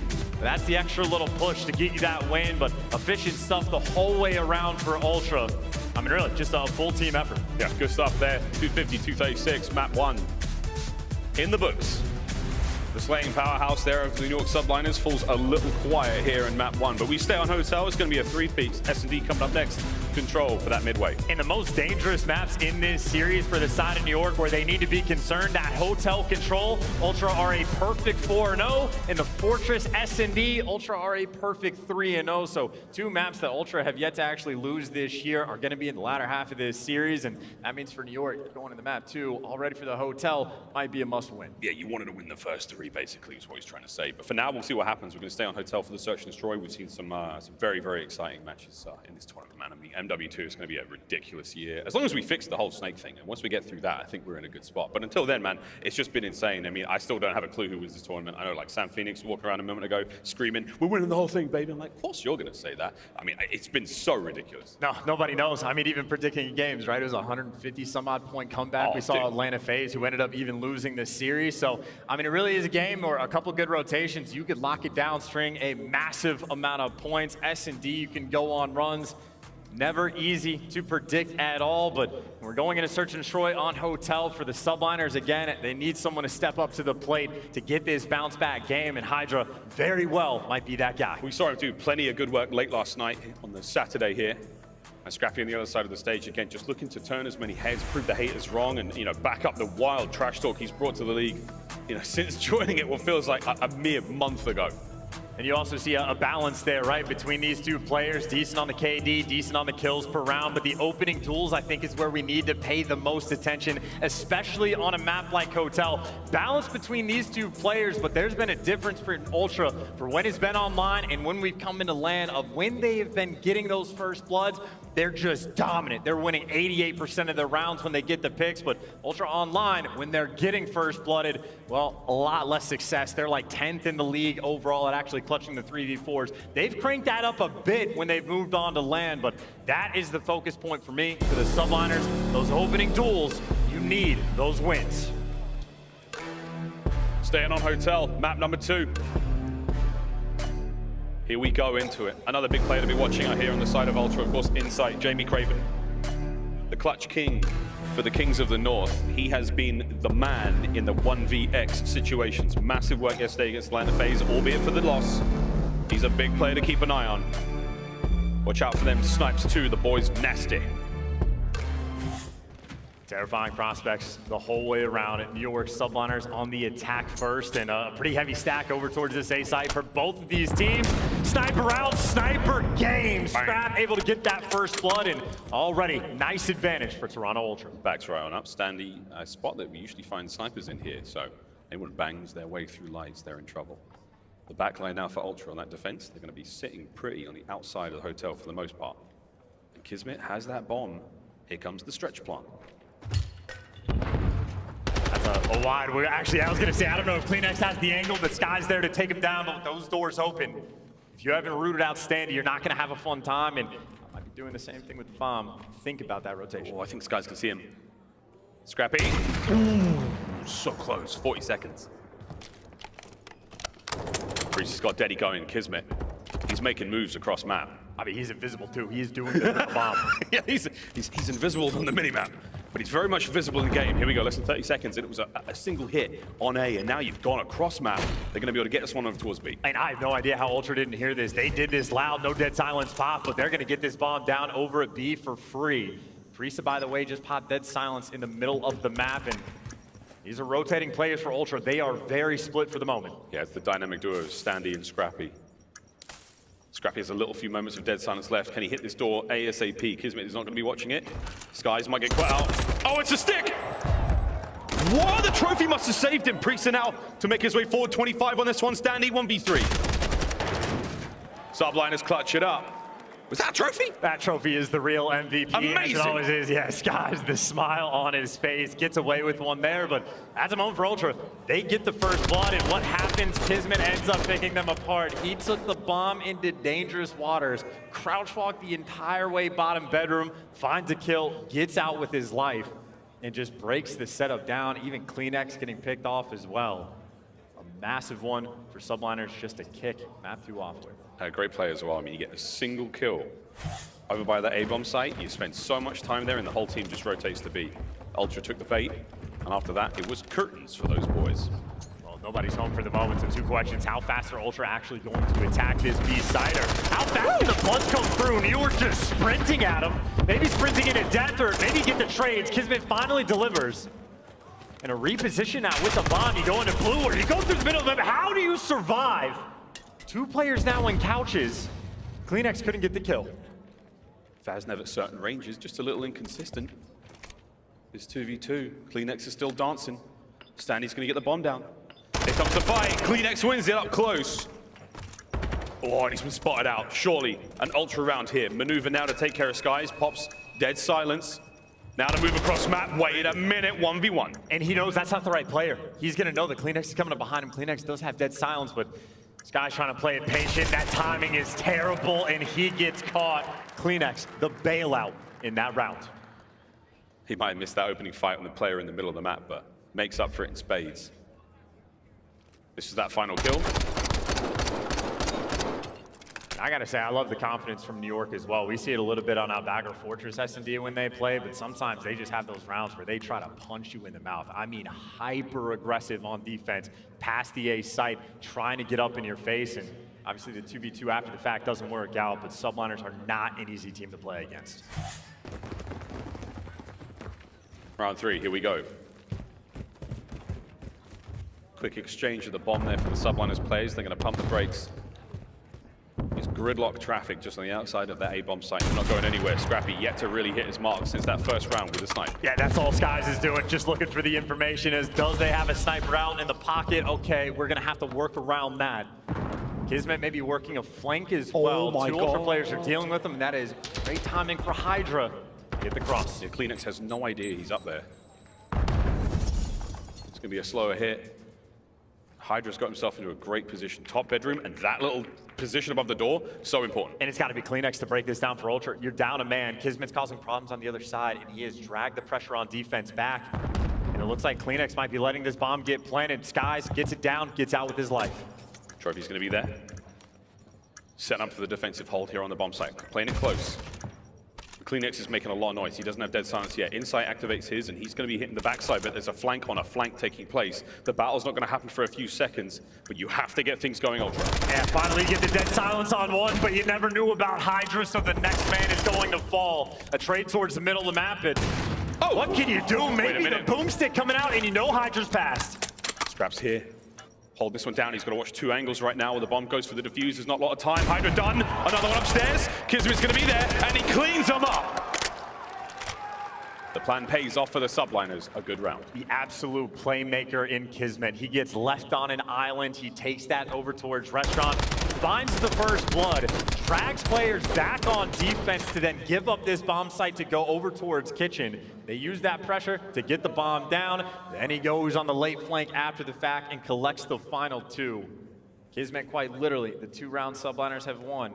He has thrown the team on his back to get it done. 6-1, 3 spree for KiSMET. Still only 2-1.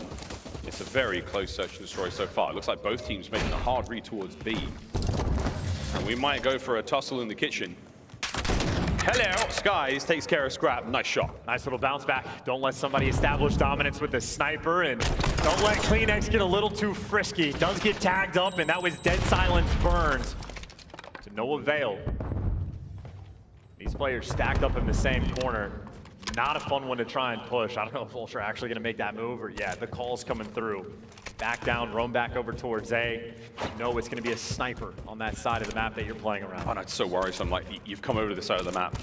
Insight's held it down for so long, but you know Skyz is out here with snipes somewhere, so unless you get yourself out of those long lines of sight, you're going to be dealing with him in a moment. It is interesting giving this up for free. I know it's a 3v4, but the hold potential is definitely there for the Ultra. So see what the idea is for New York, and maybe the idea won't be enough because Ultra popping dead silence. They're trying to make a play. Yeah, they're going to try to hit the player out of the back. Skyz, I mean, he's still holding that lane. Big flank now from the Subliners as well.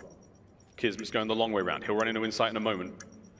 But the battle towards mid, I mean, everyone's going to run out of dead silence. We're all loud now. Here comes Skyz. Big gunfight on the bottom, by the way. This is like the collapse is happening at the exact same time. KiSMET wins the one on the flank.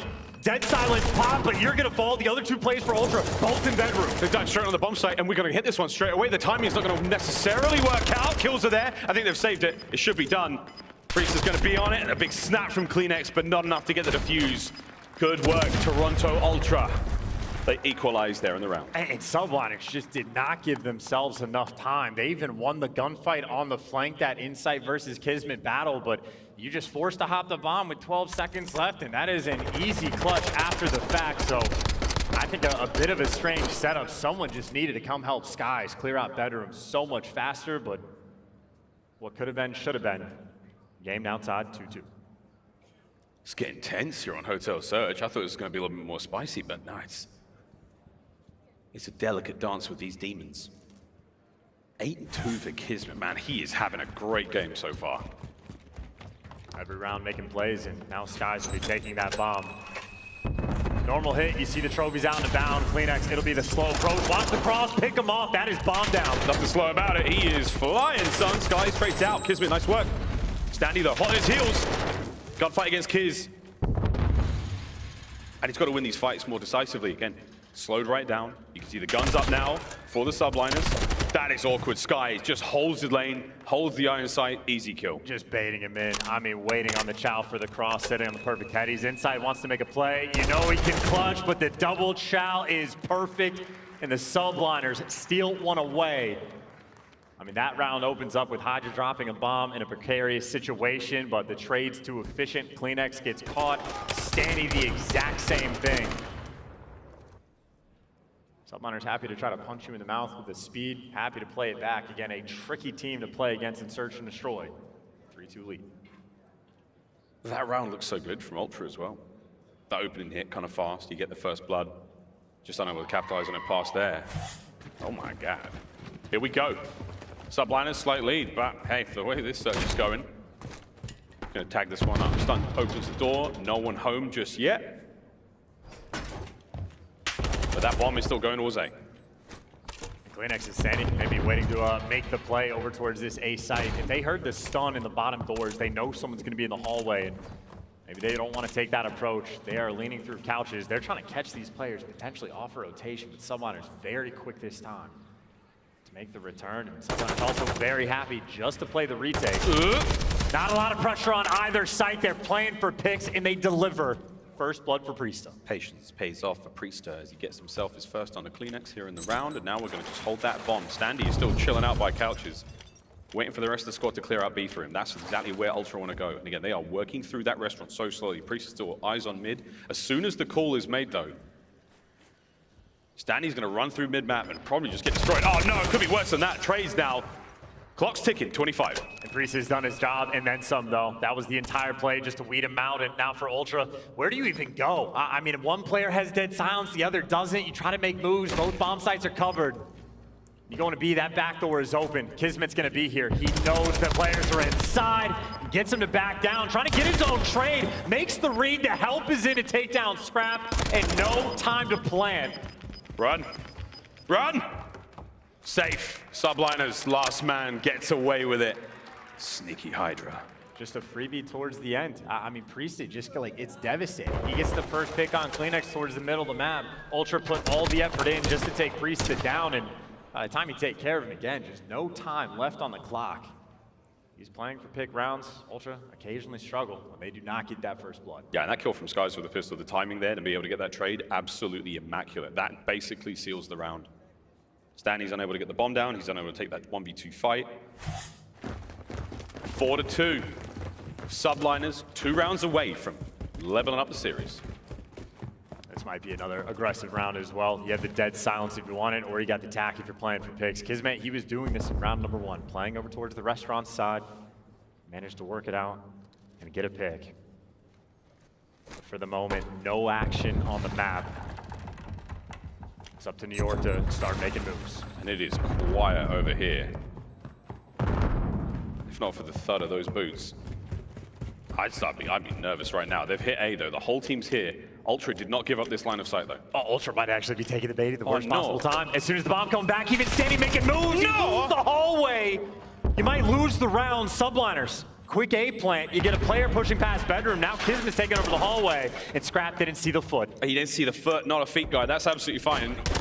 KiSMET, though, reads it. Big wins, 2v3. The bomb doesn't get planted. HyDra's going to get another one as well. It's all on Scrap. It's down and out. Subliners again.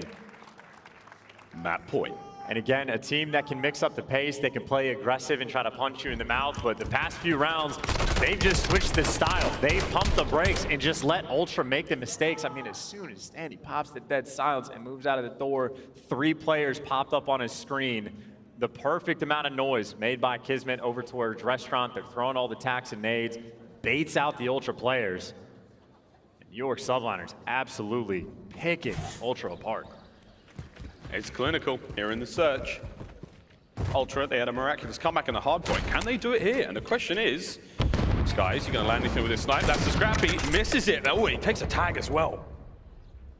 Are they gonna reach out this? You've got space to get the bomb down, he misses a second. Skyz, you're not gonna get another chance like that, surely. Bomb down. Numbers going to Ultra. Oh yeah, big win from CleanX. This should be the round, surely not. We've seen a couple of 2v4s in search in this competition, but CleanX now on a 3 spree. KiSMET's got to do something absolutely ridiculous. Done. Done. Nothing you can do. Ultra with the bounce back round and a much more standard round of S&D. No fancy plays through the middle of the map. Just send CleanX in, get the first blood, get the bomb down, get bedroom control, and move about your day. Adjustments getting made by both of these teams.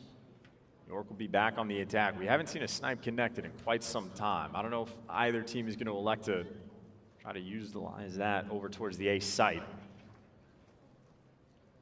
I think if I'm Subliners, if it's not broken, no need to fix it. The playing for pick strategy on offense has been working flawlessly, but here they go. They're flying up. They got trophies. They got players on the cross, and now it's panic time for Ultra. They're all over your bedroom. Oh, it's crazy. Hit sight upstairs. Oh my God, KiSMET flying through the bedroom door. Blows him wide open. Standing now on the flank, trying to make things happen fast. He's got Deddy going, but what a timing from Priestahh, smokes him. And now it all comes down to CleanX. This is for the map. Stay alive, son. Can he do, again, the unthinkable, a 1v4? To stay alive in the search. He's so loud too. They're gonna hear this the entire way. No doubt about it. And 2 players with a dead silence on New York Subliners. They know you've got him contained to the hallway, and that's only a vast Nev he's working on. Poor CleanX. Maybe the more time they can give him, if he can get the dead silence back, that is the only way I see him making this work. There's the bomb plant, and again, he is stomping around upstairs. That stun might connect. Yeah, it does. Wait a minute. HyDra surely shouldn't give this life up. Here they come. Subliners line him up. As CleanX is executed in the top bedroom. We tie the series up 1-1 after an extremely well-oiled search and destroy in Hotel. It's just the mix and match style right there from the Subliners. They'll play for picks for 4 rounds. They punch you in the mouth on the next. The double dead silence play straight through A. And I mean, that is a terrifying sight if you're the player in the middle of the map and you spot a HyDra and KiSMET both cross. You're just screaming at your teammates what's going on, but impossible to contain, impossible to manage. KiSMET 13-4, quite literally the playmaker the entire game. Yeah, great stuff out of KiSMET, 1600 damage there. Again, the whole team working very, very well, playing Ultra like a fiddle at times. Toronto don't really have a whole lot there in the search chance, whether it's the, being a man down. The only rounds they won were extremely clean rounds. First blood, perfect execution towards bomb sites, whether it's the plant or aBeZy, no retakes. So it was just good, clean work out of Ultra. But any round, they didn't have a slither of an advantage. They just got flattened. Back to the drawing board there on Hotel for Toronto Ultra. And truly a tricky team to try to play against. With a style like that, impossible to really keep track of the dead silence, when players are going to have it, when they use it in the middle rounds. It is a guessing game, but no guessing about Hotel control. A perfect 4-0 record for Toronto Ultra on the map. They love themselves some Hotel control. Lock things down on defense at either site, but obviously Subliners, when they slay, they're on point in the map too. They were definitely looking good. Yeah, looking really good in that map too. Control coming up next. This is the halfway point in the series. Both teams tied up 1-1. We come back, we play Control, and we get towards the latter half of this series.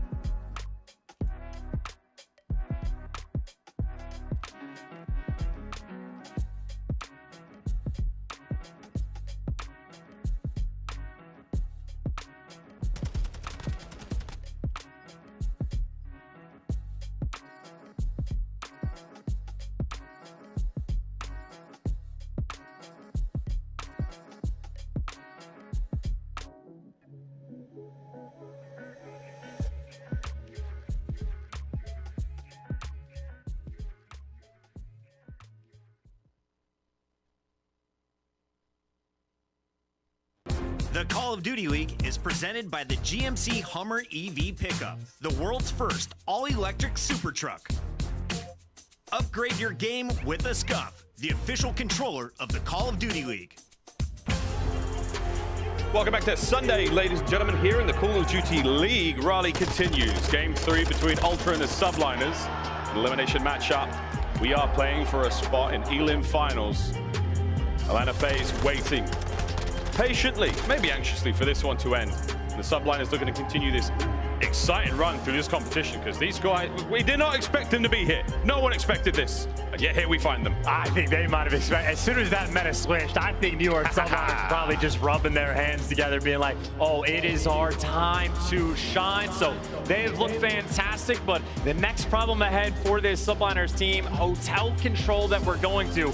An interesting dynamic in the pick and bans that we have between New York and Toronto, because Toronto's favorite map to play by a mile is hotel. Their least favorite is Outback or Fortress. So their auto veto in Toronto happens to be New York's favorite to play, which means for New York, you square up on your second best. And Ultra, again, a perfect record on this map. So a dangerous team right there, but obviously dangerous players in the lobby as well. We're leaning towards that advantage then for Ultra. But we'll see if that plays out in game, because again, momentum shifts are a big deal in Call of Duty right now after a big win on the search. Subliners looking a little dangerous, almost ready to get into our game, but this is going to be a dangerous series again if it has to go any further. I think New York Subliners, you want to close this one out here, because the deeper into this series we go, the further we're leaning towards Ultra.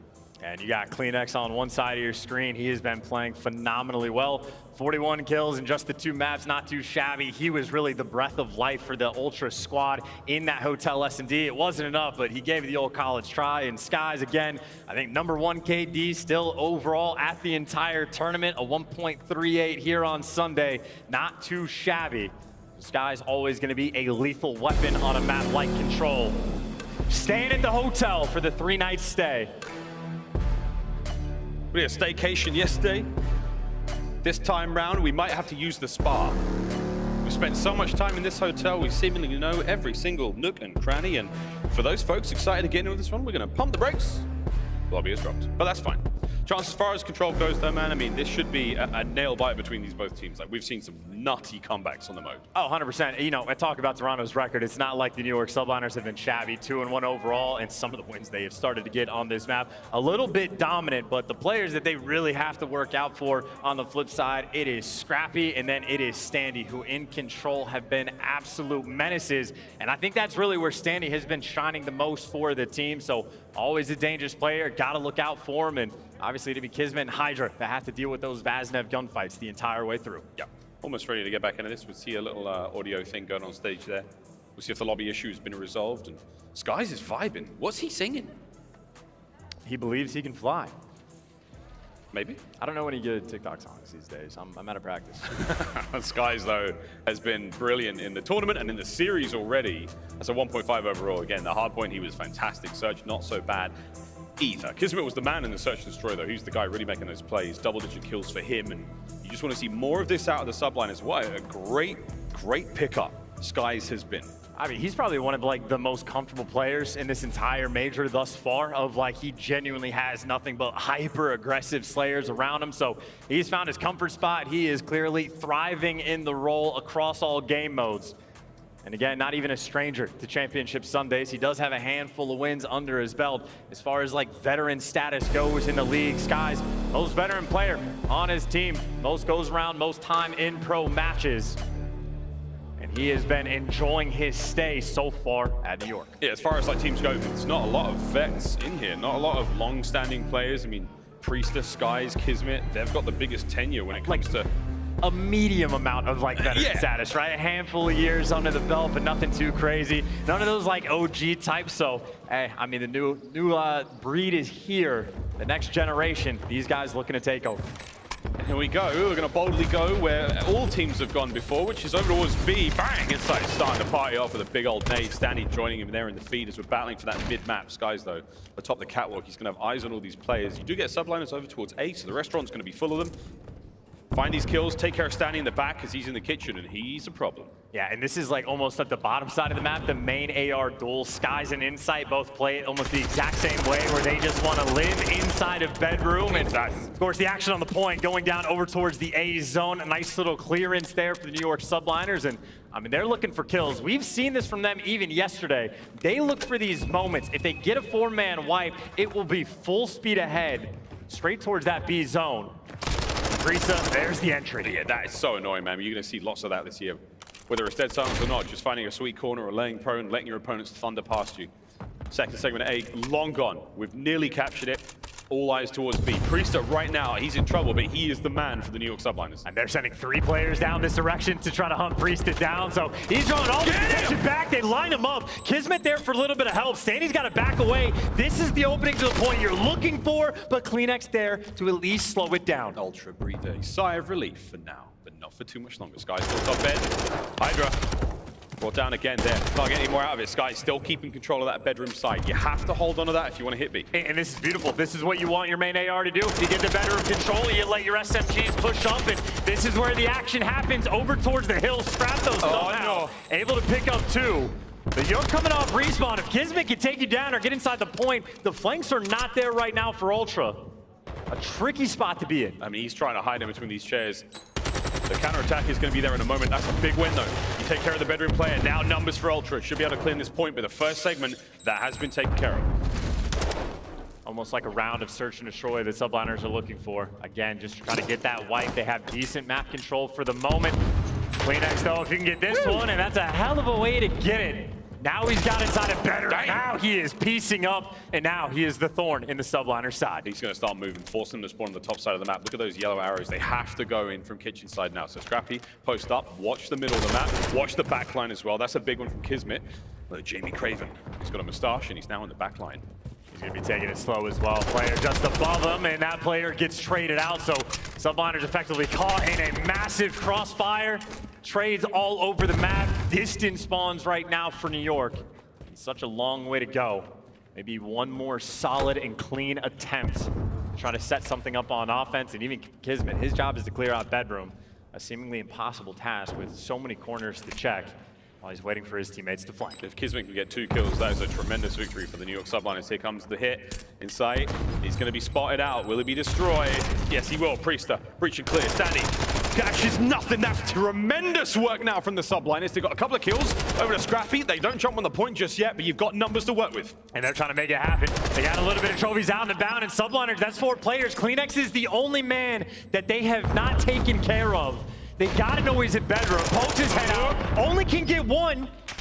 Inside next man in line. He's gonna get traded. It's Priestahh by himself. Priestahh by himself, so you don't get any stack, you don't get any bonus capture points in time now, so you're gonna be diving onto this ASAP if you're Ultra. Go for it. Get Priestahh off because you've got 5.8 seconds on the clock. Second segment gone. This is huge. Clock opens up again. KiSMET now gonna dive in and stop it. Can Stanley find the kill here? The crossfire is there. He's taken care of. It may be done. You're running out of members Ultra. The stack is in. And the round is won. New York Subliners get the board. And pulling water from a rock. Efficient work to get the trades on PaulEhx in a round that it was seeming dire. 40 seconds left with no map control, but they found a way, and that is a big one to get. That already puts the pressure on Ultra. Forced to respond this early on. Those are just those nail-biter rounds, especially just in the chaos, but hey, a smile on your face. HyDra feeling good. Not easy to feel good after a day like that for HyDra. But nonetheless, Vuzele, he moves on. Ultra now on offense. Just quick, fast hit now from HyDra. 5 street for him, gonna stay alive. His teammates are doing a great job so far finding those kills. 3 down now, so Ultra, you are in dire straits. This is absolutely brutal. Even Scrap is just going to be forced to back down. And again, you got a couple ARs for Ultra that want to keep control of bedroom, but as soon as HyDra's involved, it slows everything down, even towards the A zone. Priestahh just dragging players down with the attack, eventually gets traded, but this is good defense on both sides of the map for the moment for the Subliners. As it is a scattered push across the map. I think Ultra maybe dancing with the idea of going to B. Scrap is on the point. They're going to win a lot of fights on the way over, though. And so far, it's great. They've killed everyone. KiSMET doesn't get a single one. It's a string of kills for Ultra. They haven't lost a player in a lifetime. Over to the point, 2 players looking for the 3-man stack. It's there. KleanX get all 4 on the point, boys. Why not? Second Sega B done. This point is gone. And this is the more difficult way to get it done on defense. If you give up B first, it is much more difficult to lock down A. It can be done. My God. But Toronto's a team that does it, and right now they're doing it to New York. You can't kill him. Standing the first player to die what felt like so long, and already you've still got a little bit of progress on A. You're going to get in there ASAP. Toronto Ultra, scorching hot right now. And it's the Kool-Aid man hitting the point. Finally, KiSMET able to slow him down, and hey, at least able to pick up 2. But already, if Ultra just keep this kid in control and get the close spawns, eventually you're just going to overwhelm New York. Here we go. Into it. New York counter-attack. Okay, Stanley's going to stand up in the middle of that room. Everyone snakes here, but you can stand still, bro. That's absolutely fine. Insight can't get a kill either, so Subliners holding it down now. 17 lives on defense. Sky's going to clean this one up. Scrappy out of the kitchen. He's done. And just like that, Subliners win every single important gunfight. No more kitchen spawns, and now you got to take a hike. A moment of opportunity. It's funnily enough, as soon as he got that kill, Sandy did spawn up inside. And Sandy now is in between 2, so he can try to break it open, or he can get gunned down. So close. Scrap, he's now got a little bit of help alongside him. KleanX was there, but Priestahh with the perfect timing takes care of both of them in the alleyway. Inside now, trying to get in through the backside of kitchen. Spawns are close. This is going to be a decent headbutt. 35 seconds on the clock. Trying to bait. I mean, you got inside with the Vastnev dancing back and forth. You're a little bit worried about the flank as well. You got Skyz working through the middle of the map. Everybody else, the restaurant stack. Here it goes. Flying through the archway. Throwing everything you possibly got at this point now. KiSMET's going to be in the inside. Shots are good. Scrappy brings down 1. You've still got numbers now for Ultra. HyDra doing the very best he possibly can, and it's pretty damn good so far. Gets 2. Can he get a 3rd? No. That's a big set of kills. 10 seconds on the clock. You are going to be able to jump on this point. Capture now for Ultra. I don't see. Well, there's the trophy I was looking for. Scrap able to get it out. New York have a little bit of time to try to set this up. It's only a 2-man stack. You get about 12 seconds to make this break. A lot of players coming through kitchen. Ultra trying to create space. That's good work. 2 kills now down. 5 seconds. Ultra still going to get back on it. The streak keeps them off. Priestahh moving in. Gets at least 1 out of it. Eyes on Skyz, though. He's still in the back. He may be able to stop this all on his own. Time for the pinch. Maybe. The 2 players on Ultra are spinning around. And they're both done. Close, but no cigar. Subliners. Another win on the round. That is unreal, and you were talking earlier about HyDra not having the best start to his day, but what's helpful is getting something like a precision to open up and clear out the site. If you do not have the streak, I do not think you win that round. Buying those extra few seconds was crucial. And again, 2 massive rounds in a row. I mean, literally down to the wire where it feels like Ultra have it. New York steal it right from underneath their feet. Yeah, both of the zones in this map, B and A, in the restaurant and over towards that bar side of the map, both of them have sort of glass roofs, so you can use those precision airstrikes relatively well. We have a technical pause, a slight timeout here. Something wrong. I don't want to make a joke out of it. I'm trying not to make a joke out of it, but there's something going on with HyDra Cell. No jokes to make. It could not be his. That's true. That's true. I'm just being. Headset issue. I'm living in last night. Ultra trying not to get iced off here, but they are down real bad here in the control. And Chance, we were leaning towards Ultra having the advantage here. So far, Subliners in the first 2 rounds, pretty handedly. I mean, it is quite literally 2 different nail biters as well, because Ultra doing everything right over towards Restaurant, but again, the precision breaks it down, and it's not often you see an actual timeout coming through. So the game is just straight up paused right now. I've never been entirely sure of how that feature works. That's not our job. Here we go, ladies and gents. 3, 2, 1, and we are back in the game. Subliners now, map point. And here we go. Straight through the middle of the map, feeling it out, see if you can play for these kills again. Subliners have set up plays like this before, where if anyone overcommits and they get a 3 or 4-man wipe, they will jump all over this B zone. Yep, and they're flying, they're trying to find it. It's kills though from Ultra. Whoa, it doesn't finish it up.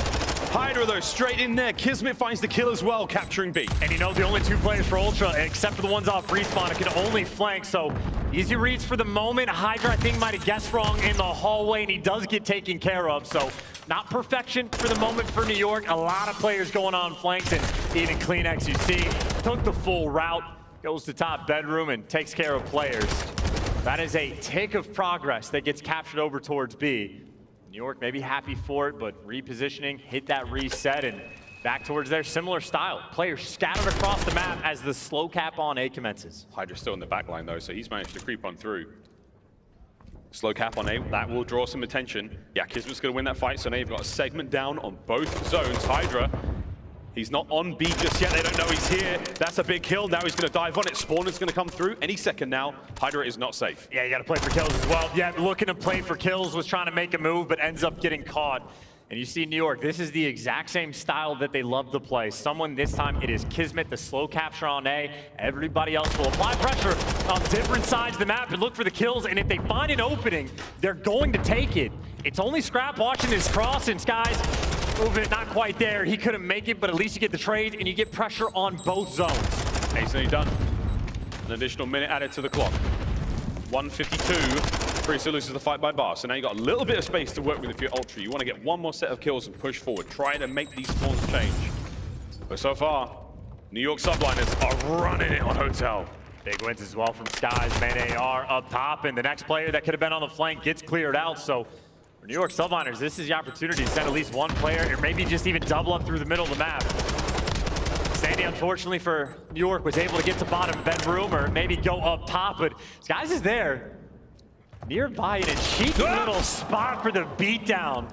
But while Skyz is trying to do all this at top and bottom bed, his teammates can never make progress on the other side of the map. Yeah, struggling. PaulEhx is totally silent now. Should be able to clean this place out. Knows there are players up here. Whew. Big win. Skyz went out fighting. 1 minute to go in the round.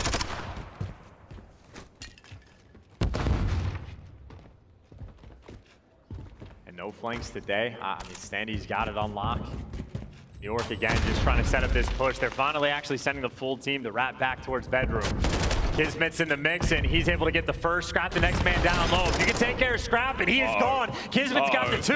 The move to the point is in. He's got the trophy. He has everything. PaulEhx has got to find kills to stay alive, but get his teammates there. Reinforcements on the way. Stanley's going to get behind Barner. He gets dropped immediately. KiSMET, big win. Skyz watching over the top of him. Here we go. Second segment down. This is it. The death knell right here, right now. KiSMET finding these kills all over the place. There's no members of Ultra left. It's all down to Stanley. Has to make a run through mid and take care of all these players. It is cleaned up. The New York Subliners eviscerate them on control. And shout out KiSMET once again. I mean, dude, the plays that this guy makes the entire way through in every game mode. It's him towards the end that is going and flanking his own bedroom. Picks up the double kill. He's the trophy guy. He gets the trophy on point. He solo captures at least the first couple ticks of progress, wins the third up top for PaulEhx. I mean, KiSMET, he does everything on this team. Incredibly powerful player, 21 kills, 2,200 damage, 10 tiers captured. Like, that is your OBJ player that is keeping up in slaying.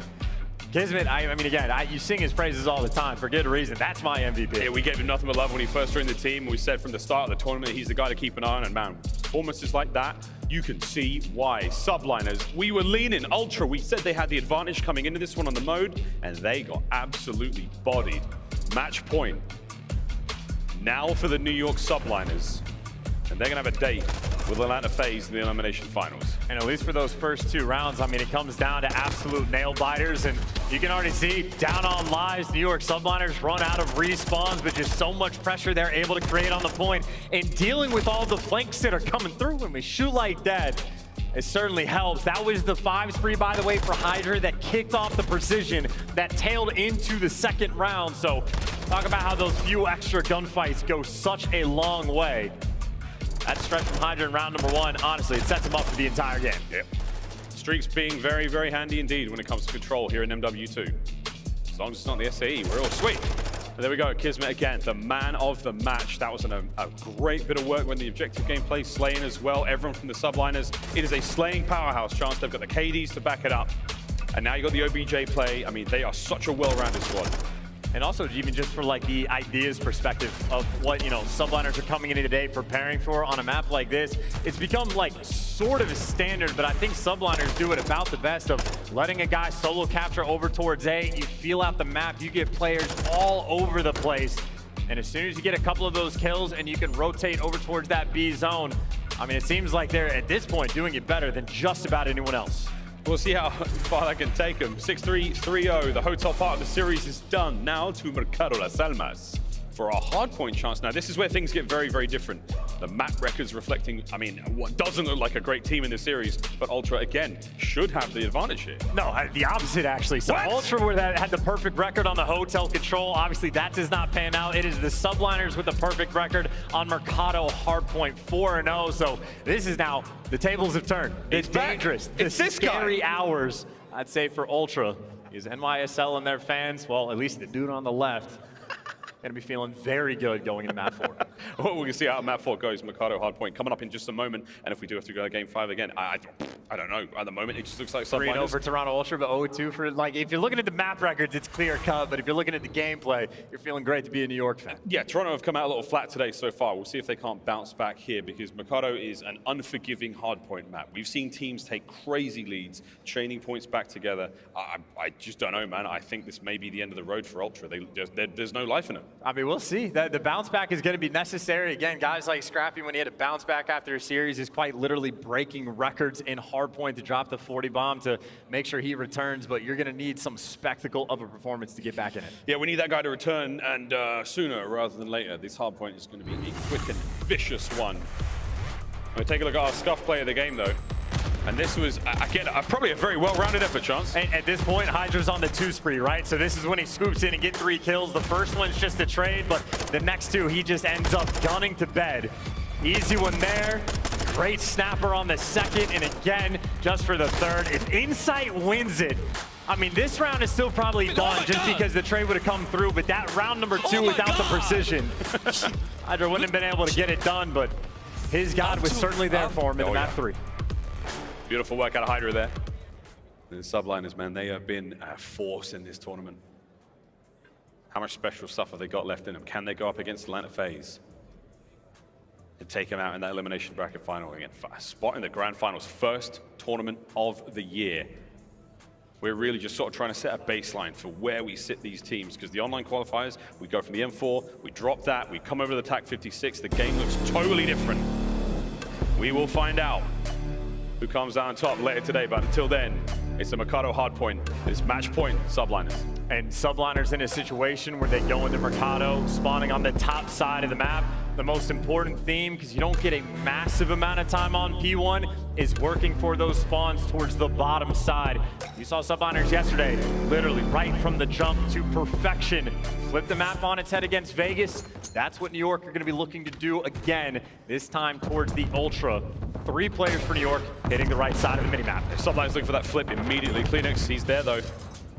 We're going to trade these out. Skyz trying to make his way forward. Bottom side of the minimap, that's the goal right now. And you've got that if you're Ultra. So strong side to start off on, but you cannot let New York get through. And it's a little Insight versus Skyz battle. Honestly, Skyz just gets a better timing to make the moves. And you already have players. HyDra, he's towards the bottom. Ultra ends up just giving it up. So how much time can he get on P1 for the exchange of losing these spawns? Yeah, so Subliner's is already a great start here on Mercado. Kills there from Scrap's going to help out, but are you still going to be spawning down low if you're the Subliners? That's going to be the big difference maker, and so far it's good. A foot race now towards P2. Guns up from Priestahh. A big kill and a big win, and time going Ultra for the next hard points, all New York. And did you see Scrap showing up with a multi-kill in the feed? So that is 5 in a row for Scrap. So again, you're trading the spawns, but you do get a pretty good chunk of time on P1. So Ultra may be happy for the exchange, but we'll see how it pays off long term, as right now the 2-2 split. Both flanks being attacked by Ultra. I was just being so patient, man. In these corners in MW2, there's so many moments like this. A very awkward fight. Somehow Insight wins that one. Looking to get that break. Again, it's a 2-1 split. You got a pinch going on the hard point. Only Skyz left in there. Can he kill him? No. Easier said than done. Into the middle tunnel now. Scrap's going to run into trouble, and he's trying to work on some streaks here. Does get at least the precision. That's good work. Another. No. KiSMET's there. Hard point in the hands for Ultra for a Mo. Push these players out. There's a good 25 to be had. This is a wonderful 25 to be had. Again, you lose the spawns like that early on, but you make the plays on the pinch to set yourself up, and efficient work on P2. Sizable lead and advantage now for Toronto, who are even finding the picks on rotation. Scrap gets that intro, so you got a 3v3 by Tid. They kept new hard point up in 5 seconds, battling for it. We've seen these fights several times. Behind that little table on the inside of the hard point, Skyz being pushed back. That's a great catch. Standy's going to explode. Scrap the last man up here on the fight, trying to keep his teammates in it. Wins one against Priestahh, looking for that pinch now, and it's all good. Subliners pushing the front line forward. And you're asking for the bounce back game. By the way, Scrap already 9 kills to his name, trying to do it all if he can. And Inside trying to play a little bit patient, wait for his teammates. You see the swarm. CleanX going to be that first one in. We go. Trophies are up. Covering fire from Scrap, just going to suppress the player upstairs now, trying to get to the point. First big kill goes his way. Skyz there with a big rebuttal. Here come the trades. Insight's down as well. Standy gets dropped. Big work out of Subliners. Absolutely perfect. And HyDra up top with the SMG, able to swarm. And KiSMET trying to be a little bit too much or too fast. He gets caught. And Ultra, all 4 players already over towards Zig. But that is a hell of a spawn for KiSMET to get. While the pressure from his teammates coming to the front and they're winning the gunfights, he's trying to work his way through the cantina. Somehow doesn't even block those spawns. Ultra right back inside. They are spawning underneath him. How are you going to read that? Good luck. No reading, nothing. 1v1 on the site for a moment, or on the hard point. Inside, brought down HyDra, might be able to hit this one. Standy guns up, ready for this one. Good nades out of CleanX. Your spawns are still closed for Toronto Ultra. You're going to hold this one down. Keep them out of the back alleyway, and hard point's yours. Yeah, and I think CleanX with the vast nav is just going to rotate, and they're going to try to take this approach from the inside of the hill. Scrap and Standy, and it's Standy on the ground. Man, this hard point, it's about to explode. 3 members of Ultra now, shoulder to shoulder on the inside, stun check. KiSMET looking for a cheeky kill, gets at least one. Here comes the next, Scrap and Standy, the dynamic duo finding them. Somehow, no one killed each other there. The friendly fire was very danger close. Just an absurd set of spawns as well, just to kick that hill off. New York seemingly did everything perfect, but spawn system occasionally take it away. Back over to front 10 as this is a hill with 7 hills on the map, and New York very clean on this rotation. They get the entries they were looking for, and much easier to watch these directions, although that is beautiful timing that CleanX just got. He's in. Sneaky CleanX. doesn't win the fight though. HyDra's going to get him. 2 plays in the courtyard now on the new hard points up. Scrap's going to try to find kill number 4 in a row. No chance. No hope. KiSMET, a big 2. Hard point still in the hands of the New York Subliners. That Vastnet duo just shreds. You think CleanX has a moment of opportunity? HyDra just slams the door in your face. Still stacked up, and Ultra still trying to approach this from the same direction, but they're getting picked apart along the way. A perfect hill so far for the Subliners. Such good bait and switch, man. Teamwork from the Subliners flowing here. They're going to need all this time and some to get the lead back in their hands. Next hard points up here in the set. 15 seconds against so many teams rotating real early. Top side of Cantina. Skyz only gets 1. He tried to dip out, and it was a fast bit of work, but not enough to stay alive. Ultra, full control over the Cantina. And they had the precision bailout last time around. HyDra looking to get the exact same streak again. Setting up a long pitch, so I don't know if New York Subliners are going to want to wait, but now you hear the approach coming through. Yep, timed up for the Cantina.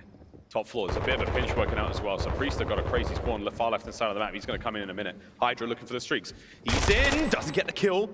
Priestahh still playing it safe. That stun, easy reads, big tags, not enough to get the kill. They're going to hold on to it though for Ultra.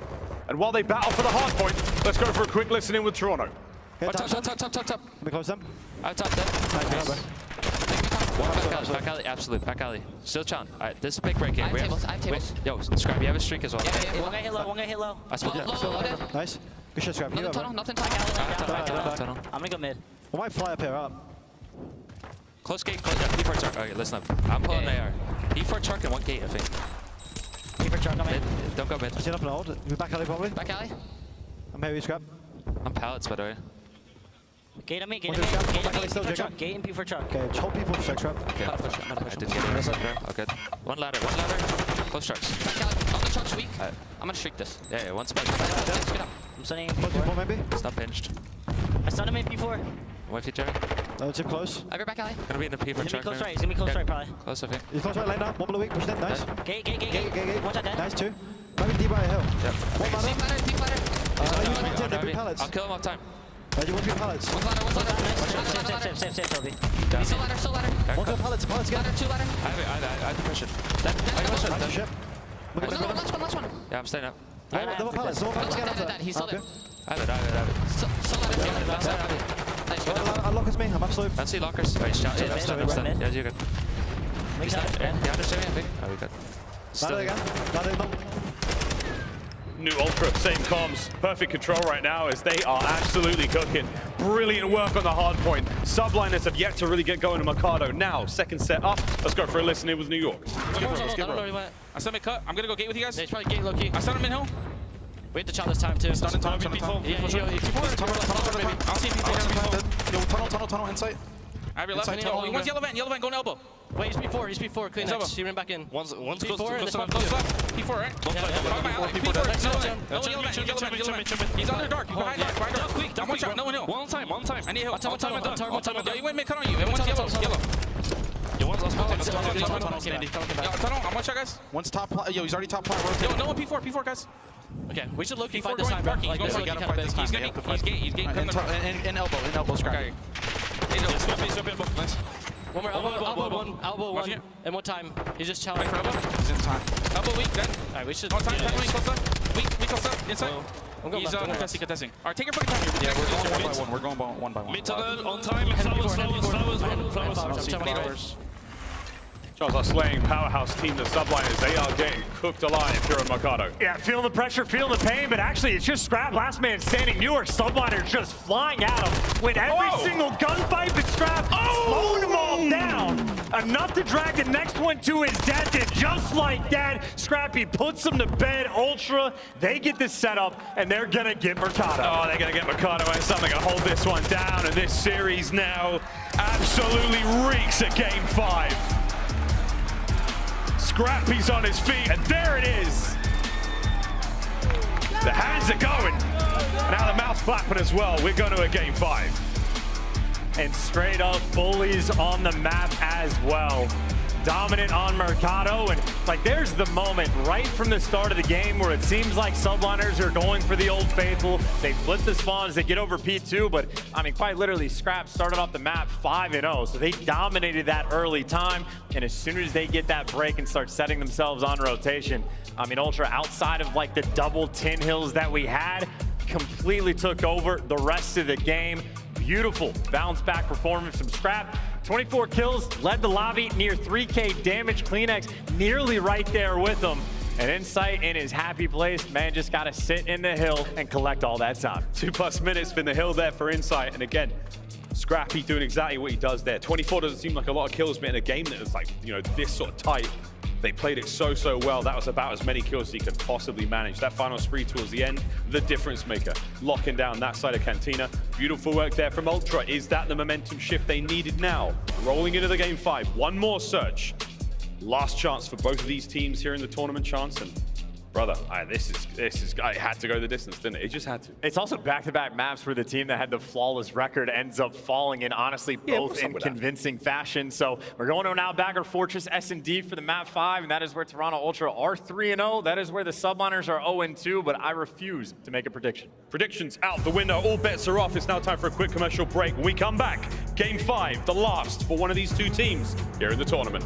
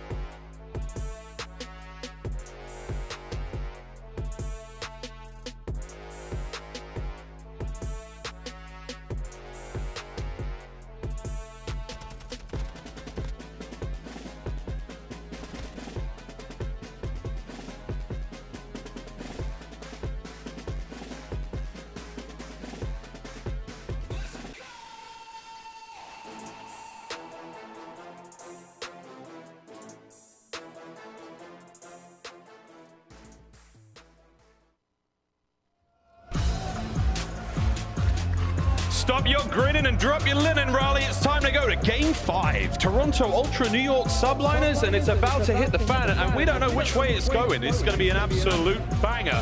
Elimination matchup, the winner moves on to face Atlanta FaZe. The loser, I mean, look, you're probably going to go home. Yeah, 100%. You're going to go home with a top 4 placement, but we got a CDL operator skin in the building, and when I see a skin like that, I think of Miami S&D. We're going to the polar opposite in the desert on aBeZy Fortress, the smallest map that we have, and a map that seemingly only has one bomb site, but a perfect record for Toronto Ultra on the map, which has been absolutely nothing in this series.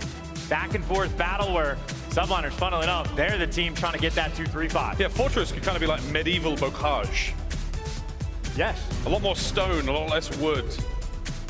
But hey, I had a wood joke there. I'm going to leave it in my pants. Here we go into game number 5. I hope you enjoyed that Twitch chat, you filthy animals. Let's dance. And something they will definitely not enjoy, the cold analysis of just the fact that Subliners, we saw it on this map, we saw it on Hotel. They'll have those rounds on defense where they are hyper aggressive, where HyDra and KiSMET start to fly. They will attack you, and also happy to slow things down and let Skyz play for picks. New York, a team with a lot of options, and they need to pull all those tricks out of the bag. Subliners, we saw them go up against Vegas Legion not too long ago on this very map and mode. And speaking of a trick, by the way, I mean, there's already a couple players trying to work on the flank. Unfortunately for them, Standy's going to catch them. And all that setup just to get chopped down. Standy with the opening 2. It's good work out. Standy, Priestahh is going to be there to get him. I don't know how he found that angle on the inside of Fortress, but either way, that's going to be a 3v2. Nice opening hit for there, and the bomb's going to now be planted over towards A. Tough retake spot when you're down a man. And you also have insight backed up to a deep pocket of the map. If you're trying to flank, which Skyz is thinking about it, good luck on the timing with this one. Making noise, insight's peeking wide. Skyz should be dead here. There's no way he makes it out of this spot. He's right behind him. There he is. Easy peasy. All down to Priestahh now. He's gonna hit this bomb site head on. And I like the courage. Runs out of options. Ultra with a round. And I tell you, man, these opening rounds in S&D are always so delicate because no trophies, no dead silence, and as soon as a first blood comes through, that's almost the decider. So Subliners had an interesting look, try to play a little bit aggressive on the flank, but the timing doesn't pay off, and obviously, dead silence, you can't do it quick. Standy just cuts you down. Ultra get the early. You can't do it quick, and you have to be careful. This is where the nade spots really make you money. Round 2. Trophies and dead silence will be in play here, at the very least for Ultra. Let's see how things go.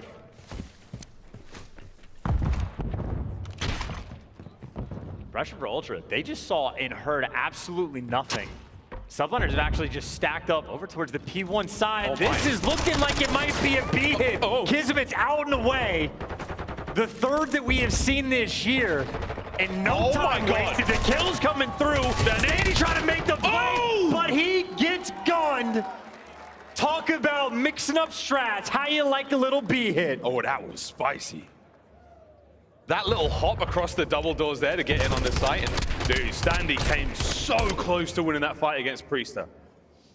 But even with the high ground, even with the player inside the top green, I mean, you couldn't do a whole lot against that bomb site. You couldn't do anything against the numbers on the B. And also the way you have to watch the cross, like there's a couple like default spots, but it takes so long to actually wrap back towards that B site. So if Subliners are pulling a trick like that out of the bag, that is going to weigh on the minds of the Ultra players. But for the moment, Toronto's turn to attack. Standy, he's picked himself a new corner for the flank. Ultra, once again, the slow approach. Back to what? The huge normal stuff. Scrap's whole head is ringing after eating that concussion nade. 3 players stacked up towards the backside of the A-bomb site. Standy has the entirety of mid-cross. No worries about the nade kills. That's all done. Trophy's out though. Now you're actually ready for a bomb plant. Well, you had a little bit of protection. There that goes. Double shots coming through these doors. Trickier spot to plant, but I don't see any nades. But what Priestahh sees is a foot. 3 spree for him. Bomb down. And maybe only Standy to potentially make a play. But by the way, HyDra, he's gotten up top. Standy still holding this one down. HyDra upstairs though. He's causing a ruckus. Scrap not able to get anything done there. No knife at a pistol. Standy's dead silence, full reset. 2v3, Ultra down a man. Those doors are closed, unfortunate for him. No angle there. Dead Silence getting ready to run out. I think he's gonna poke his head out and look to try to make the play. Standy's gonna have to full commit, but KiSMET's got it covered inside. Last man standing, nowhere to go. Whew. And Subliners there to gun him down, keeping the map contained. Standy the only possible playmaker on the team, but Kiz always has it covered. And so many times we see players when they're trying to plant, just their foot gets shot, and that's what the kill comes through. Priestahh delivers. I believe he's on a 4, and not for New York. I just want to see what they do on this attacking round. They have options. They got options, and they should have Dead Silence to work with as well. It's hard, man. I mean, it feels like a few of these rounds, unless you have Dead Silence field upgrade ready to go, you're almost left to just sit still, hope the other team makes a mistake. But for this time round, Priestahh still sitting on that 4 spree, eyes all across that A-bomb site courtyard. They're not going to cross without him knowing. No, and it looks like Ultra is not falling for any potential B base. They're not doing anything crazy on defense, sticking to Old Faithful. Accepting that last one is just a cheeky round win. Nate's coming through to back off Scrap, and a couple connect, but maybe just hit the trophy. So attack usage out and about. You got to find this first blood with your gun. KiSMET doesn't get tagged, so Standy's going to hold the line. Oh! Pokes out, damage done, but no kill. 2-2 split, and they are going for it. You've committed now to the A-bomb sites, guys. You've made it that far. There's no going back now. So many tags rolling through as well. Inside, and Scrapper gonna fall. Forced to make a play, looking for the gunny. Does he get traded? He does. Trades on trades, though, for the 2v2. Dead Silence play. HyDra, it's just about to run out. Will he see it? I am not sure if he saw the play. At least one going upstairs. Tags in. Manages to get Standy. KliNX now at a 1v2, 20 seconds. Who's Dead Silence? Also just ran now. Clean shots, but not good enough. And they haven't wrapped back. You got to get the players off B. He knows they're going back to B. 10 seconds to get the plant down now. KliNX is not going to be able to stop it. HyDra in the literal perfect position to take this fight. And that is an easy round win. And what an adaptation from the Subliners. The Subliners who have now doubled up the number of B bomb plants we have seen this entire year. When you watch S&D kids play the map late in rounds, you see those adjustments get made, but now Subliners have shown off 2 different ways, and as soon as you get HyDra in a spot like that, you know he is going to be completely unkillable.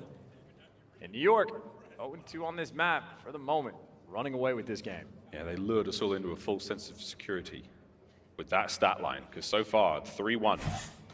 They're looking something fierce. Here we go. Ultra, what have you got? Seen the same hits time and time again, and they are losing those first bloods. No trophies getting tossed out just yet, and no nades being thrown. Standard stuff. Got Standy diving across though. We'll see if the nades connect or see if Standy can just retreat. It's all for bait. Trying to get all of these stuns and nades burned before going for the plant. Pushing up, Subliners.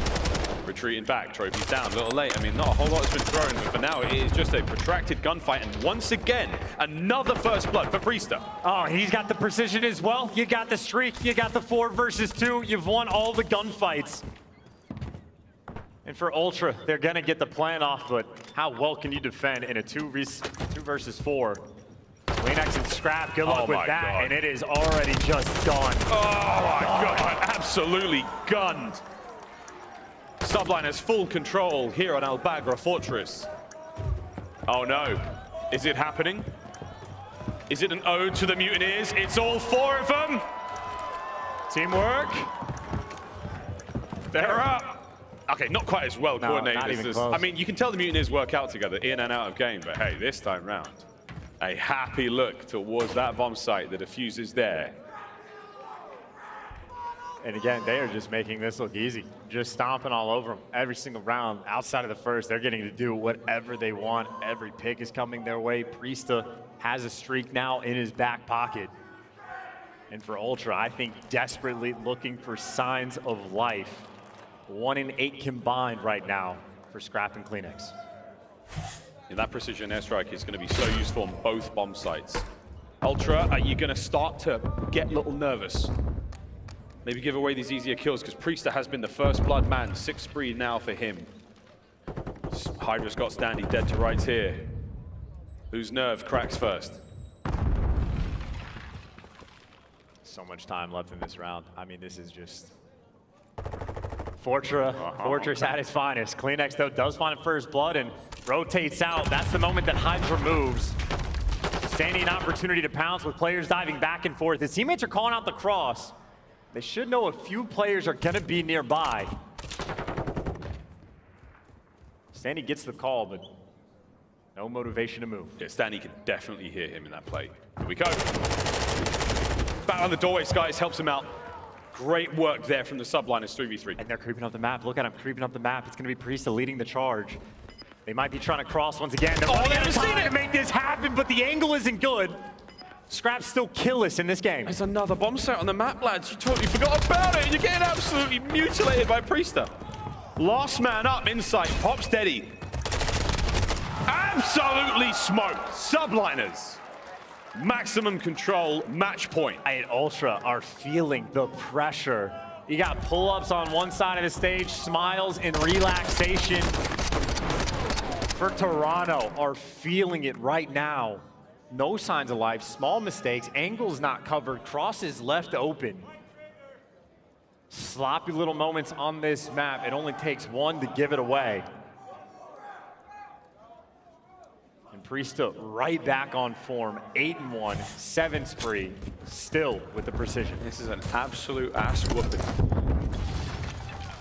Scrap get on the board here, potentially the final round. It's a consolation kill at the very best, but for now, Priestahh, what a sensational turnaround. Bomb plant, HyDra first blood. KiSMET makes it a 3v3. Now you'll take that. Finally, Ultra playing with a little bit of confidence. Precision gonna get used though. We'll see if Priestahh is able to clean it up. And in the meantime, KiSMET is finding extra picks. You know you're gonna force him inside. Trades coming through for the 2v2. Thunderbolt rings in overhead, cleans up that side of the bomb site, and now you've got an open field to run through. That's the New York Subliners, 2v2. They have to clean these players out. KiSMET, nice work on the inside. It's a 2 spree. This round has been great. Priestahh's managed to net himself right on top of the bomb. They're gonna be able to check that one. He is going to move on out, and that's a good angle. Pinch is there. Clean up. Ultra, they stick to the plan. They manage to burn through the streak, and they stay alive. And for the first time, what seems like playing with a little bit of confidence and just making a play. I mean, there's been no sniper backing you down off site. They've been very patient on their approaches, but when they've been patient, they have been getting picked apart. Now a situation for Subliners on the attack. I mean, they have shown their hand. They are happy to go towards this B site. They have attacked it more than any other team. Every other team combined. Subliners right now outperforming at that site. Still consistent with the first bloods.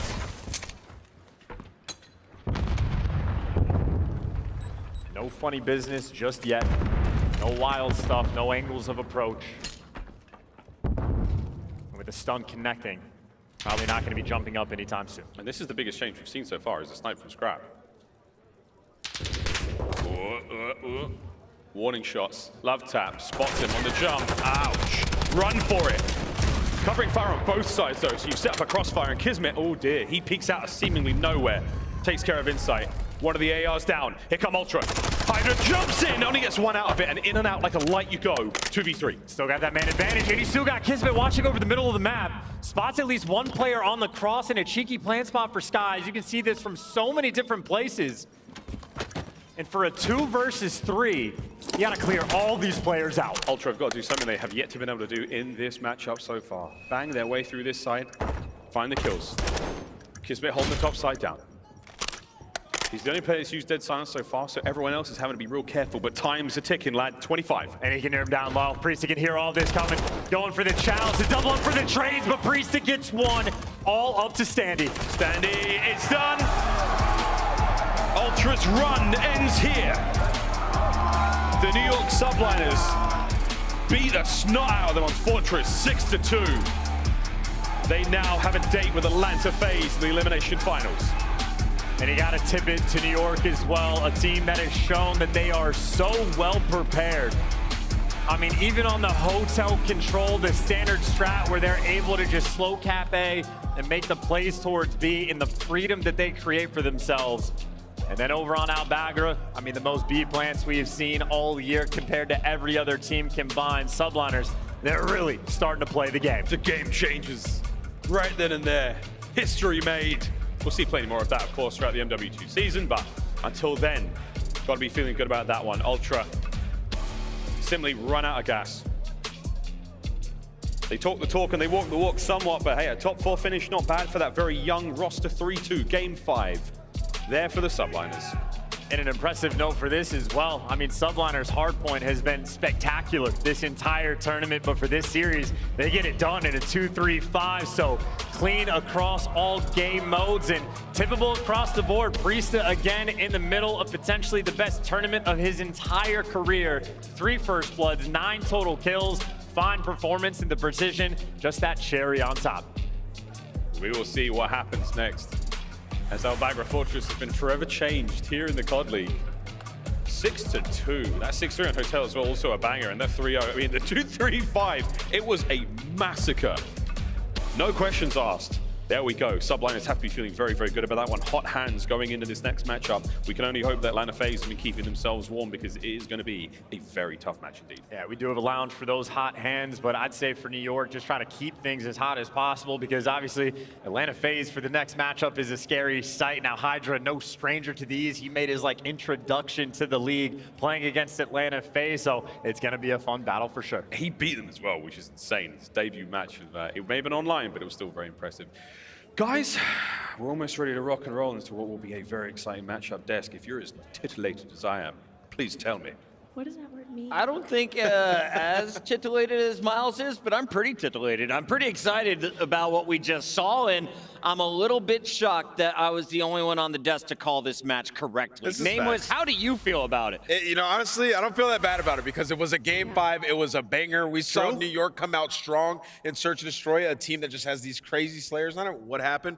They are structured, and they bled them apart in that game 5 ton. That was masterclass. Yeah, it was so well played from the side of the Subliners there, and every single move that they seemed to make, they knew exactly what they were doing. It seemed to work. Fantastic play from them on map number 5 in particular, but winning the control as well was huge. We kind of had that going towards Ultra heading into this series, considering they're unbeaten on hotel control. No more is that the case, though.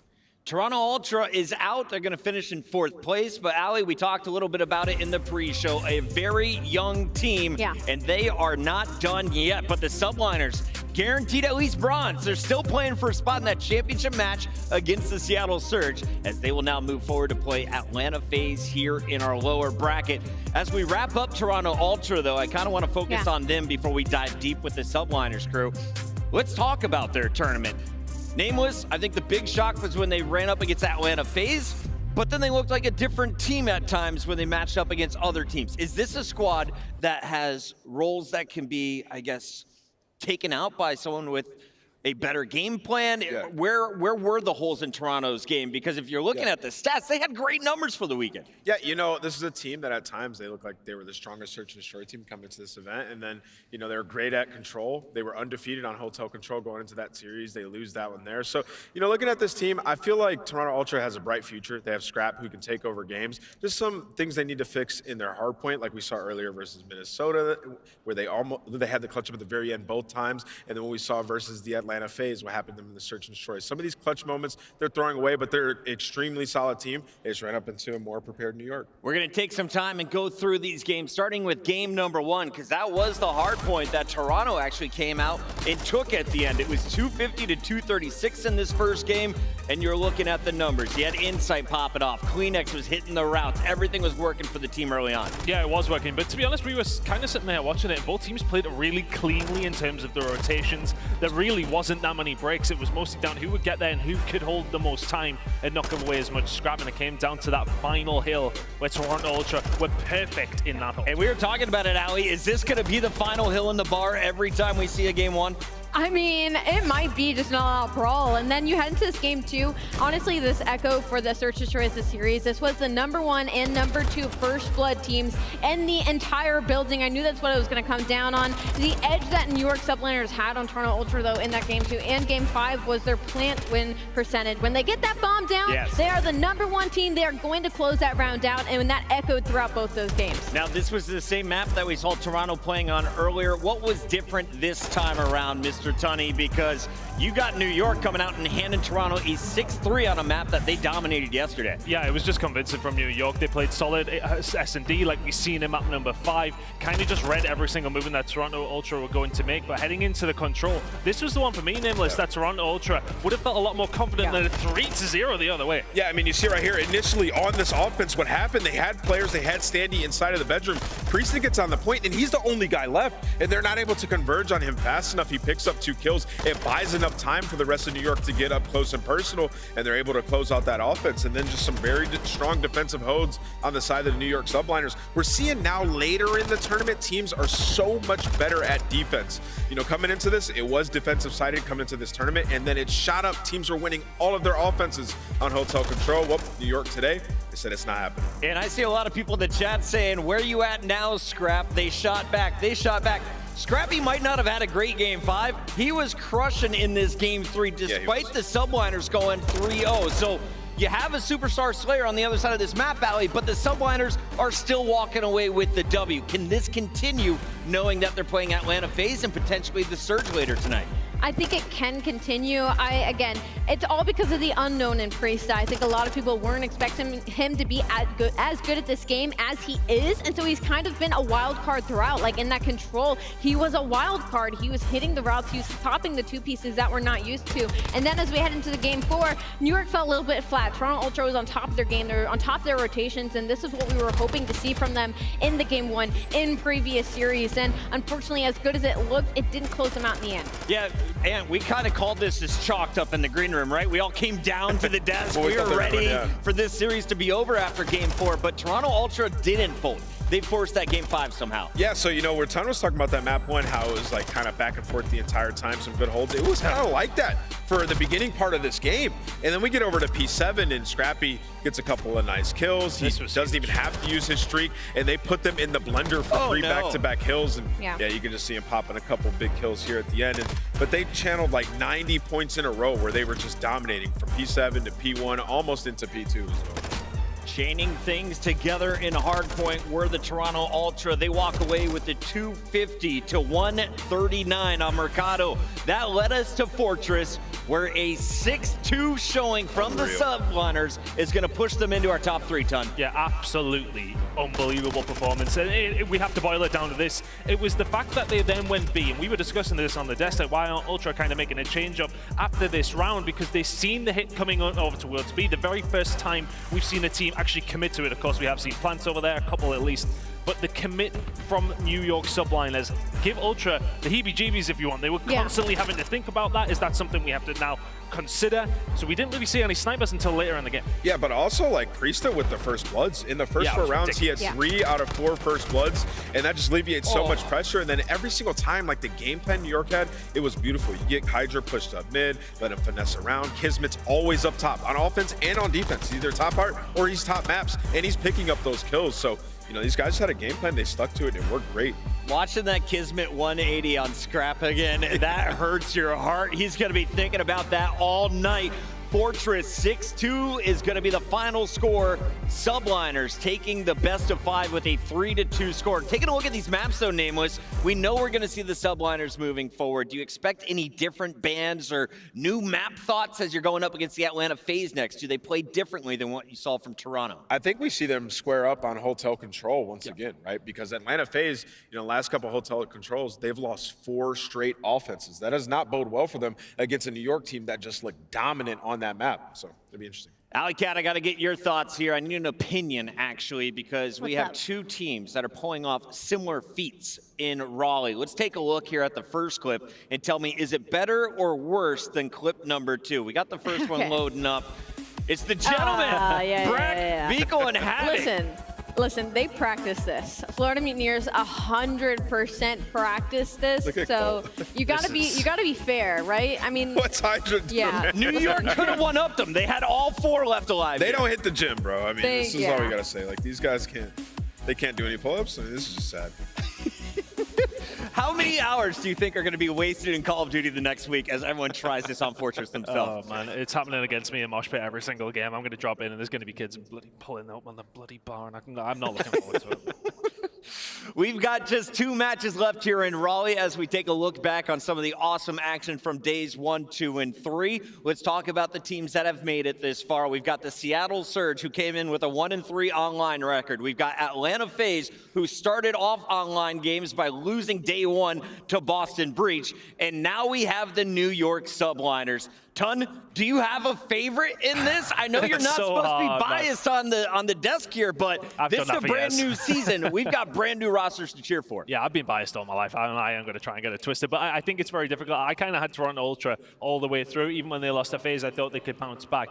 I still think FaZe will probably come into this feeling very confident as well. I think if you were to go against FaZe winning this tournament, you're kind of going against what's happened in previous years, but then how often had we seen last year that grand finals eluded them? I still think it's so hard to call any one of these teams could win it, and that's not very good analysis, but I just genuinely think that this could still be any one of these teams. I thought you sat on that fence excellently well. I just don't know. I actually just don't know. Ladies and gentlemen, show some love for Ton, and while we're in the commercial break, let me know, who do you think is the most exciting team to watch left? Is it the Surge, Atlanta, or are you cheering on the Subliners? We'll be right back with that Losers Bracket Finals on the other side of this break.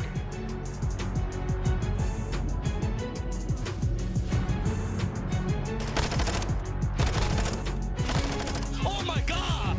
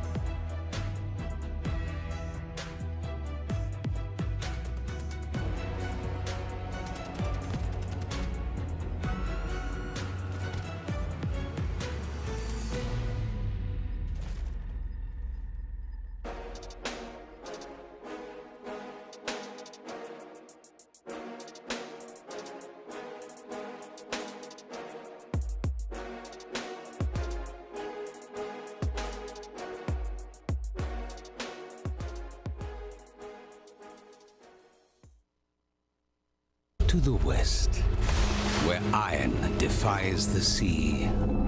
The wolf of Westmarch hides its spoils.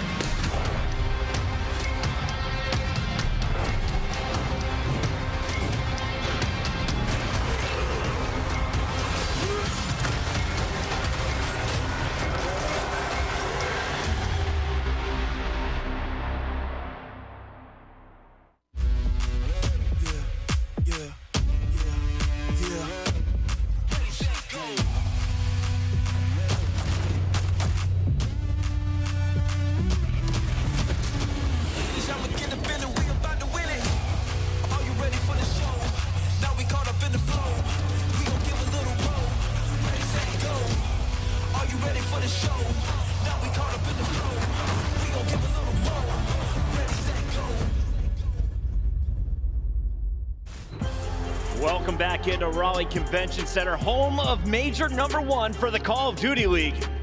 And boy, has it been a jam-packed weekend. So much to talk about, so many epic games, and we're arguing, is this the best event when it comes to quality matchups? I know we say this every year, but I'm looking at all the numbers. Yesterday, we had basically 3-1s, a 3-2 to start the day. We've had 2 round 11s to kick off the day, game 5s to start the weekend. Ton, where does this event rank in your eyes? Oh, it has to be up there. We've had some really close games, but I think it's like that whole benchmarking side of things at the beginning of the year. We really don't know going into each of these series where everyone really is at. So it's always kind of been about that. But yeah, we've had some really, really close games and just close maps across the board. Still don't know who's going to win it, Chris. I haven't got a clue. And this has been one of our largest crowds. Thank you all for coming out here to Raleigh, and thank you for participating in whatever you were playing, whether it was Call of Duty Warzone on the mobile. If you were over on the mobile stage, we saw some amazing action. In fact, if you guys missed the Call of Duty Mobile World Championships, we want to take a moment and walk you through some of the highlights.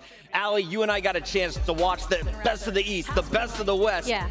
These were the best in the world, all in the same venue for the first time ever. But 2 NA teams matched up in the grand finals with Tribe Gaming taking on Luminosity. Yeah, and I believe it went to a game 7, round 5. Yeah, as we look at here now, it was tied up 2-2, and actually Tribe is going to be the one that closes this one out. I believe this makes them 3 times back-to-back-to-back World Championship winners. These guys are godlike. Yo, I remember seeing on Twitter, like Shiv tweeted out, this is one map, game 7 here for 420 grand. First place got 700 racks for the mobile title. $700,000? Yo, these guys are killing it. I mean, they got to play Summit right there. This game's amazing. Bucket. And of course, they've got the Call of Duty Mobile World Championship trophy for 2022. The whole team getting in on it. Ton, huge money, epic game. We saw our favorite maps. We saw slums. We saw this firing game is amazing, bro. We saw raid. I'm sitting there watching these maps like, can we get a couple of these? Like, how about that? No, honestly, watching the mobile side of things, it is so fun to watch. And obviously, you can just download yourself, get amongst it, and that's what these boys did once upon a time. Wow. And then all of a sudden, on that stage. As a round 1 elimination bracket comeback from Tribe Gaming. Look, No they way. dropped down instantly to Wolves, and then they 3-0 everybody to get to the final. I'm not going to lie, if I played on mobile, I'm having every. Tribe Gaming may have just had the most insane lower bracket run we have seen at a Call of Duty event. Taking a look at that one more time. 4 in the losers bracket and a game 7 victory in the grand finals over Luminosity for $700,000. Not a bad year for this team. No, not a bad year whatsoever. And honestly, I was joking around. Watching those guys go hard up there, it is intense, dude. They got gloves on their fingers. They're focused up. They're rotating. They know what they're doing. One of them dropped 42 kills in Warzone. I dropped 6. What's up? All right, let's talk about what else was going down. It wasn't just Call of Duty Mobile. We also had Code Bowl 3. That's right. Call of Duty Endowment has been done 3 times now with the best in the US and UK competing with the military going toe-to-toe. This time it was Warzone. aLLeY, you were working the show with Nameless. Talk to me about this. Who stood out? Who was shining? Well, it seemed like a battle between Air Force and Space Force throughout the entirety of it until that final drop, and Air Force did pull it out, but it was the one and only Royal Air Force that ended up coming out from underneath and getting that big dub. Ton is flexing on the desk. You would have think you won, bud. You know, I kind of look like somebody who would be in the Navy of the RF, yeah, do you think? Honestly, yeah, I see that in the Royal Air Force for sure. You know who was on that squad, right? Puckett? Sprat. He was on that team. No way. Right. Yeah, he was picking up kills with the snipe. You know, it was epic, though. We had some of the creators in there. Swag was playing. We talked to him a little bit yesterday. We had Huskers, who was on your screen, TP. They were all popping off, but Royal Air Force out of nowhere at the end just dominated the last game and ended up taking the W. But honestly, want to shout out to Dan Goldberg and the Call of Duty Endowment. Yes. What they do for our military, our veterans, is absolutely incredible. And that's why I love the Call Bowl so much. If you want to find out more, check out Call of Duty Endowment on callofduty.com. They have been doing it for close to a decade, and this is our 3rd Code Bowl. So excited to be able to celebrate with all of our service members live in person to close out 2022. Space Force now dethroned by the Royal Air Force, and we'll have to find out who's going to reclaim the title for the U.S. next year, because it's going to happen, right, son? You think so, but yeah, I wouldn't bet on it, bro. It's going to happen. All right, aLLeY, let's talk a little bit about CDL. That was what was going down in Call of Duty Mobile. We talked a little bit about the Code Bowl. For CDL, for anyone who is just tuning in here on Sunday, they haven't been watching MW2. What have been your big takeaways from this weekend? My big takeaways is a lot of teams that were falling short last year have really made a huge turnaround in the offseason with their rosters specifically. That being Vegas Legion making a huge run, making it into Saturday. Unfortunately, do fall. But New York Subliners are still here, who also had a really rough year last year. They're actually the defending Pro-Am champions, and they're looking to maybe go back-to-back here, but they are in the losers bracket, and they're going to have to go against an Atlanta FaZe who's trying not to have a repeat of last year, doing second, and third. There you go. Our stage is about ready. I am told the players, they're done eating. Their hands, they're being cleaned right now. About to take the stage, Atlanta FaZe and New York Subliners. This one is going to be a banger, and it's for a spot in our championship match. The losers bracket finals, always one of the most intense matches of a tournament. Nameless, what are you looking forward to, and what do the pros need to look out for setting up for this match? I mean, well, I'm looking at Atlanta FaZe, to bounce back, right? Like, they take a big loss there. It was a game 5 where, Atlanta FaZe, they were looking pretty good, hitting them with different looks, some cerebral warfare they were having out there.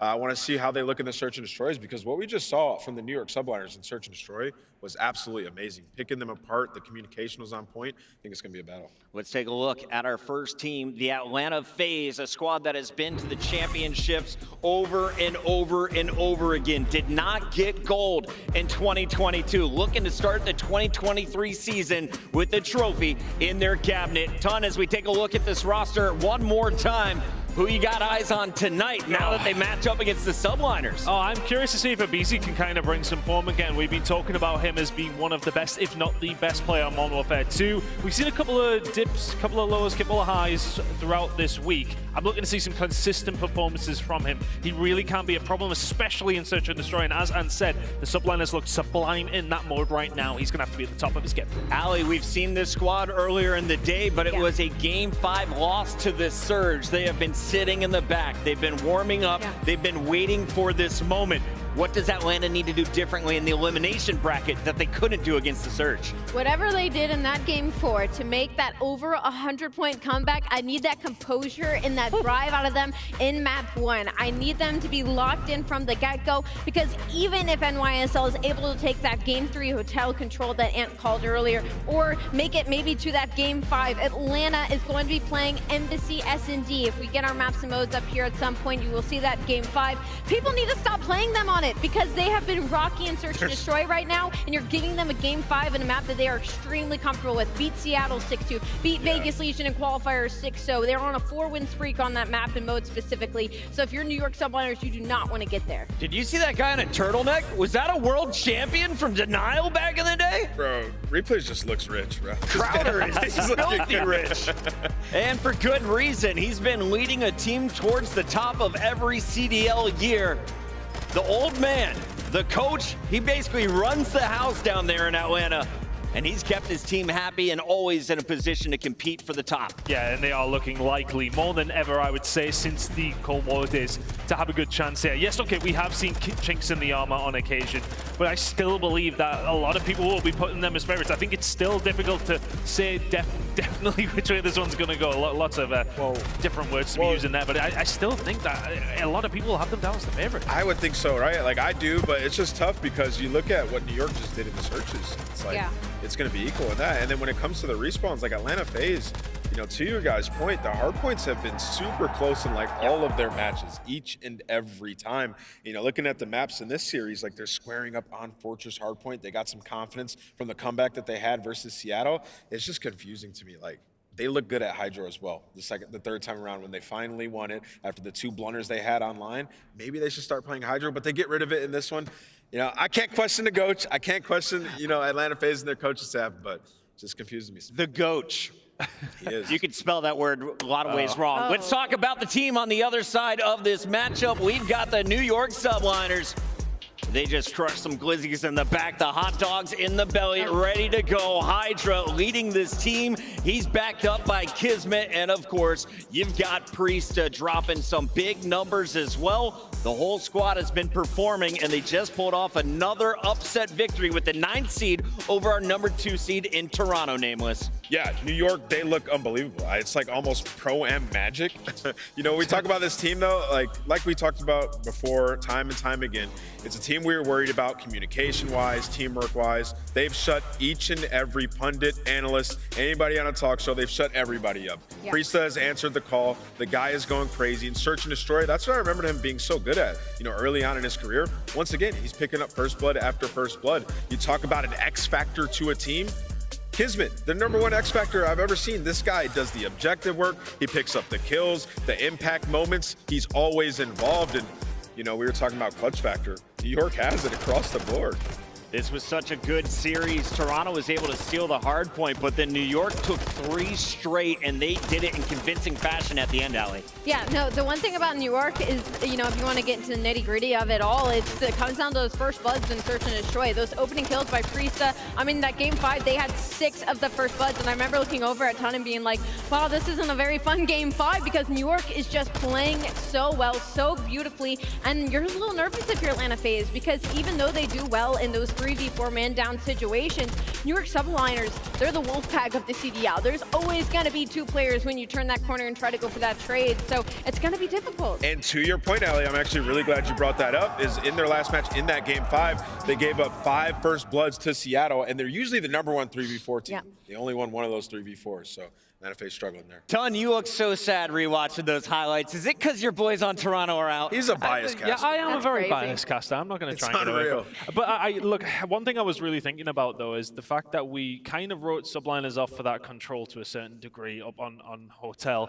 We're now looking towards Embassy Search and Destroy, and we're doing the same thing, but they have just proved us wrong at every single turn so far. So that's why I'm thinking this is getting a little bit more difficult as well. Is it too early for stats? Maybe. All right, let's take a look at our maps, though, as we dive into this best of 5.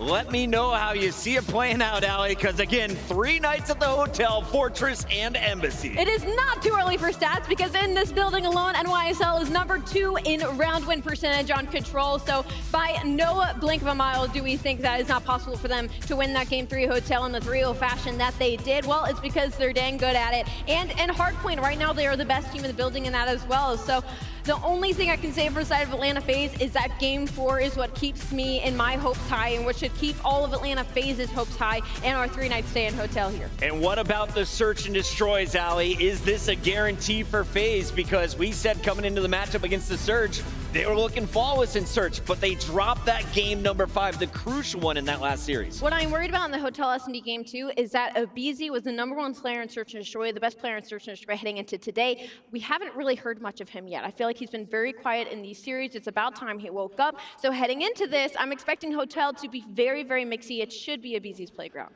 Raleigh, North Carolina, I need you to put your hands together right now because the fill, it's done. It's time to get your losers bracket final started right now as we send it to the stage with Guy Blaze. All right, Raleigh, let's get this final started. One team has to go home. It's the elimination finals as we light this stage up in red and yellow. This is gonna be a banger, but the first team coming to the stage, looking to get rid of their opponents at the snap of a finger. You know it, it's Atlanta FaZe. 100 racks up in my safe. I've been dreaming of pulling up in that Wraith. Check the stats, I ain't got too much to say. I got Gucci on my belt, but my pants sag. Wouldn't be surprised if my biggest hater made a fan page. You taking orders from your boss, you man-made. Grown at getting touched up by the handshake. Don't think you hear me right, let me clear my throat. 100 racks up in my safe. I've been dreaming of pulling up in that Wraith. Check the stats, I ain't got too much to say.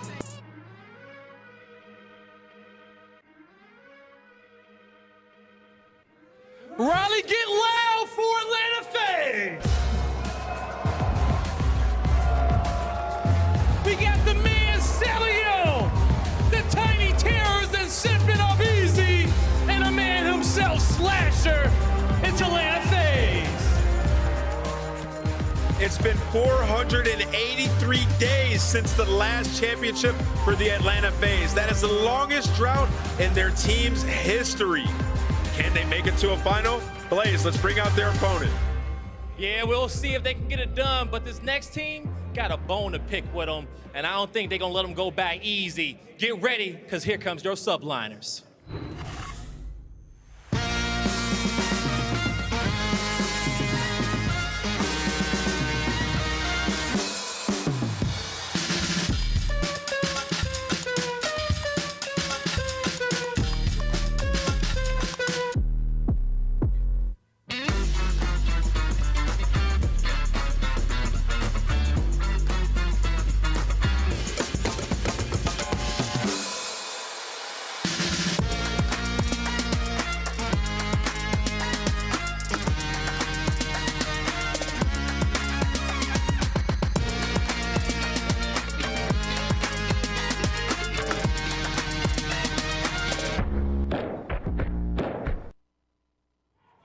Raleigh, get rowdy for the New York Subliners!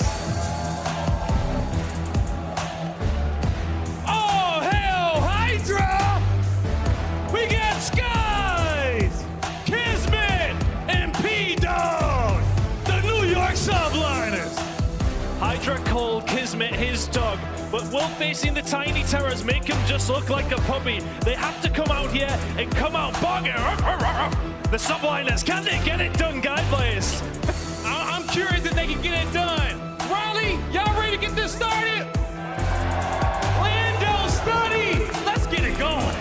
Let's do it, Blaze, man. I tell you what, we got 2 more matches here at Major 1, and it's time to find out who is going to join alongside the Seattle Surge. They're in our Major 1 finals. Buddy, here we are, man. This is about to be a spicy match. It feels like nobody has any idea how this series is really going to go. Oh, yeah, me included. I have no idea how this is going, especially when you saw the maps. 3 nights stay at the hotel, that Fortress Hardpoint map number 4, and then that Embassy Search and Destroy all the way at the end. I understand that Atlanta FaZe are undefeated in that map, but New York aren't scrubs on it. They're also 3-1, so this series is going to be a banger from start to finish. Oh, it's going to be a blast. As we said, one team coming off a win, the other is coming off of a loss, right? New York, a bit of momentum, Atlanta FaZe, right? I mean, you lose in a game 5, round 10 versus a team that you expected to beat.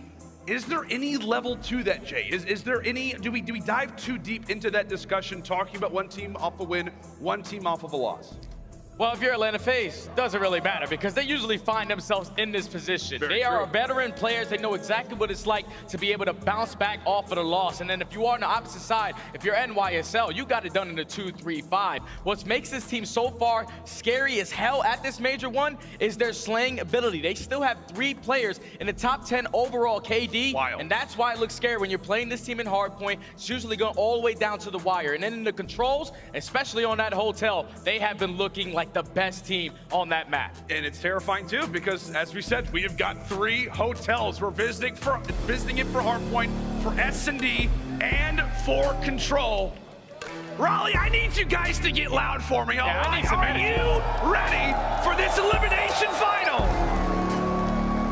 They seem pretty ready. I think they're all locked in. Pretty locked.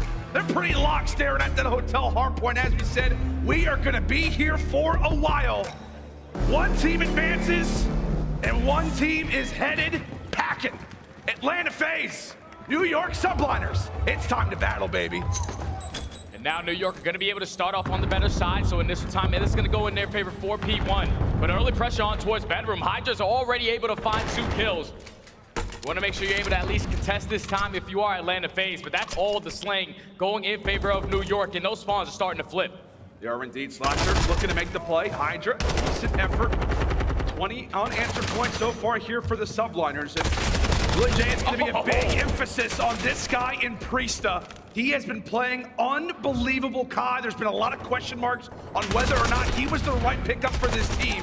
Right now, sporting one of the best KDs so far at the major. And so far, it is New York who have done excellent work here over at our first hardpoint, but it's all going to be about this rotation. You've done the first job, and now it's time for the next one. Oh, and that's going to be KiSMET able to slip right on by, make his way towards the back. HyDra at least finds the first kill. The hill still hasn't popped, so Atlanta FaZe, a couple players are still going to swarm over towards that slot area, but they're finding every single kill in the feed. That's going to be a clean 4 dead. Now a hold has to come in. Yep, first wave down. However, NYSL, they spawn incredibly close. Simp is not going to be prepared for that many players off the spawn. Here comes New York. They've overwhelmed every team with their aggression, and they'll look to do the exact same here versus Atlanta. And usually Atlanta in hardpoint, they are the second team in the CDL in hold percentage at 81%. That break looked pretty damn easy for New York. Now they know where the spawns are going to be controlling it. That's going to be 3 dead. Last player up is Cellium. And already off the rotation is going to be New York. They are ahead of the game right now. And really, as long as Skyz stays alive, it's going to be great work. Atlanta FaZe, they do clean him up, but they lose that fight off the rotation. You're fine with this if you're NYSL. Cool, final 15, not a big deal. Let's set up and be ready now for the kitchen, what could be one of the best hard points in this game. It's been tested time and time again, but that's the first wave cleared. Priestahh down. Now Atlanta can begin to force the issue on the backside. Gotta get to at least open up that back spawn. Spawns are now gonna flip in. What looked like to be a great rotation for New York. It's gonna get instantly broken by Atlanta FaZe. The adjustment's already in. You play it patient, find that initial kill off the rotation, and the hill is eventually gonna be yours. Now 40 seconds left. aBeZy kind of having the slow start. This is the guy who is going off so far at the major. That's another 3 dead, and you might have to cut the losses if you are New York. That rotation towards the next hill, you have to make sure you're in control of it. And I think we just saw Atlanta, man. Oh, well, okay. A few team shots, all good. aBeZy's just ready to get in the fight. He's twisted. And for good reason. Now on 3 in a row, starting to get things going. And as you said, buddy, aBeZy's really been one of the major reasons why Atlanta FaZe, when they've seen success in hardpoint, it hasn't really come from rotations. It has come from breaking. Typical Atlanta FaZe hardpoint, it feels like. However, can New York be strong enough? The kitchen, they weren't able to hold it, but can they do it now over at the bar? Atlanta waiting for everybody to spawn up, and now it is a full-on 4-man battle. Oh, and Flash with great movement right there is at least able to give the comms to his teammates. That one player still playing towards the back, so Priestahh has to be worried about the player going to the deep flank, but a little bit of assistance comes in from Skyz. Now it's on to aBeZy. Player that's going to be sitting at checkout desk. It's going to drop an 8, unfortunately sticks right to the wall. Nothing's going to connect with that, but New York have been able to take the lead right on back, and the spawns do flip. If you are NYSL, if you can hold this from the front, this is bad news for Atlanta. It is indeed, but aBeZy has arrived, hearing all the conversations about him, quickly turning his gameplay around, and now the other Tiny Terror will look to add in a bit of work. Simp locking things down over at the bar. Another successful break from Atlanta, and a slim advantage at that. As now it is time for the restaurant. A rotation It is going to be one early from New York, but these early picks could be great.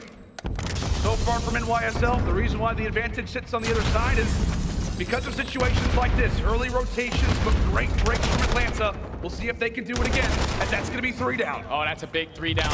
Start us off. KiSMET finds 3. The Bulldog already at 13 and 10, leading in the engagements. Second in the hills, time remaining. He's going to take pushed out towards Jules. He at least finds one. Atlanta pays the goal 1 by 1, and KiSMET is taking it. Oh my! Bulldog coming out in the restaurant. Didn't know they were allowed in there, but he's forced his way through regardless. How great has KiSMET been for New York as he looks to only pile on a bit more pressure, styling on everybody, and it just feels like this kill might go his way somehow. Okay. Finally falls, and for good reason. I think my voice would have got lost right there, Jay. Jesus. Yeah, that guy was on a tear just now, but NYSL have a great hold on Dyna to now give themselves almost a 40-point lead. If you are Atlanta FaZe, one thing that they do struggle with in hardpoint is simply rotating. They're always relying on breaking. So far, they have been late to 4 out of the 5 hills. And that's why you see the stat line right now, where it currently is. Atlanta FaZe do have control of the next hill, but he's going to at least take that player off the spawn. Now the airstrike is going to get invested. The pressure's going to be through the middle of the map, and New York, once again, find another break. I love this, man. I love what we're seeing from KiSMET. Earns the streak, calls it in, and now he's got some great teamwork in order to cut down a few players off this rotation once more. Did he stick his teammate? He does. Well, that's not great. He did everything right except for the nade placement. Tell you what, Jake, for the first set of rotations, we've got explosions going down everywhere. 15 seconds still to fight for, but it was Atlanta with some great breaks early. New York, they finally closed the door at restaurant. Because of that streak from KiSMET, it has only progressed them, as now it could be Skyz' turn to go on a spree. Now make it 7 in a row for him. Another precision to have in your back pocket. And you already thinking big picture. If you are New York, you want to trap them in towards the back of the plat area. Control the spawns 4P2 side. They're doing a great job of just soaking up as much time as they possibly can off of P1. A 50-point lead right now for the Subliners. Atlanta FaZe need to find a break. It's going to be all-out attack through the middle of the map. Still the trades going in favor of New York. You can play this patient. You want to just take this player off the time. Make sure you're maintaining those spawns for next hill. Oh, here comes Priestahh, known for multiple roles throughout his career and showing us why exactly he can do it with both. Eventually does get cut down, but take a look at HyDra, making the route toward the back. Trying to distract Atlanta FaZe over at P1, but truly makes the play toward the back. So New York do in fact have that spawn once we refresh and head over toward P2. Atlanta by no means out of this, but a full 60 here. It could really be early curtains as Priestahh looks to get heated up. Yeah, but Simp at least finds 1 kill in towards Bob. He can find the second toward the back. That could be big, but the Bulldog is able to take him down. So New York are going to be fully set up off the rotation. And right now, every single angle is going to be cut off. Cellium does find one, but he's pushing right up the middle of the map. They are waiting for it. They're waiting for him to crossfire, and KiSMET at least challenges him, takes him down, and New York so far holding the first push. That's going to be 3 dead. Now all of Atlanta FaZe spawning towards mid. And this is where panic again begins to come forward. If you are Atlanta, watching the opposition inch ever closer to that 200-point mark, the Dolphin dive comes in from KiSMET. That's going to be 2 down. Simp and aBeZy trying to lead the charge, but Skyz, can he be the wall in the back? Oh, he cuts down a few. Oh, it's a 1v1. Another one. Trade after trade after trade. 20 seconds to fight for, and it could be Atlanta who comes out on top. And if that's the case, player 6 is still fighting for it regardless. It's about the rotation. Atlanta with the scrap. New York with the rotation now toward Kitchen. And now the setup needs to be better. The first go around, it was always that opening kill, and Slasher does it again. Now off the 3v3. Gonna put one player that's gonna spawn out all the way towards Deep Diner. He's gonna read the player off the pin. A team kill actually comes in as well, and now it's all in the hands of Slasher. Still in towards the back end. Look at where his teammates spawn all the way across the map. New York, they get the hold. They get the hold. And Atlanta, again, another opportunity, another situation where you have to break. They did it at the lobby. Can they do it at the kitchen? What they were able to do last time. In the first set of rotations, they were successful, but now it has to be here. It has to be now. Simp rushing around the corner. He eventually gets dropped. Now it's on to Cellium. He gets red as well. And aBeZy, the soul man here. Technically, New York can walk away with this game on this very hard point. It's going to have to be a contest at the least. Yeah, you got to take your time. You don't want to solo chow 1 by 1. Give them easy gunfights, as at least the trade does come in. But now there's only 2 players here. I'm pretty sure New York can no longer win here. But look at those spawns. Those spawns are now going to flip. It's going to be HyDra off the rotation, posted up towards back P2. NYSL do a great hold at Kitchen, and they should put themselves in a powerful position to close this out at this Death's Hill. The Atlanta FaZe are nowhere close. Slasher trying to lead the troops. Problem being is that he's got nobody behind him right now. Eventually cut down there from HyDra. FaZe, only 3 members, but they're eager to make their way to the bar. Only a few more points left for New York. Can they close out this hard point? FaZe still tried and true. 2 more players still around the OBJ, and they break in just at the perfect time. But Skyz, who's been holding on to this streak very patiently so far throughout this hard point, it could come into good use as we'll begin to watch it fly in. Can it find anything? All we need is 3 seconds. Look at the route that KiSMET is going to hit. He's going to make his way into his top bedroom. The pitch is going to be here. He opens it up with the first kill. HyDra with the second. They can still win it off of this time, but Atlanta FaZe, they're holding strong. Now you're going to force New York to try to rotate, but they can win it.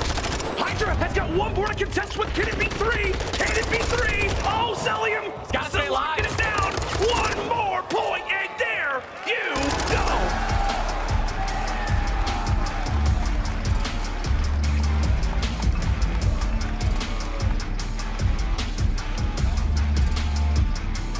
Jay, that is just well-composed hardpoint from New York. Early on, Atlanta able to get some breaks, but NYSL started to figure out the game plan. They started to lock down those setups. And historical Atlanta FaZe hardpoint, rotate late, break early, does not work here in our game 1. It's just a tough start if you are Atlanta FaZe. You have to make sure you're rotating to some of these hard points. I can understand you guys have a great break percentage on a majority of these maps, but when you are going into a map like Hotel, for these money hills, the first break that came in was at Kitchen. It was a beautiful break, but New York, they're going to make the adjustments. They're going to change their setup around, and even with Slasher finding that first kill at Kitchen, they were able to find 2 kills in favor of New York, and then the team kill happens as well. When you allow New York to get a good chunk of time there, they allow you to break in the final 15 to 20 because they're focused on the next one. They were always playing a step ahead, and when you look at the slaying column, everyone is positive besides Priestahh by 3. That's what makes this New York team so scary. When they're playing like this, they're tough to take down on respawn, and so far throughout the major, they've also been great at search and destroy. So right now, New York, no weaknesses. And this is just one of the many signs that we've had, right? So far throughout the weekend, we talk about young rosters. We talk about newly formed teams. It's about the consistency across all modes. Like, you can be good at one particular game mode. That'll only get you so far. I mean, we talked about New York. Once they started to see success at the Major 1 qualifiers, it was too hardpoint. We said, okay, can they do it in S&D? This weekend, they've been able to do it across the board, and then when we question them again about hardpoint, as the other things have improved, they come out and they show us this. And what a spectacle it is, man. I mean, I know HyDra plays well, but there was just numerous moments where KiSMET was making plays. Skyz goes on that wild spree as well. It really is a team with all the experience in Atlanta FaZe who have been in so many situations like this versus New York, a franchise with players who have rarely, if at all, ever been in a spot such as this. And it feels like they're rallying around each other. They definitely are, man. It's probably that new team jitters, like everybody just getting known to each other. Everyone's feeling really confident with each other, sitting side by side. We were talking about this squad for NYSL in week 1 of qualifiers. When we went into Eliciting, it was 3 players comming. But ever since that meta chase happens for this team, it's done wonders. HyDra's leading in the comms as well. And then when you allow your SMGs to be the playmakers that they are, they're always playing around each other. No one is trying to go for a single chow. And if you are, you're the guy that's playing sneaky to go off that rotation. Just a sloppy #1 hard point for Atlanta FaZe, going 1 by 1 by 1. And when you get picked apart, by the time you get that break in, it's already too late because New York are off the rotation. Now, if you are Atlanta FaZe, this is where they've been able to respond throughout this entire week. And they only have 1 loss in Search and Destroy, and that comes in their last series versus Seattle all the way in that game #5. So game plan has to be strong, and I'm really looking at aBeZy, who was the #1 S&D KD with a 1.7 to answer back after not really the best performance in map #1. Like, we've heard S&D KDs like that previously. Like, I remember back in, like, Ghosts, like, Ricky had an unbelievable, like, 2.2 KD. Rarely do you ever see by Championship Sunday those numbers actually stick. And what, as you mentioned, I think it's like a 6-1, 7-1 record right now for Atlanta FaZe coming in to this next Hotel S&D, which I think is really where we should dive into this conversation. Hotel, how does it look for either side? Really, what do you think the coaches are talking about for New York, for Atlanta FaZe coming into this battle? I think if you are New York, it's all about the first bloods, because in that last series that they just played versus Toronto, they dominated in that column 12-5, and that is what eventually left for them to win both search and destroys. For Atlanta FaZe, though, in their series versus Seattle, at least on that final map, they go 5 for 5 in first bloods. But usually where Atlanta FaZe are really strong is in those 3v4 situations. They were only able to win 1. So if you are Atlanta FaZe, you just gotta take your time. Find that initial kill, play around each other, and let's relax with all this individual play. We know you have great talent in Simp and aBeZy, but aBeZy, it's either he's gonna get first blood or first blooded. The pacing has to be on point together. Yeah, it absolutely has to. And if you are Atlanta FaZe, it feels like you cannot underestimate NYSL in any mode at all. We could go over hardpoint records. We could go over how improved their S&D has looked, their control, all of it. You cannot count out New York in any mode. You've got to be on your toes at every moment. As Atlanta FaZe strolls into Hotel S&D with nearly a flawless record. And to confirm it is 6-1, but are off of that loss. It was an aBeZy versus Ultra. But here we go, into the game number 2, our second night at the hotel. Will it be another strong performance from NYSL, or can Atlanta FaZe show us something?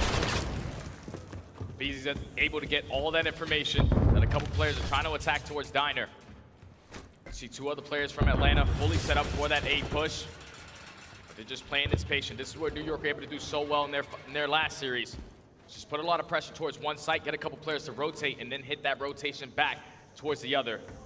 As you see, Priestahh just being that island player at desk, just gonna take his time, but New York are not panicking at all. In no way are they. And I believe I said earlier, Atlanta FaZe got a lot versus Seattle. Regardless though, into the round 1 we go, and really nothing has happened. I feel like for New York, they're waiting for that push over at B, but it's the early trades that come in. Skyz and Priestahh, the new additions for New York, able to find 2 early picks throughout the round. And in an interesting spot through mid-map right now are the Subliners. Oh, and aBeZy, he can make the play. He's sitting in towards storage. They have no idea where he currently is. Priestahh, unfortunately, he's not gonna check his corner, so now it turns into a 2v2. He's able to earn himself that dead silence, but the bomb is gonna get planted. So you wanna try to regroup with your teammate and attack together as MC, which is Cellium, gonna pop his as well. We'll see if they try to go in from the same door or opposite ones. It looks like aBeZy gonna come in from the side, making sure things are clear. Big information to have if you are aBeZy. Spots KiSMET on the catwalk, knows that he's out of sight. Now it's time for him and Cellium to pounce onto this bomb site. Where is KiSMET hiding? Right inside the one corner that you didn't spot. Skyz is able to drop him. Now into Cellium, 1v2, cuts down 1. A 1v1, Skyz versus MC. And Skyz may have just played this round perfectly. He calls out the bait, and they will secure the round. Atlanta FaZe, it felt like they had all the information, but it will be the Subliners who come out on top. What a dicey round 1. And that all came down to a lot of COD timing right there, because obviously if you're aBeZy, you spot KiSMET drop down towards bottom mid, you know that a player is gonna be in towards freezer. But Skyz turns it around. It had to be communication as well from KiSMET. He had to let them know they can push out towards carpet. They can potentially flank you. He finds that timing to take down aBeZy and then just plays the beautiful 1v1, knowing that Cellium is probably not going to hop this bomb. Just wasting a lot of that clock and eventually clutch up the first round. Into round 2 we go. NYSL now cast quite a bit of Subliner S&D, and this guy has been a problem on pretty much every map with the sniper. And right now it feels like whack-a-mole. MC willing to reveal his position, but only for a moment. Maybe a little bit of a snaking activity, perhaps. He's probably just trying to get some information. If he spots it clear towards the back alley, Oh, beautiful. aBeZy gets that info. He's able to get the first blood onto Skyz. Bomb is now going to get planted towards A. In the 3v4, New York are not in a position to try to retake quickly. As HyDra is going to invest on the dead silence, but just the way that Atlanta FaZe are currently playing, the late pitch is about to come in from the island player in Slasher. He should be able to at least catch one. Yeah, Slasher finds this pick, makes things that much more difficult. KiSMET goes surfing. And now for NYSL, a quick 2v3. HyDra, however, does pick up the snipe. And it's been pretty frustrating so far for the Subliners. Now we bring it in 2v2v2. Simp wiped off the map, but still a big job to do. You got a bomb to defuse, 2 players to find. Priestahh is punching in the digits right now for aBeZy from the top. Oh, aBeZy cuts down both. And I mean, I tell you what, if Priestahh finds that kill, that's a defuse. It definitely is a defuse. He just didn't really commit in towards top bedroom. He didn't want to put himself in a close angle. Or it's HyDra. As aBeZy just does what he needs to do, takes the player off bomb, and then a big kill onto HyDra with that TAC 56. Doesn't allow him to stick that defuse. First blood for the round, Atlanta FaZe. They're able to get on the board, tied at 1 now. They really kick off the round. I mean, that's just frustrating, right? Your Skyz. And maybe just gets too focused on Cellium in that moment. It's because Cellium was just throwing those shoulders, just trying to get that glare. Once he saw the glare pop up, he allows aBeZy to attack him and get that first blood fetched. Oh, good old Cellium snipe. Not an uncommon angle, but one maybe not as often used as over toward Lights and Slasher to aBeZy. They're just getting the job done. A quick 4v2 and HyDra, he'll get dropped as well. Skyz, last one up, 1v3, pulls out the knife, and that is just clean COD from Atlanta. Very clean COD. You catch the island player who's trying to push up towards Diner. One player was trying to watch that mid flank. Once you take both of those players down, it's 2v4. Someone has to make a play. You at least have to try to find a kill immediately. But they were ready for the push out. 4 up, 4 down. Clean round right there for Atlanta. Pretty sure that's 3 first bloods for Atlanta as well. It feels like that's been the name of the game. I mean, how often have we talked about teams throughout this week? And it's like, oh, look at the first bloods. It's all about the first bloods. I know historically in COD history, it feels like it's like 70, 75%. Maybe even this weekend, it could be as high as 85, 90%. aBeZy having a phenomenal start to this S&D. He has been Mr. Search and Destroy so far throughout this weekend, living up to the name. See if he can strike for the first blood, as he commonly is known for. Bomb is going to be on his back, and right now, if Skyz just decides to peek out a little farther, it could be a pick, but aBeZy able to reply back, now brings it into a 3v3 and has a precision to utilize throughout the remainder of this game. And not only does he have that streak, he's also got Daddy Pop.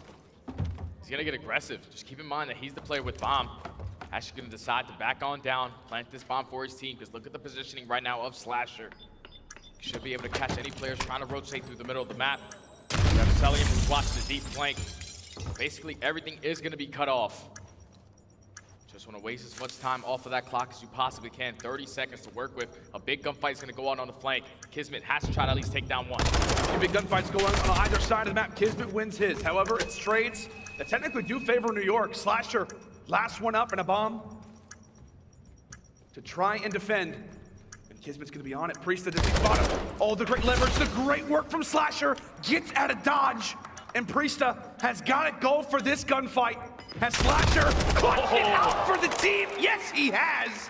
And he's also put you in a body bag. That's what he does. That's what Slasher has been known for years in Call of Duty. It's all about these clutches in search and destroy. Usually the island player is going to potentially find one on the round. When you leave him in the 1v2, he's a world champion for a reason. Hits that rat back. It's where KiSMET catches that player on the flank, and then all he has to do is just take that player off bomb. Once he does that, wastes enough time on that clock, and then eventually finds the kill onto Priestahh. Another round on the board for Atlanta. And that's what they brought this guy in for. They brought in one of the oldest players in the league, a guy who won a world championship to make plays, and he answers with the first blood to kick off this round. However, aggression may very well could tell the tale of how this round goes. Cellium and Simp answer, however, Priestahh at least able to get on the board. A 1v2 versus, well, some prior teammates. P-Dog has been the story so far, it feels like, of this major for New York. And could he have a nice little clutch cooked up for us? What that momentum would mean. He has a lot of time to work with. He's just probably waiting for this dead silence to be earned.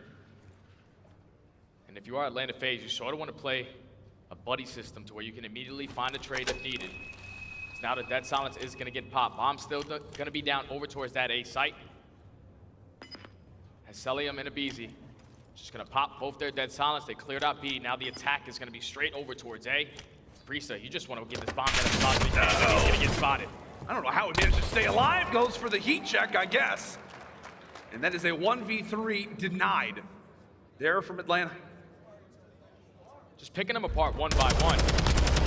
It's another first blood with the Semtex. And then eventually, once that happened, a trade does come in, but doesn't really matter because the rest of the players on Atlanta FaZe, they're able to find 2 kills towards the middle of the map. Then eventually it all falls into the hands of Priestahh. Just not enough time to work within that round. Pretty sure that's 4 straight rounds for Atlanta FaZe in this S&D. It's been great work. It's been great work. And the reply for Atlanta, as we said, they've not really been all that reliant on Hardpoint. It has been about search and destroy, at least as of late. As New York in dire need of a reply. Problem being is that they've got a lot of noise happening over at A. Meanwhile, take a look at the bottom left side of your screen. New York, they just got duped. That's a perfect blind counter. Atlanta FaZe gonna be able to get this bomb down at B for free. Cellium with the tactical usage is able to draw every single player from New York. Now it's a 4v4 retake at this site. Cellium is the player that's still watching flank. Probably want to get closer towards the play, just in case anything freaky happens. It's all about these gunfights from here on out. Oh, aBeZy through the smoke. A position that you think would absolutely favor someone like him. Dancing. Goes for the cross. Oh, this is a big gunfight. It's a big gunfight. Skyz not able to take it. aBeZy erupts again at 11-2. It's all down to HyDra, nearly beat down. 10 seconds to go. Retake unsuccessful. Just a perfect blind counter right there from Atlanta FaZe. It was all on the back of Cellium. The fact that he puts himself towards Des at that A site, you throw your Semtex, you throw your tax, you get every single player from New York to focus on that site, because that's where Atlanta FaZe have been attacking on all their attacking rounds. Put a lot of pressure towards one. Eventually, the other one is going to be able to open up. Just a perfect blind counter. It's now going to put 5 rounds in a row. Atlanta FaZe at game point. And it's just such a beautiful call as well, right? You're up at that point, 4-1 in the S&D. Oftentimes, you know, teams in a spot like that, you've been seeing some success over at a certain bomb site. Let's just be aggressive. Let's put a round up on the board. New York expecting such, ends up getting countered. However, this time, it could be somewhat of a similar situation as Priestahh, making a lot of noise over at B. Meanwhile, the rest of the teammates over at that A site, however, bomb has yet to get planted. Slasher, a problem toward bottom parking. This is a needed pick if you're KiSMET. Job done.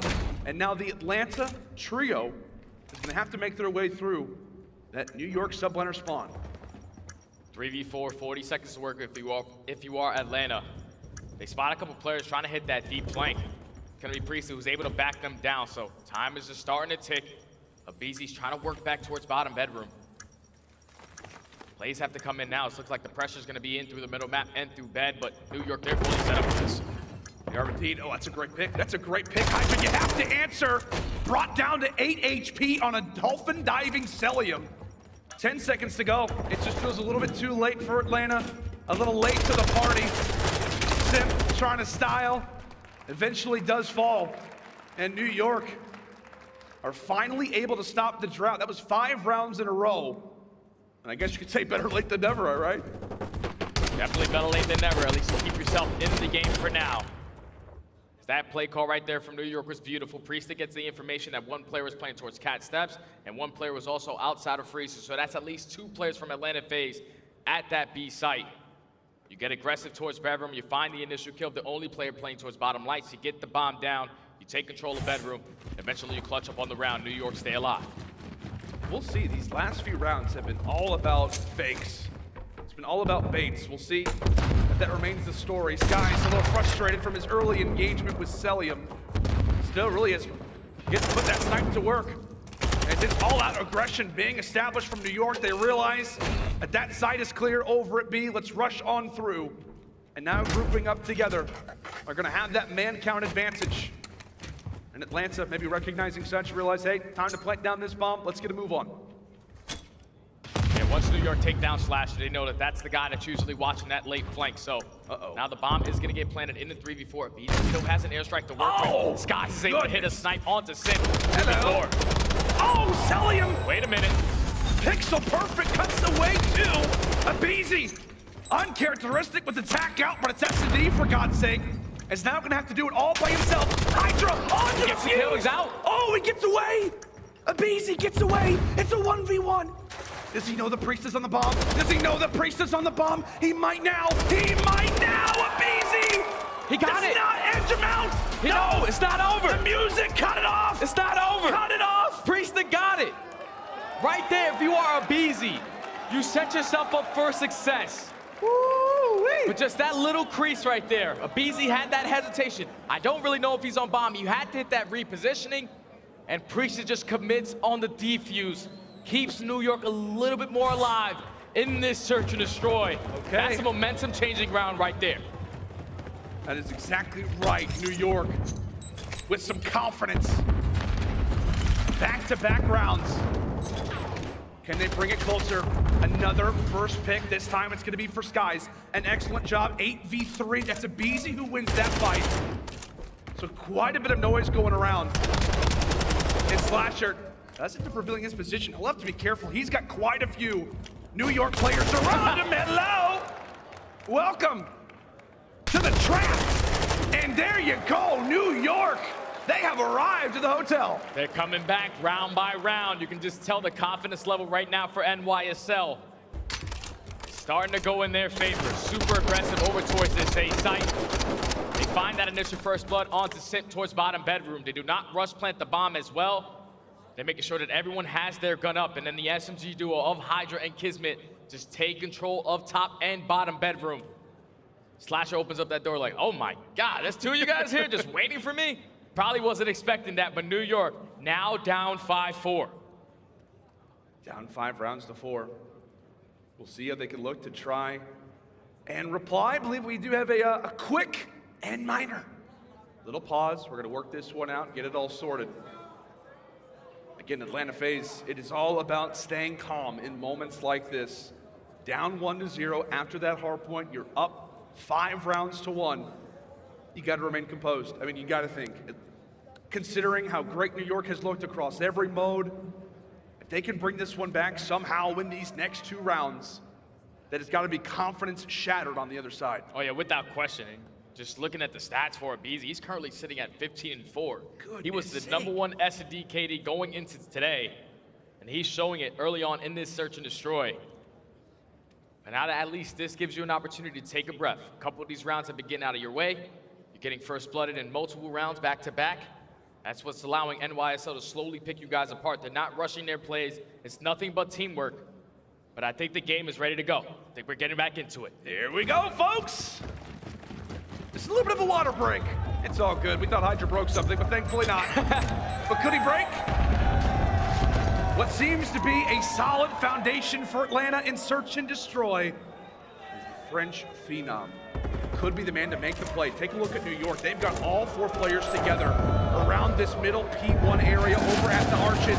Here comes the streak that will cause a few players to scatter. HyDra, he's got one soloed out. They've got one soloed out. Simp, he's got to escape. Simp wins the fight. Simp takes down 2. He had 3 players around him.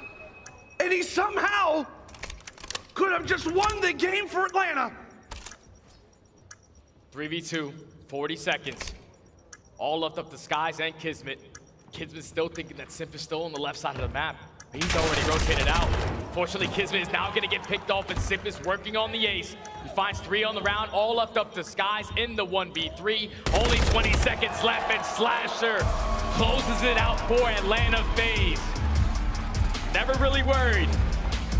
You're talking about this Atlanta squad. They have world champions. They've been in multiple different situations. A game pause comes in, allows them to get that deep breath, to take that deep breath, allow Slasher to change it up. He was usually the island player that's watching that deep flank, but it's this time around Simp who finds that initial 2-piece. How does he I don't know get how out? he did that. How does he get out? So he's basically at back jewel. You have 3 players who are all around you, and not only does he escape with his life, he takes 2 players down and leaves. It's got to be devastating if you are New York, because there were 3 players focused on that one guy. Simp just hissed out dolphin dive. He gets all the way out, finds that initial kill, and then the challenge, the trade does not come in. Once that happens, now you know you're in a 4v2. You cannot go for that kill, because if he gets all 3, it's basically done and dusted. When he earns those 2 kills, he eventually earns that dead silence. Pops it, gets out of dodge, and then just finds the 3rd kill to close out the round. Atlanta FaZe. Oof, they needed that one, man. That one was starting to get scared. It was a little bit like, we were talking about it. Like, you always feel pretty confident and close. And much like Simp has throughout his entire career, making plays for Atlanta FaZe, he does it again. And now just like that, we have got ourselves a series so far. It's basically been game 5s all the way around. And this one just feels like it may have that very same type of grit to it. We've been on the hotel, and that is really where we're going to be heading next for this upcoming game number 3. As we said, it's our elimination final, a grand final spot on the line. Make sure and stay with us as Major 1 Championship Sunday continues right after this.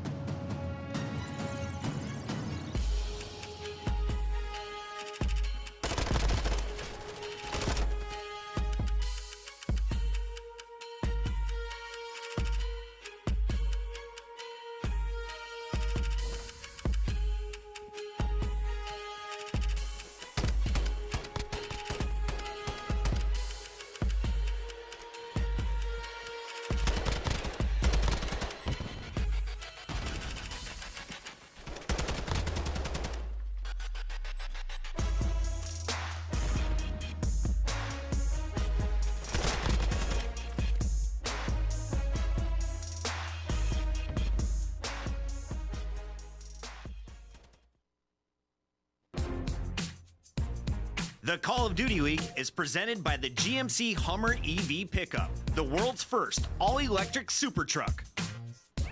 Upgrade your game with a Scump, the official controller of the Call of Duty League. Howdy, friends, and welcome back to Major 1. It is Championship Sunday, and Raleigh is showing up right now for our current matchup. It is Atlanta FaZe on one stage, facing off against the New York Subliners.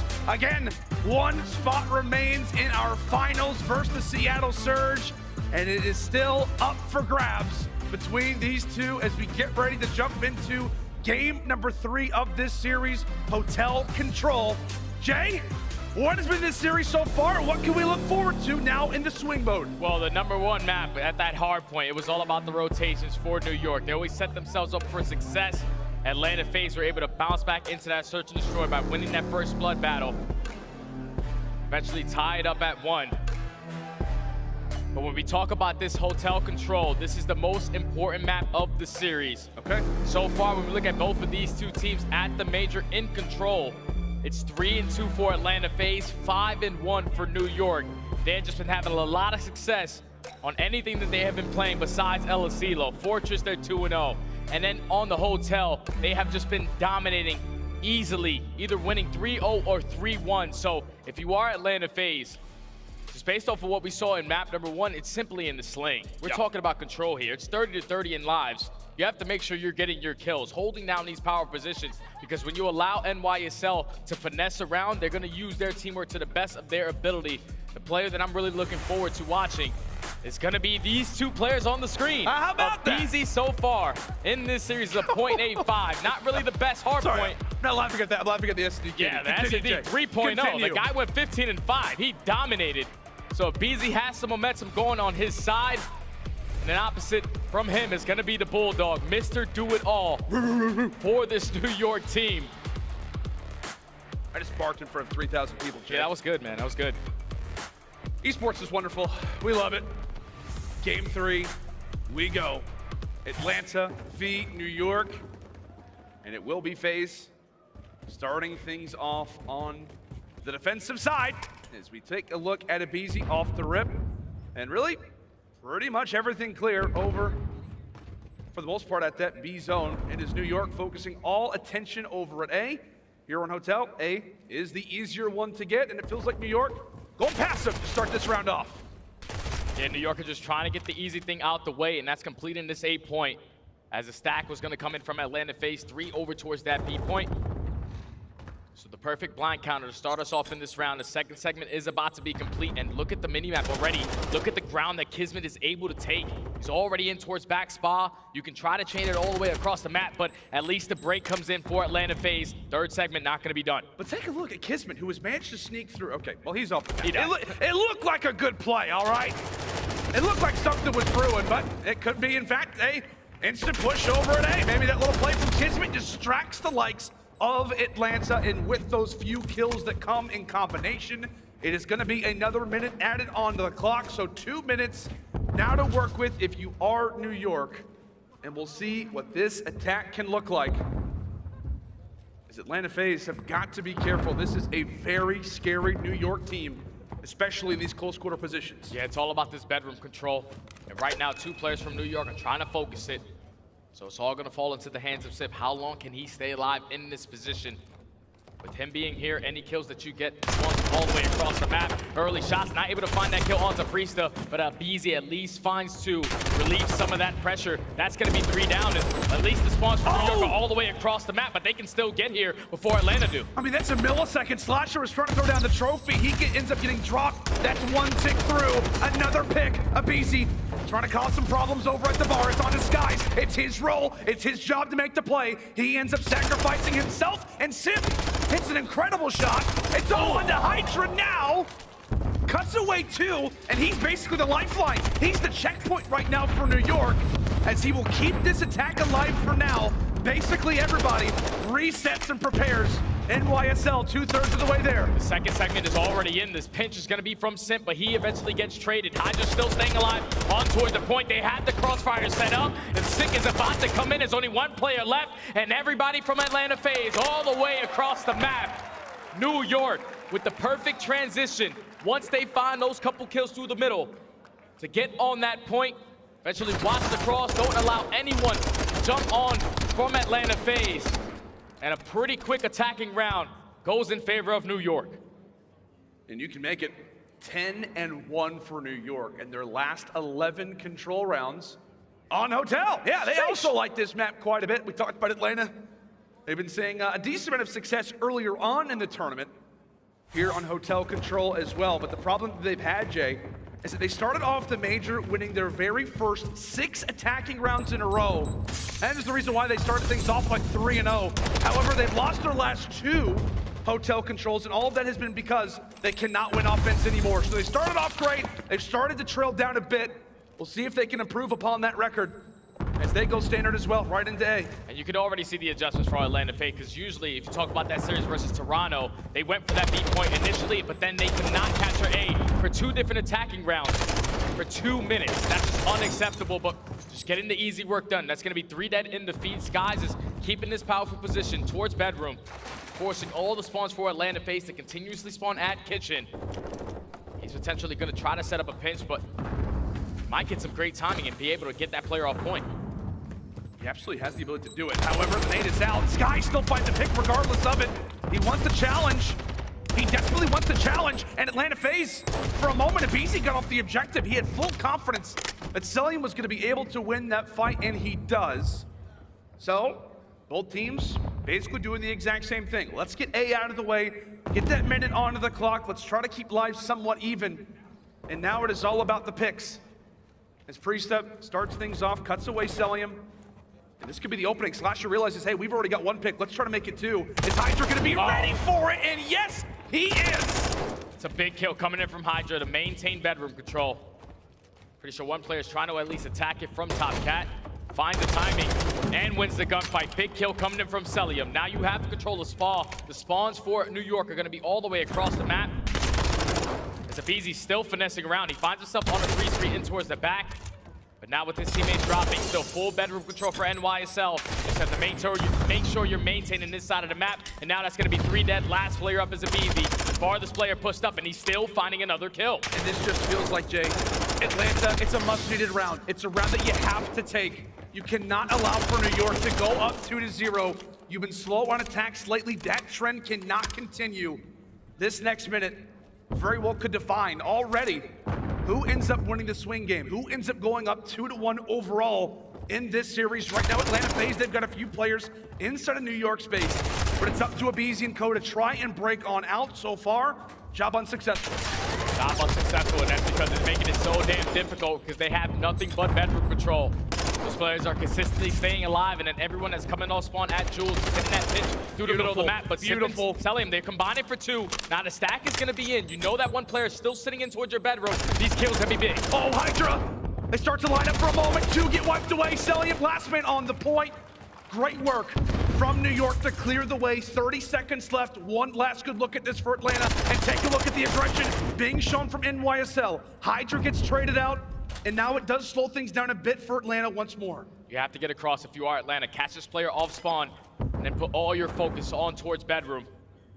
As they're just playing this patient and trying to take down HyDra. Priestahh with the assistance, watching that flank. Takes down the first, takes down the second. There's still one player in towards the back. Cellium at least finds 1, but that's going to be 3 in the feed in favor of New York. Only gives up 4 seconds. They hold strong on the defensive end, and 11-1.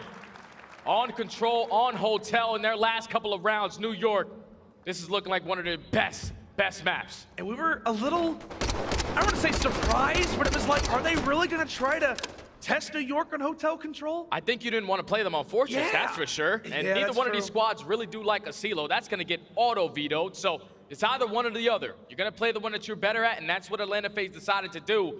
But it's just the way that New York have been playing so far throughout the major on this map. They're basically unbeatable, and it's showing. It's just, obviously it's hindsight a bit, but just that number just continues to stagger, continues to surprise. Take a look at that score column. Slasher's got to get going right now at 3-12. Uh-oh, and not already, a good start. Like we said, so far through our first 2 rounds, it's been all about A. New York with some confidence. They decide to rush instantly over at B. They've got 3 players on the point, and already it starts to look dire from Atlanta. A bit of a lifeline is going to be necessary. Simp and aBeZy, the tiny tears, making their way through the hallway. Can they make anything happen? Oof. Yes, they will. Meanwhile, it's Priestahh making the smart play. He rushes in toward Restaurant. A decent job done for New York. 2 ticks done, and now it's up to Atlanta. They need some solid moments of slaying here. And the play call right there from New York is beautiful. They know that every single player is going to spawn towards kitchen. They decide not to attack front. They wrap back and try to fight for their bedroom control. So it's all going to fall into the hands of aBeZy. A couple sound cues in his headset. It's going to be able to at least spot one, but the trade does come in. So now if you are New York, you have that dive. HyDra's just going to dive right on out. He's going to go for the challenge, and he wins it. Now, no players from Atlanta FaZe are in a position to slow this one down. B might be done and dusted. It very well could be. HyDra is Skywalker, man. He's really not even on the ground anymore. 4 down, and there you go. B zone done, and New York quickly pivots now toward the restaurant. Slasher saying a prayer. This New York offense is something terrifying. Gotta slay. Gotta get these kills. Rushing into the restaurant, Simp. I mean, Atlanta, they are just working with low numbers. Nobody can get any looks at this. The stack is going to be here from New York. They know that they just got 3 dead in the feed. They're only looking for 1 player. It's going really fast. You have to go if you are Atlanta FaZe. HyDra finds that kill. The pinch is not going to be quick enough. And New York, clean, 3-0 in the control. That control was like 4 minutes. They just dominated from start to finish. Dominant fashion. Now up 2-1. We brought it up coming into this. New York, 12-1. 12-1. In rounds in our last few controls. Unbelievably impressive. HyDra goes for 22-13. And that is a team who just has all the confidence in the world. How often have we talked about previously in control where it's like, oh yeah, we have these 12, 15, 18-minute games. That was 8 minutes and 5 seconds. That was just a perfect game plan from New York. They start off on their very first attacking round going towards A. They get that one with these, and then eventually they find a transition over towards B. But on their second attacking round, Atlanta FaZe are probably thinking they're going to do the same exact thing. But New York, they change up strategy. They play nice and slow through middle. They catch a couple players trying to go towards the flank. Once they find that initial 2 kills, there's only 1 player left at that B point. You take him down, the stack early on comes in. You get those 2 segments. And then even better, as we go deeper into the round, when every single player spawns in towards kitchen, you're probably thinking we're just going to sprint forward. Let's win this gunfight, take this player down, let's close out this A point. But every single player wraps back. They take control of bedroom, they close out B before attacking towards A. And then once that happens, they find a couple kills at that B point, and then they transition beautifully over towards A. Slasher did find that initial kill onto KiSMET, but when you make it so easy for them to just go right up the middle of the map, go through connectors before anyone has any positioning for Atlanta FaZe, either pushed out towards kitchen or at least sitting in the point, that's when you allow New York to just get 1 set of kills and the round is going to be there. That was a flawless control from start to finish. Jay, I don't know if like there's a specific team that it could maybe remind you of the way that New York is playing control right now, especially here on Hotel. I think it's Toronto Ultra. I was getting ready to say that, like a Cold War Moscow type of situation where it just feels like they have ultimate confidence. They have ultimate confidence. They're constantly pivoting between A and B. And when they're in those moments, they just have the slaying talent that can get them out of these sticky situations. And honestly, man, it feels like in these controls, it feels like we're playing like 6v4. Like it just feels like New York has this unlimited supply of constantly respawn players. And even teams like Atlanta FaZe, one of the most gifted slaying rosters that we've seen in COD history, they can't even handle that. It's just a lot of aggression from New York. They're consistently putting on pressure when HyDra's just running around freely, ends the map 22-13, just slaying with that SMG. He's never giving you a breath. He's never giving you an opportunity to slow it down because he's always so fast and aggressive in towards your face. When HyDra is finding those kills, when he is playing like this NYSL team is basically unbeatable. And now going into this map number 4, which is Fortress Hardpoint, if you are Atlanta FaZe, you gotta rotate on this map or you are gonna go home. Yeah, I mean, it's interesting, right? A lot of history on this upcoming map. Fortress Hardpoint, what very well could be the final resting place of this elimination final. New York haven't played Fortress Hardpoint a ton, but Jay, lately in our cast, they have been dominating teams like 250 to 150 in their last two. I mean, heck, we just saw Atlanta FaZe play this, and they made like a 150-point comeback. The crazy part is, like, Atlanta FaZe had to play perfect hardpoint in that last series. They were down by almost 150 points. It all started with that P2. They were able to get the spawns, hold that for a full 60, and even with Seattle giving up that early rotation, Atlanta FaZe were able to find the break immediately. And then when you chain a couple hills together, trap them in towards the back, that's the way they were able to get back into the game. But we know the way that New York like to play this. They like to play super aggressive. They like HyDra and KiSMET just roaming around in towards bottom R, in towards bottom maps. And with New York starting off on the bad side, Atlanta FaZe had to get a hard start to this hard point because they had to get some momentum. They have to get something to at least try to force that game 5. Most teams in the CDL would be very happy with a third place finish. This Atlanta FaZe team, they would hate it. They would. They made this roster change. They made this move in the offseason, not even to just make finals, but to win them, and to win them dominantly. Look at the route. And here comes New York, confident as ever, as HyDra, as we said, young Skywalker, flying here throughout the fortress, trying to cause a little bit of pressure in the back of Atlanta FaZe's minds already on the more preferred side, and 30 seconds in, nobody's got a point yet. Oh, no one's got a point, but New York, they're thinking big picture. They want to flip these spawns. No one even turns around to take down Skyz. Unfortunately, cannot find that kill onto aBeZy. But what a great break off from New York. To at least fight now, force a P one time. Priestahh is just dancing around. He's finessing in towards bottom cannons. He stays alive long enough, cannot pick up the kill onto Slasher. But what a start to this hard point for New York to at least find some time off of P1 and avoid the early trap. Good work from Atlanta, but I tell you what, man, that caught us all off guard when HyDra literally jumps across the map. And he has been the guy for this team so far who has lit up roster after roster. New York, a very aggressive team on this map where Atlanta FaZe is going to be prepared for that aggression. As here comes Priestahh, Slasher having to pull up the FaZe net, puts it to good use. And a sweat off the brow type of situation, you just cleared him out, but take a look at those spawns. Look at those spawns for Simp. Now it's all your job to just stay alive, hold down double doors. It's going to be Priestahh, a huge one-on-one gunfight. I don't know if he was able to spot him yet, but Atlanta FaZe is doing a great job of just holding down this time. Simp has a huge one-on-one. He's able to win it. Now it's going to force early off the rotation. aBeZy trying to assist with a couple shots. Simp staying alive. He finds another kill. Cellium finds one as well. Now there's only 2 players here from New York. They are going to put themselves in a great position to win the rotation. And with that gunfight from Priestahh, that's going to be it. FaZe says, all right, you want to go fast? Let's go fast. Let's see how that works out for you. A nice 50 to 18 advantage, however, a very interesting HP that sits before us next. Really one that Atlanta happened to struggle on in terms of being in that very same position last time on Fortress, but right now it's New York. Better side over at the fountain as they look to clear the waves. But you gotta be careful. While you want this time, you also want to keep these players in the backside of the spawns. A lot of things to think about right now from FaZe, but they continue to fall by the wayside. 4 down, and more specifically HyDra. It's gonna be a thorn in their side until they drop them. He's trying to flip these spawns towards team, find a couple kills so they can get pushed out. Towards this next hard point, KiSMET at least finds the initial. Super aggressive in towards bottom middle. HyDra still just finessing in towards bottom heart. Should be able to pick up this kill, but Simp with great snaps. Able to find that one. Still in the back is going to be New York. Spawning on the bad side, so Atlanta FaZe, this is going to be another rotation that they're able to win. That's 2 big picks. Can they make it 3? No, aBeZy able to stay alive. They get out. A big pick to find. Atlanta continuing to slay with the best of them. This very well could be the only team that can hang with this New York aggression.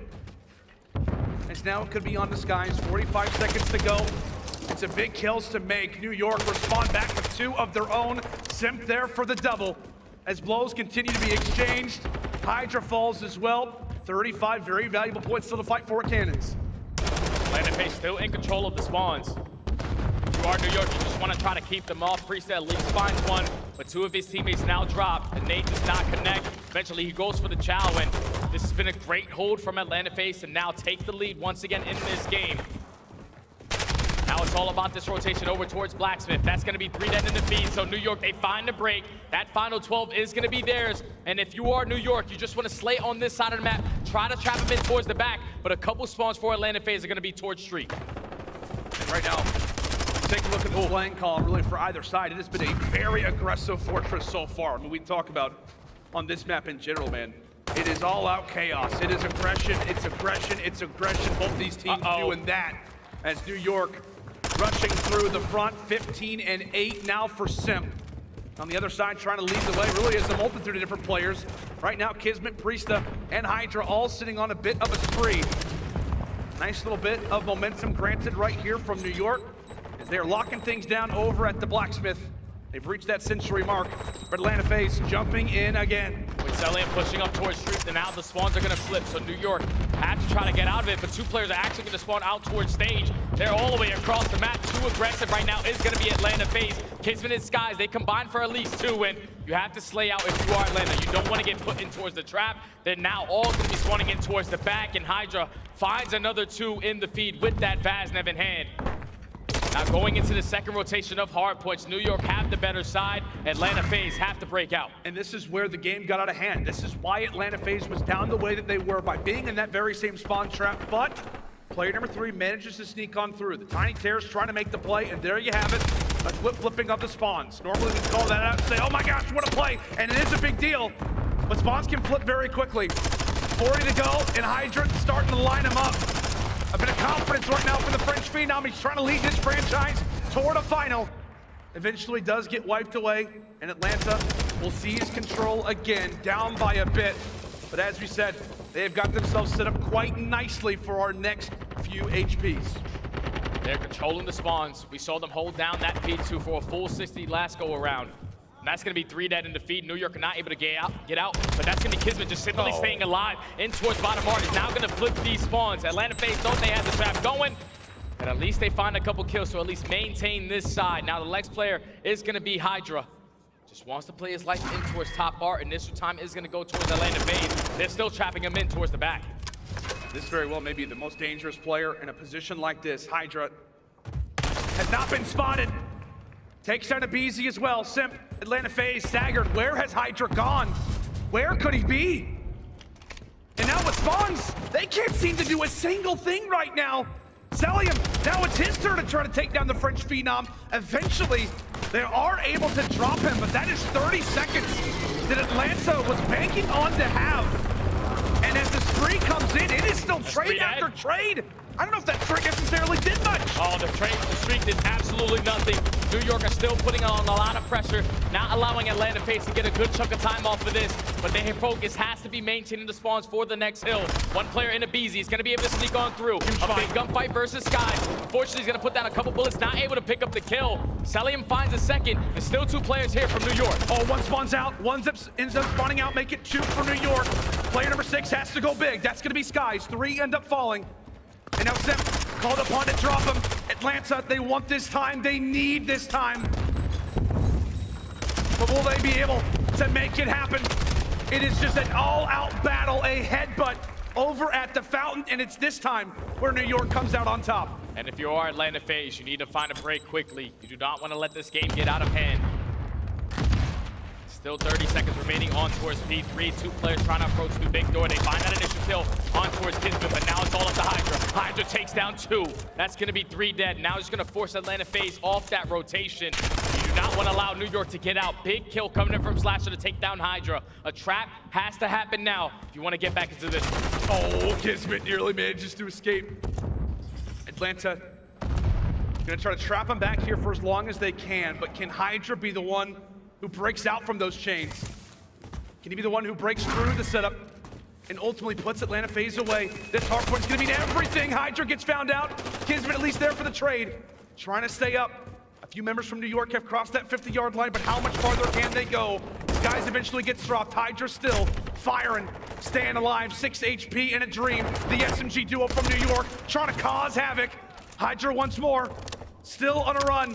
New York, they've broken through, but what can happen at this point in the game? HyDra continuing to go off. Atlanta not confident in hopping on this objective, and who would blame them?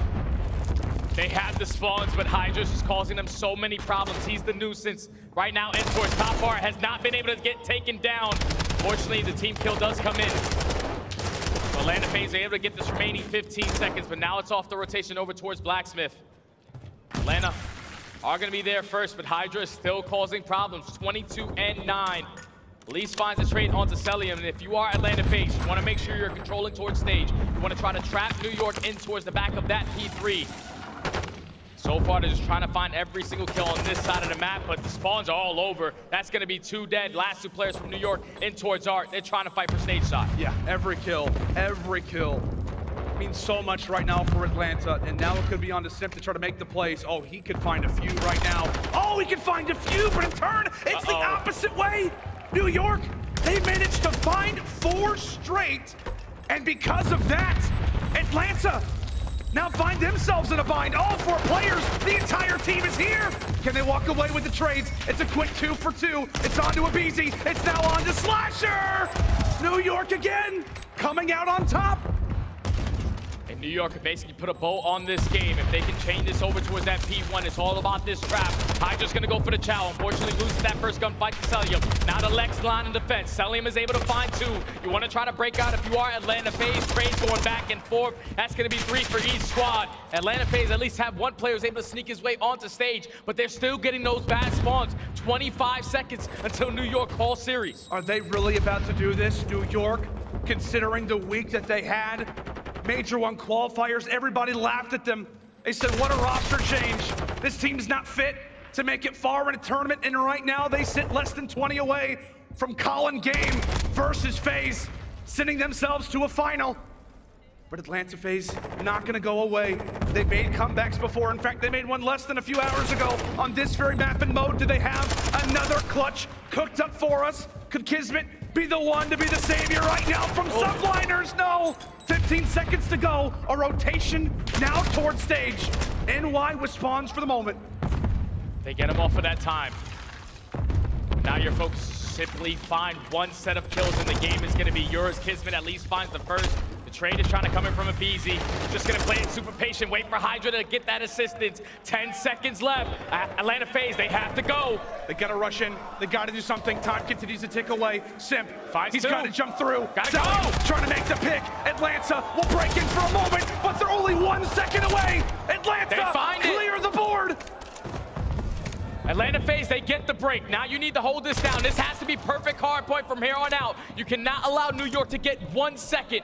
They're just gonna play this patient. You have 1 player in aBeZy who's just trying to make sure he wins that rotation battle. But Could it be Priestahh? Could it be Priestahh to make the play? It's been all about him all tournament long. It can come down to a 1v1. Oh! Priestahh!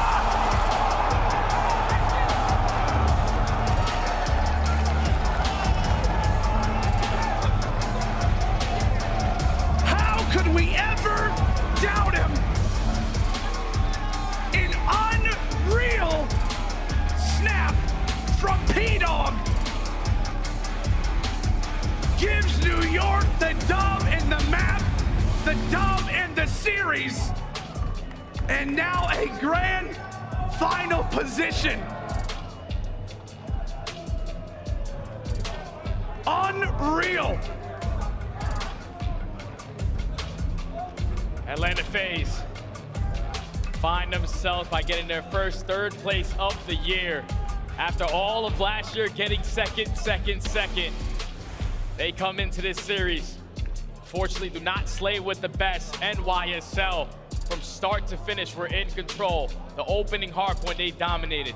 If you would have told me before this series that New York were gonna be able to beat Atlanta FaZe in 3 respawns, that's usually not the case when you talk about a team of that caliber. When you have players like HyDra and KiSMET who are not worried about their stats at all. Look at the engagement they're able to put on with the SMGs. 33 and 31, 30 and 28 from KiSMET. They were just doing what they needed to do, playing patient when they needed to, finding the kills when they needed to, and holding down the hard points when they needed to. Atlanta FaZe did not win a single rotation over towards P3. I said it before the hard point even started. Your rotations had to be on point. You did, yeah. Unfortunately for them, they're gonna get sent home packing. And New York, they find themselves in a final dance going up against Seattle in that grand final. That's going to be a spicy one, man. That's going to be a spicy one. How about the play at the end? That's unbelievable, man. Like we talked about, I mean, it has been an unreal tournament for him. As we said, so many people talked about, you know, did he deserve to be in a position like this? And it's almost like it's poetic, right? When all of those conversations started, it was on the Atlanta FaZe, the start of franchising. He puts his old teammates, his old franchise to bed, and pretty much elevates them right into that grand final spot. Quick prediction, how do you think that one's gonna go? Oh man, just the way that New York are playing right now, man. They're really, you have to slow them down. You can't give them these SMG maps, man. Take them out. Oh, it's going to be a fun one. It's going to be a spicy way to close out Major 1. That's going to do it for myself and Jay here at the weekend. We'll go and toss it over now to the desk.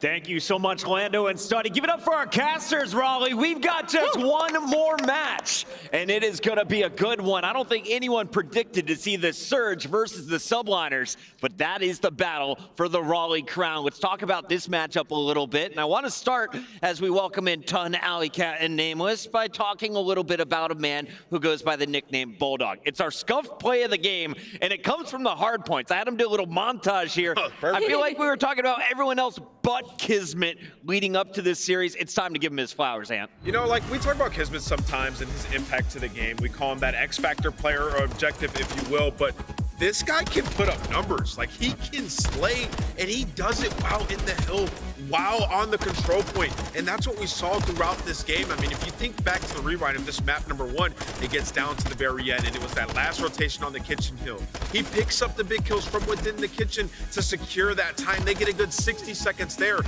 that's why I feel like he might be like the unsung hero of his team, because he'll get a kill or two, and it'll lead to 60 points. And you'll see the highlight from HyDra, and it'll kind of overshadow a guy like KiSMET, but he is the reason they're winning these games.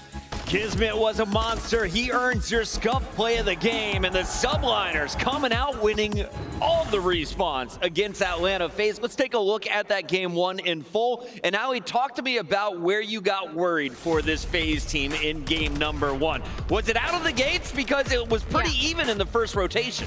It was out of the gates mostly in the sense of the slaying wasn't really there for Atlanta FaZe, which is something we're used to seeing that kill feed right up red, and instead we're seeing it light up white on the likes of KiSMET, instantly opening up with a 6-free. So when it came to the respawns, I was very, very worried about that. But when we head into the game 2, you know, I was like, all right, Atlanta's feeling more comfortable, they're getting a bit more dominant. But again, that hotel control is where everything really got solidified in New York's favor. Let's take a look at that game 2 as you see the final kills of Hardpoint being scored in game 1. It was the Subliners hitting the 250 mark first. They were the first on our leaderboard. And that game 2, though, walk me through the search and destroy. And why is Atlanta FaZe still one of the best when it comes to this mode? Well, first of all, their offense is amazing. I mean, you got to shout out aBeZy, what he's able to do. They set it up in the first couple of rounds, both their first 2 offenses. They went over towards that A bomb site. We saw what aBeZy was able to do, getting pushed up inside of their bedroom, popped a couple 2 pieces over there. He ended up 15 and 5, and we saw Slasher had a big 1v2 clutch as well when he was sitting on the back plat.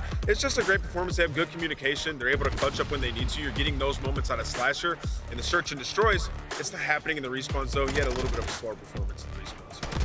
Yeah, and honestly, I think we talked about aBeZy overall in this series. We needed to see a little bit more. Search and destroy, as per usual, Nastie. Rest of the game modes. Rest of the game modes, though, he was very much under average, I would say. We expected a little bit more out of him. And a bit more to what we've been seeing earlier on in the tournament. His S&D's always been good. We said we want to see a bit more from the side of things when it does come to the respawn. I don't think we got that. This is our man Slasher. They brought him into FaZe to get better at S&D. They're winning the searches, but it seemed to make the team a little bit weaker when it came to the respawns. Is that just the meta right now, though? I see a lot of people in the chat saying, M4, this could have been different. Whoa. If we had something else going on, it could have been different. Let's calm down a little bit. They're still top, 4 in this tournament. They had a great performance. Our hardpoint was looking pretty decent at times. I just feel like they fell short on some of their map picks. Like, I thought they should have played HyDra in this series. Like, they're a good HyDra team. They lost 2 of their online HyDras by just easy blunders. They come into this tournament, they play it once, they fix it, and they veto it versus New York Subliners and end up squaring up on Fortress, and they lose that. But that's just like comes down to preparation and knowing your opponent. And I think on a map like HyDra, we can secure your rotations, force players like HyDra and KiSMET to slow down at times. You could find success. But either way, I still think Atlanta FaZe is an extremely strong team. I mean, we've seen them beat Surge 3-0, who's currently sitting in our final.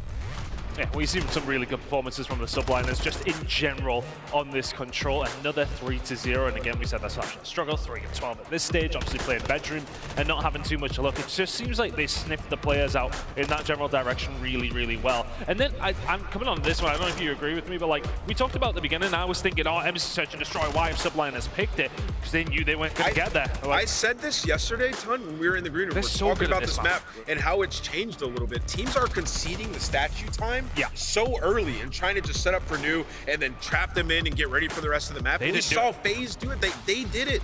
They conceded the time and they get smoked by it. Like New York gets so much time on statue. It's unacceptable, but you know, I think teams learned. And then, sorry, I didn't want to interrupt, but what we've seen from FaZe as well, that P3 to P4 rotation, quite often if you lose that P3 hill, we look to teams to then trap the other team in P3. Like, yeah, okay, you want to allow 30 seconds? Yeah, we're going to get 30 seconds over towards cannons. Yeah. And we've seen FaZe just drop all the way back to the back of the map. Try and keep that one forward, and then it pins them in, right? And you heard Lando and Study talking about it a little bit. They couldn't find HyDra. Their comms are off, and that happened a couple times throughout this series. On the map one, where FaZe had an opportunity on Kitchen, KiSMET gets through, gets a kill. Priestahh gets a kill on the pinch. It's like the communication at times just seems a little bit off. And the community, this is what they said. Give us that New York-Seattle final, please. Well, Josh Coy official, you're getting it tonight. aLLeY, we got one more match to go.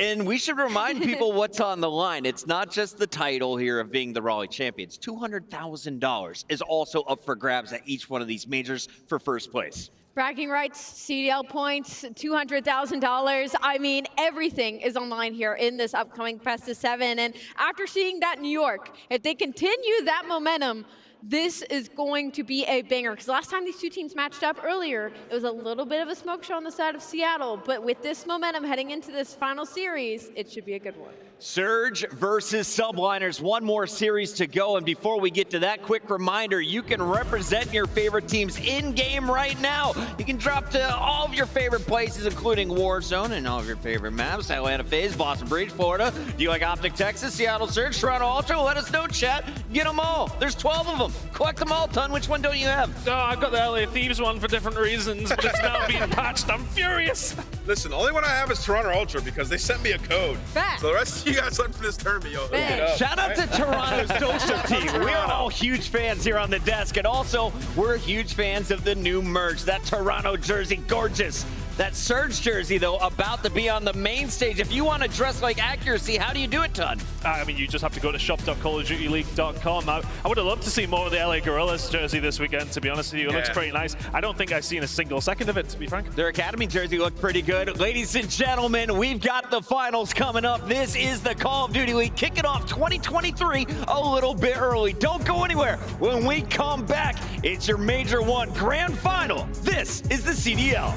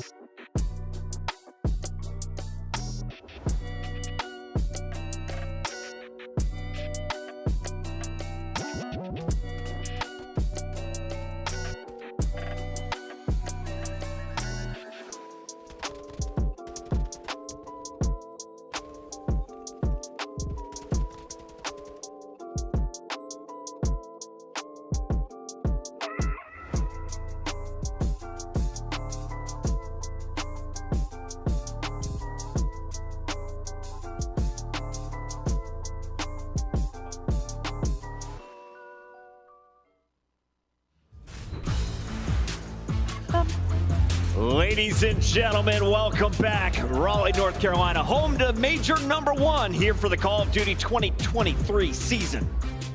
The league's trophy on the line here at our first major. And the question is, who is going to raise it at the end of tonight?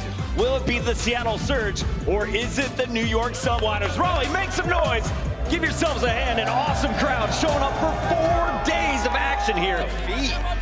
Welcome back in, everybody. It's the headquarters desk. Chris Bucket alongside Chris Tunn. We've got aLLeY, Cat, Nameless, the whole crew back together, and we're gearing up for our finals, which is about 15 minutes away from walkout. So we're giving our players that just finished that series from the Subliners a few breathers, right? You get a chance to relax, stretch those fingers, get ready to go. Nameless, when you were in this situation, how did your team prep? I mean, you just absolutely turn at this point. You're ready to go. You're ready to get out there. But no, seriously, you know, you're talking about the maps that you're about to have. The veto process is really important at this time. If you're going to take any risk, you're deciding that with your team, and you're getting ready to fry.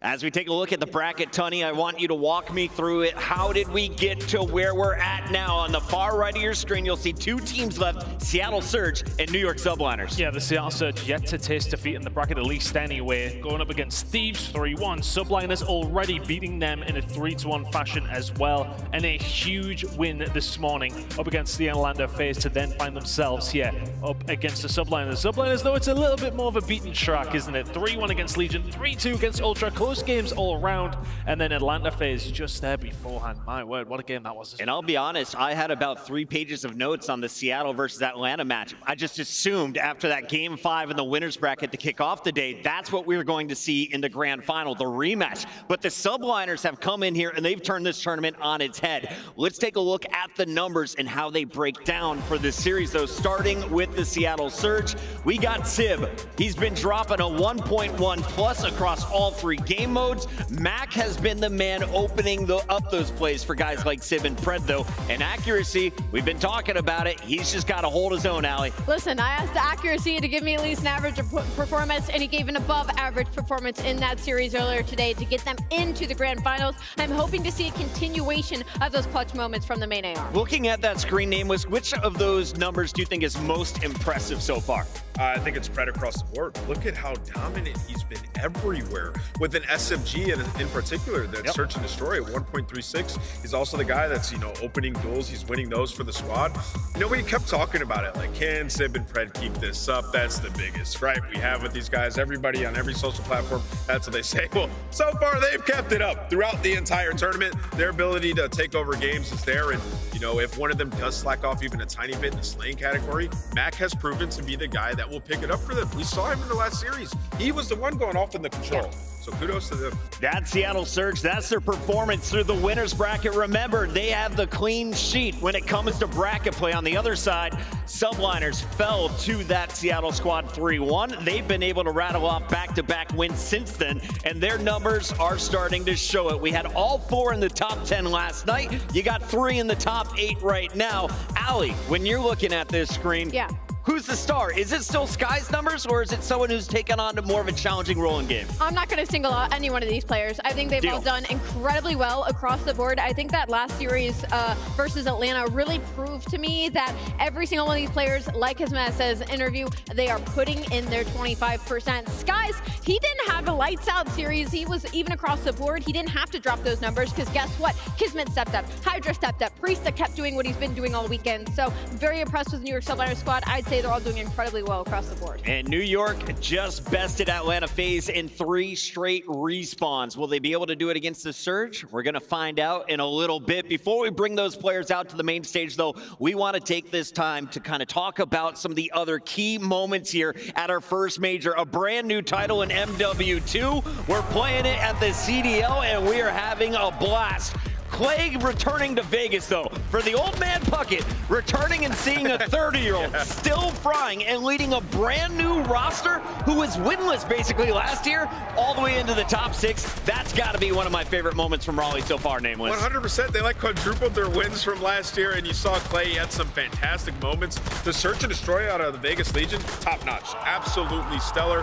They fixed the control coming into this event, and you just got to feel good if you're on the Vegas squad, man. They dealt with so much adversity, and keep in mind Temp from last year, he struggled so much. It just feels good, so good to see him have some teammates that he respects, that he can play and have some structure with and win these games. A top 6 placement, that's amazing. Yeah, for this team, a lot of us were kind of going, it's their last chance for the majority of them. TJ, Temp, probably his first look in there. Clayster as well, last chance saloon. They are getting the job done so far. They were able to knock out Minnesota before running up against the Subliners. Vegas Legion is going to finish top 6, which I don't think anyone predicted coming into this event. Congratulations on your success. A team, though, that kind of underperformed, according to a lot of people's standings, was LA Thieves. We had our back-to-back major champions, the world champions from the previous title, coming into Raleigh, and you saw what they did in the groups. You're looking at the bracket. You see Seattle there in the first round of the winners. You think it's going to be fine. Everything's clean. You lose to Seattle, you beat Florida 3-0 in that losers bracket, but then you had Toronto dropped on your lap, aBeZy. Yeah, unfortunately, it was just the inconsistency for the LA Thieves and a team that found the only consistency last year to go back-to-back. So obviously expectations were incredibly high for the LA Thieves team, but I mean, unfortunately, it just wasn't there for them. We can't really pinpoint where it was because their hardpoint looked great, their S&D looked abysmal, then their S&D would look great in the series, and then their respawns would look abysmal. So definitely some things to go back into the lab about it. Yeah, you know, and aBeZy, to your point, like it's like hard to pinpoint. It's because fundamentally they're very sound. Yeah. And this is how they kind of start every season, honestly, with the LA Thieves. They look very strong and they come out, just a clutch moment gets the best of them. I really think it just comes down to player consistency on this team. We've seen Envoy and Kenny both have an up and down tournament. Yeah. But later on in the season, usually those guys figure it out. Absolutely. They put it together, and they're going to be a championship threat. I think one of the other major surprises outside of the LA Thieves was the fact that we saw the Florida Mutineers break into the top 8, and how to do it. They lost to OpTic first in the group. Then in the play-in matchup, the final match in their group, Florida Mutineers able to take down OpTic. They get the revenge. Was this the surprise of Raleigh for you? Because I think if you're looking at social media, this caught most people in the chat off guard. Yeah, I would say probably Vegas doing that little step further than we thought there was maybe a little bit of a bigger surprise. We seen in that game #1 up against Florida, they are such a dangerous team. And we, well, if anything, it wasn't a surprise considering who OpTic were playing against Florida. They've just sucked against them consistently. So yeah, okay, it is a surprise that they go out. Maybe not a surprise who it was against them. Yeah, for sure. A little surprising they had to match up that many times against Florida in the same venue, maybe. I mean, I was expecting OpTic to come out and have a way better performance, if I'm being honest. I mean, this is a game that this team should be very good at. I mean, you look at Search and Destroy, it's a little one-dimensional in this title. These guys should be good at that. They have all the talent in the world. We saw what iLLeY's able to do with the sniper. They're just getting, like, they don't know what to do when they get to these positions in hardpoint. They're choking. They're not on the same page. So OpTic has a lot of improvements to make. I have no doubt that they can do it. Oh, but they will. Definitely the biggest shocker for me, I would say over the Vegas Legion, is OpTic being knocked out in group stages. LA Thieves and Vegas top 6, OpTic top 12 as they go out in that play-in round. We got to keep it rolling, though, to talk about the challenger teams because we had an epic open bracket here, but we also had 4 challenger teams play their way into the groups. Diamond Con caught my eye this week, and he wasn't the only one, though. Let's talk about some of the stellar players that we hope will maybe rise up to the next level one day, aBeZy. Yeah, no, I think it was probably Elevate for me. I think both these teams, Elevate and LAG Academy, really showed up here at the Pro-Am, and then they went on to Challengers, LAG Academy pulling out, winning that Open Challengers, and Elevate placing second right behind them. So definitely a serious contention here for these players. Elevate being the biggest prize for me, because I feel like I hadn't heard so much about the EU team of Elevate for them to come out the way that they did against our professional teams. Brother, Joe Deceives is absolutely disgusting. Yeah. Like, that guy is a monster. He definitely turned my eyes this weekend. You know, that was surprising. I think the Challenger teams had a way better performance in this Pro-Am than they did in the last Pro-Am. And you look at that, you got some world champions on the squad able to guide these young guys, and then some pro players on the side of Elevate able to help the squad mates as well. And I got to give a shout out to Elon Musk. For some reason, Joe Deceives showed up on my timeline this morning. I watched him do a TikTok dance and I hit the follow button. Followed Joe Deceives and the Challengers teams as they look to battle up to the pro level.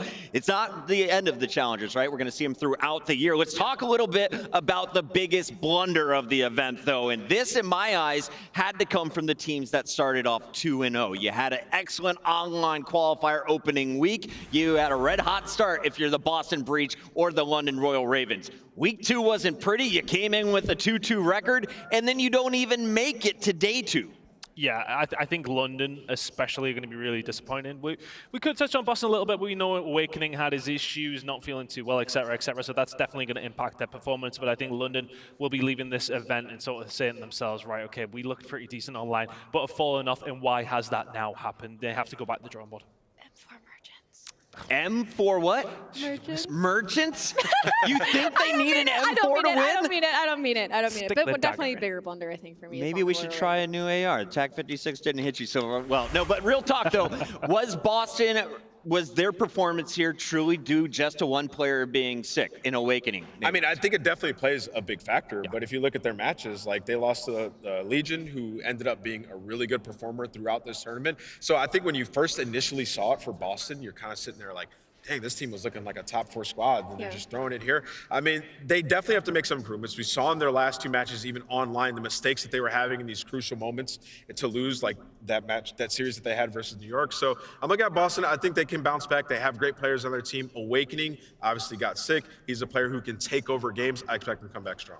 There you have it. And of course, we've got to talk a little bit about everything that has been going down with the FaZe team that just got knocked out. One of the greatest comebacks in the history of competitive Call of Duty, specifically in Hardpoint. 178-43 was the score at one point. FaZe coming all the way back, 250, 234 at the end. Yeah, and we still seeing issues with that Hardpoint. That's the thing. They wouldn't have had to make this comeback if there wasn't issues. Or Seattle Surge playing very, very well. Their S&D has now been somewhat fixed, though, you would like to think. Oh, that's fixed. And now heading into the rest of the year, there still will be confidence that they are not a team who are just never going to figure it out. They will figure it out at some stage, and they have, well, they should. They didn't last year. Yeah, but they have their S&D fixed this time, though, at least. So there's positives to take away, I would say.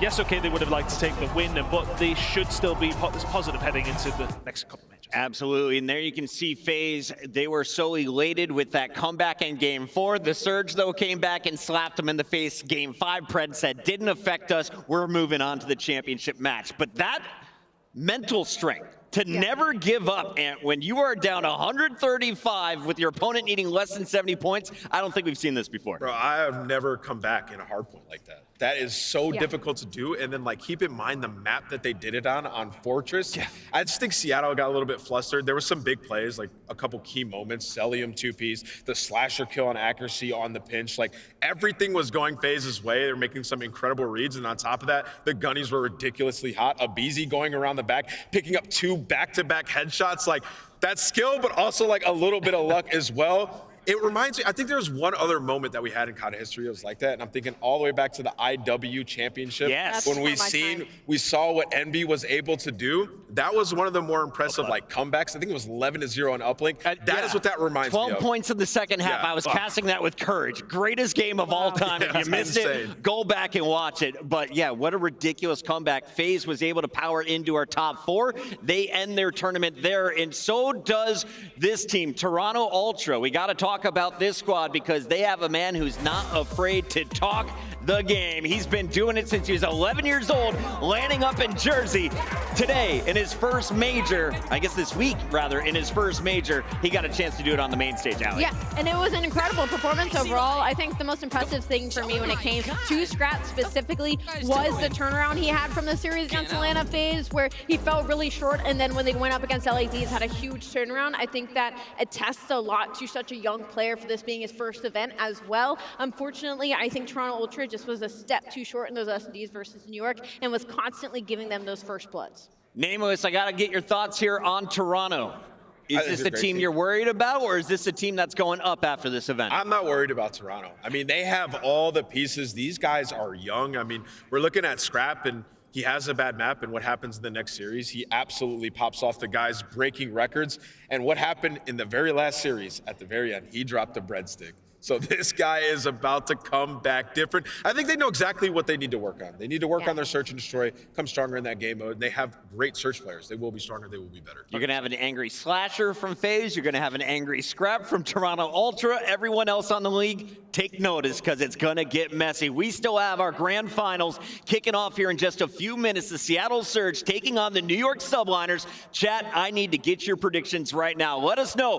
Who do you think is going to take this one, Mr. Bowler? We got got Viral Miss, and so many more. Also, Raleigh, feel free to make some noise as well. Tunney, though, I want to get your thoughts before this game kicks off. We talked about all of the major topics, but is there anything else that you feel that fans who may have missed the first 3 days need to know? I think, you know, just keeping an eye on some of these challenger teams that we've just talked about. Some of these names may well be appearing on your screen. Make sure you are well locked in on that one. And also, the development of the attack meta, we kind of expected some things from some teams, and as that's now went on, some things have went differently, some things have went the same way. I'm really looking forward to the Boston Major as well, and getting back into things online and seeing how things are going to go with some of these teams rested up after Christmas. I'm going to be a bit fatter personally. Yes. Yeah. I don't know about everybody else. I'm already hiding underneath this hoodie. It's going to get a bigger hoodie for the next year. We got to talk about what is coming up, though, and that, of course, is the Grand Finals, and it's observed by the best team in the game. Big shout out to the Hot Hands Lounge. aLLeY, Nameless, tell me about this crew, what they've been doing behind the scenes for years, Nameless. Dude, listen, these guys go so hard, man. These are my boys. They are the guys that are observing the game. So every single camera angle that you see in game, you know, the theatrics underwater, the crazy moments, it is captured by these guys in the back, and they're just unbelievable. When you go back there, the way they're calming, it's better than every single one of our pro teams, I'm telling you.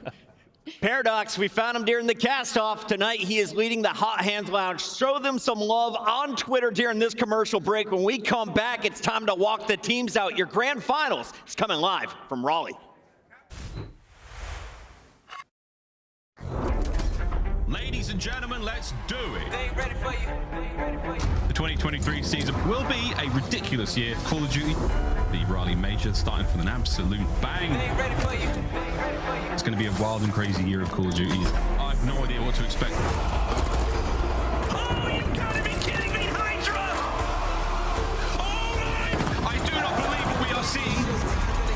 Kenny, absolutely outstanding. Knock it out the park, yeah, show me. Dashy again, handling business. Now you better come with it. I know you say you want it.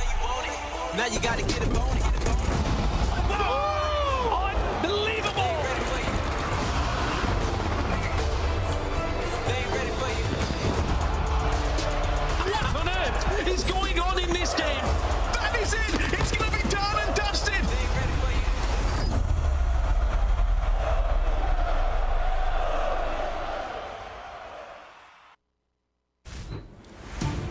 Welcome into the championship match live from Major #1 of the Call of Duty League 2023 season.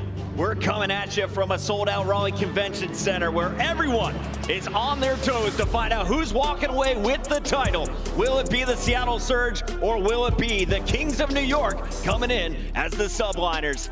This one is about to get spicy. Welcome in, everybody. Chris Puckett, Ton, aLLeY Cat, and Nameless. And we have just 2 teams of our 16 remaining in this event. Let's take a look at the bracket and catch you up with where we're at and how we got here. Nameless, we're looking at the final battle. It's Seattle Surge taking on the New York Subliners. 2 squads that met up way earlier back in winners round 2.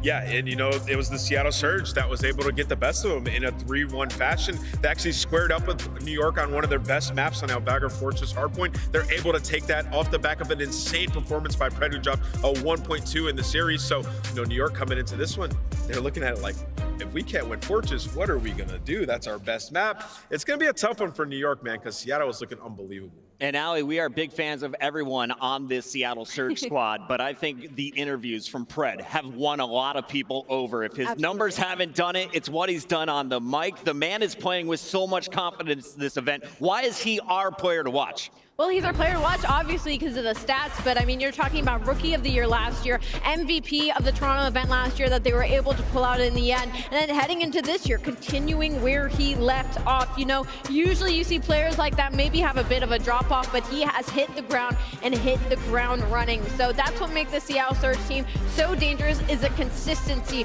between him and Sib. But I have to say, if there's really a player to watch on Seattle Surge heading into the series, I would actually have to say Mack Melts. This is a player who has the capability, he has the capability of dropping numbers like Sib and Pred, but he also is a very dirty work, high IQ player. So if there's anybody who could really take over the series and create a gap between Seattle and New York, it's gonna be him. And before he was playing for Seattle Surge, Mack Melts was melting things for the Subliners, going up against his old team here, Tunney. Yeah, and he's gonna be going up against some of those players that he's played with as well. It's gonna be super interesting to see how it goes down. And honestly, I think we've seen a couple of these revenge tours kind of going on. And he's got his second bite at the cherry to have a go at this New York Subliners team. Speaking of the Subliners, let's introduce you to the team hailing from New York City. Stand clear of HyDra. This man has been on a mission, brought in from France. He's been slanted up on the SMG. But I think if you're looking at the last series from New York, you'll notice KiSMET, one of 3 players to drop a 30 bomb alongside Priestahh. And I think, you know, in the same breath that we say that Mack is that kind of player, KiSMET is exactly the same. Those two are going to be going toe-to-toe all the way through this series, but KiSMET was lights out against FaZe in that previous I just gotta say, the Vaznev is the best gun in the game. It is. Like, we get to land, these guys with the Vaznev in their hand, they're doing anything they want. I mean, I just think about Lamar, he picks up the Vaznev on that control. You guys pops get to use this? like, maybe switch over to that weapon. He might do some more damage. It's time to find out. This is an all-8 SMG meta. Let's get it down to the stage. This is our championship match, and to bring out the players, we have GuyBlaze. All right, Raleigh, y'all ready to get this grand final started? What an amazing weekend of Call of Duty action it has been. But now we got a coast-to-coast matchup coming to the stage. And the first squad coming out is ready to bring the storm. I give to you, Seattle.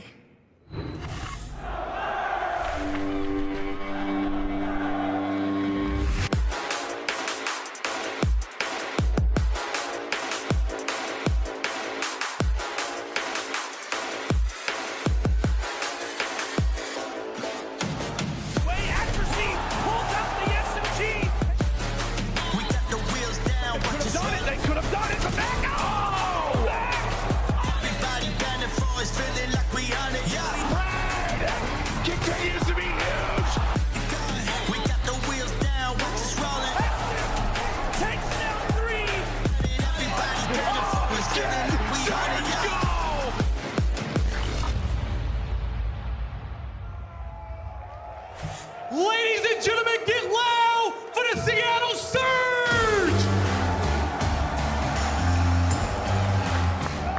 We got the man looking to be MVP in this tournament, Asim!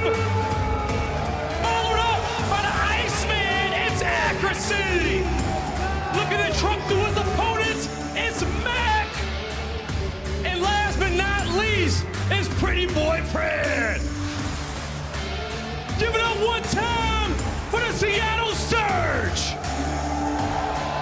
The Seattle Surge have been such a dominant force here in the winners bracket. They started with a 3-1 dismantling of the LA Thieves before dispatching the New York Subliners in round 2. They most recently took down Atlanta before getting the rematch against the Subliners. There's just 4 more game wins between them and their next trophy. And the crowd has been so loud all weekend just for the Seattle Surge to make it to this grand final. But we said it earlier, they need to drown them out and lock it in because this is for the money. This is for everything. Yeah, they are really on the line here. And for the second time we're seeing them in the Call of Duty League grand final, we are so excited to see how they do in this one, though. That is the Seattle Surge. It's time to meet their opponents. Blaze, let's bring them out. Now time to bring out the team from the East Coast. Open up the gates and stand clear. Here comes New York!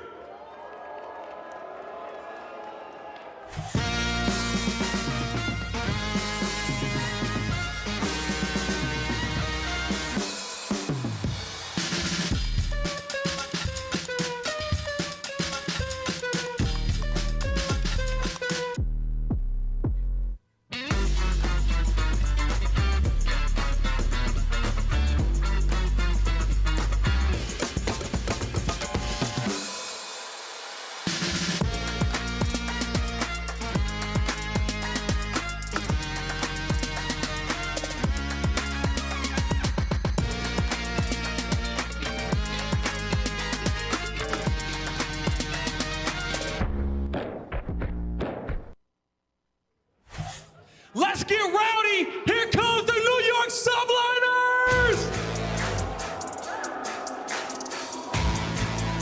Make some noise for HyDra, the French Bulldog. We got Skyz right behind them, looking to shut down the competition. Followed up by the Bulldog, KiSMET. And last but not least, the man having a tournament of his life,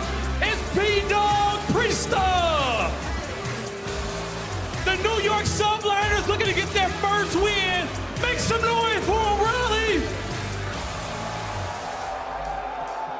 There were so many questions surrounding this team from New York. After beating the Mutineers in the first round of the winners bracket, they fell to Seattle. But after that, they rattled off back-to-back victories over Las Vegas, Toronto, and most recently Atlanta, just now here on the main stage. They're red hot, they've never shot better, and they're ready to take down the Surge from the sea. These guys have been unbelievable. Coming into the season, everybody in the community was talking about HyDra, how he's not a good teammate, how he can't win championships. He has an opportunity here to win major number 1. This is a New York Subliners organization that won the Pro-Am last year, but this time it's a major and they're in the finals. Will they take it? Blaze, let's find out. We're about to find out, and because it's all about this trophy on the stage, who wants it most? Raleigh, y'all ready? Chat, y'all ready? It's time to get our grand final started right now. New York are not messing around. Seattle Surge, they're looking to finish it here. And Brad, that's gonna be 3, that's gonna be 4. This man cannot be silenced. HyDra is cleaning house. God, the man is a demon. Simp is a one-man wrecking crew. Continuing to drop the entire team. No shot, KiSMET. Paul pushing, Paul challenging, and accuracy just guns him. Already going to be complete. Great shot from Priestahh. Great shot from Priestahh. Oh my God, that's going to be 3 now. Find that initial 2-piece. The Skyz is here to at least equalize it out. Trying to cook it up, trying to be a shit. Oh God! Surge with the win. They close it out. It's done. It's over.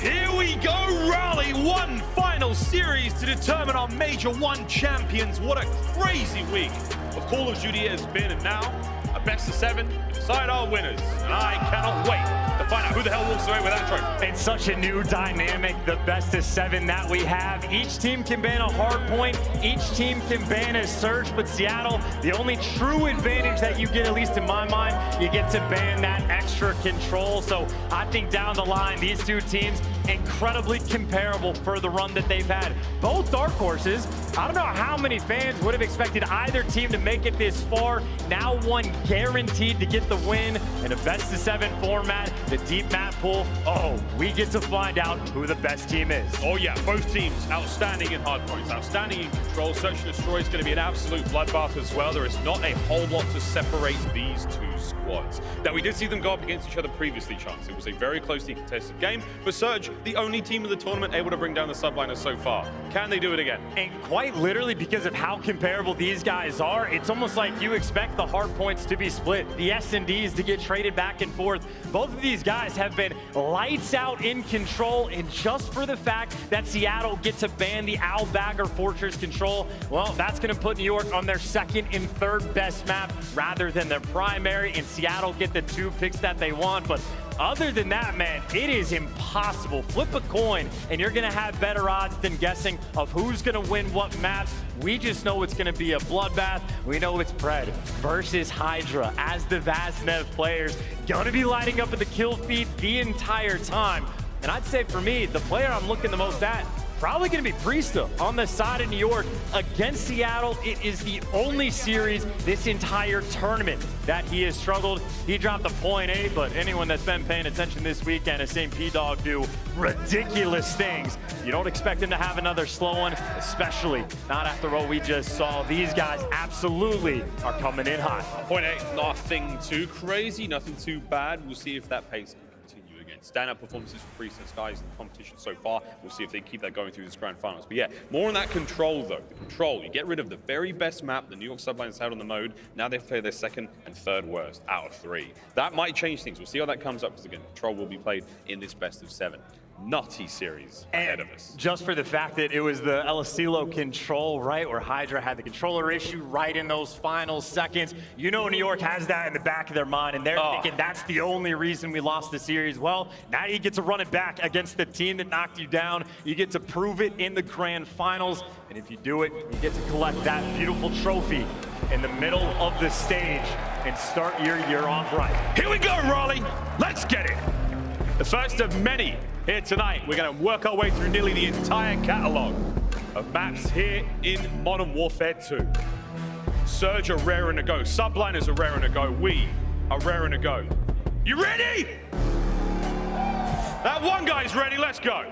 And the hotel, just to kick things off, New York, they have started on the poor side of this map countless number of times in this major alone, right inside the hill. And how do they deal with the breaks? Pred's already gotten spotted, so he's got to take the long route. Skyz ready here and waiting. Talk about two teams that know what to expect. I know, it's so weird, man. I mean, they've got so much footage on each other. This competition alone, they're going toe-to-toe. Two teams brilliantly matched up so far.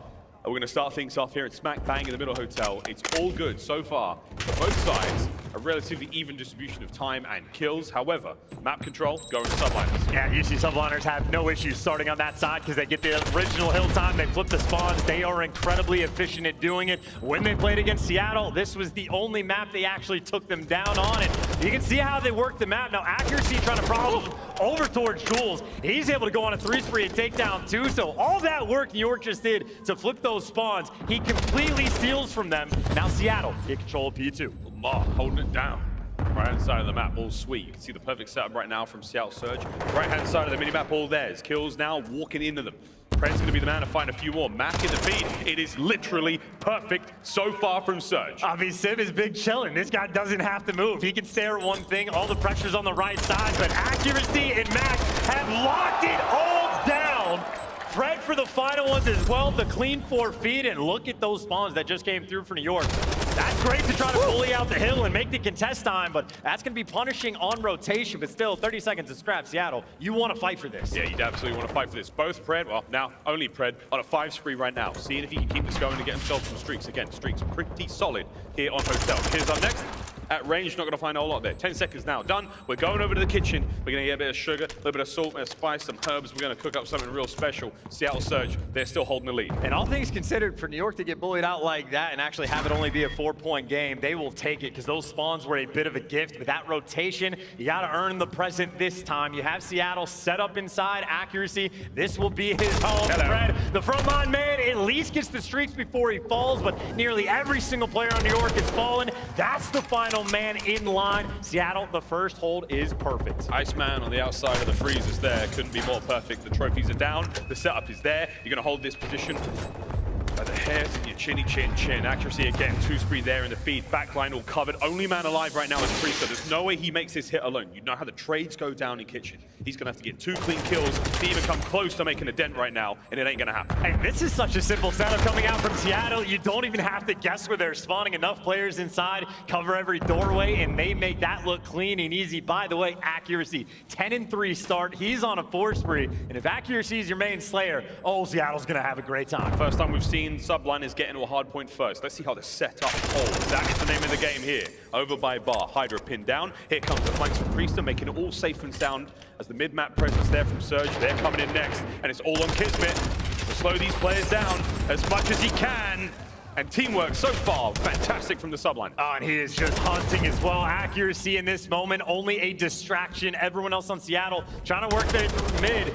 No one on Seattle has come remotely close to even think about contesting this hill. They can't get past Kiz. Oh, Simp though finds a 2-piece from inside there. HyDra next up on the point, but this has been such a good holdout to Subliners. They've pushed them back, they've burned through the clock. There's only 20 seconds remaining here on this point.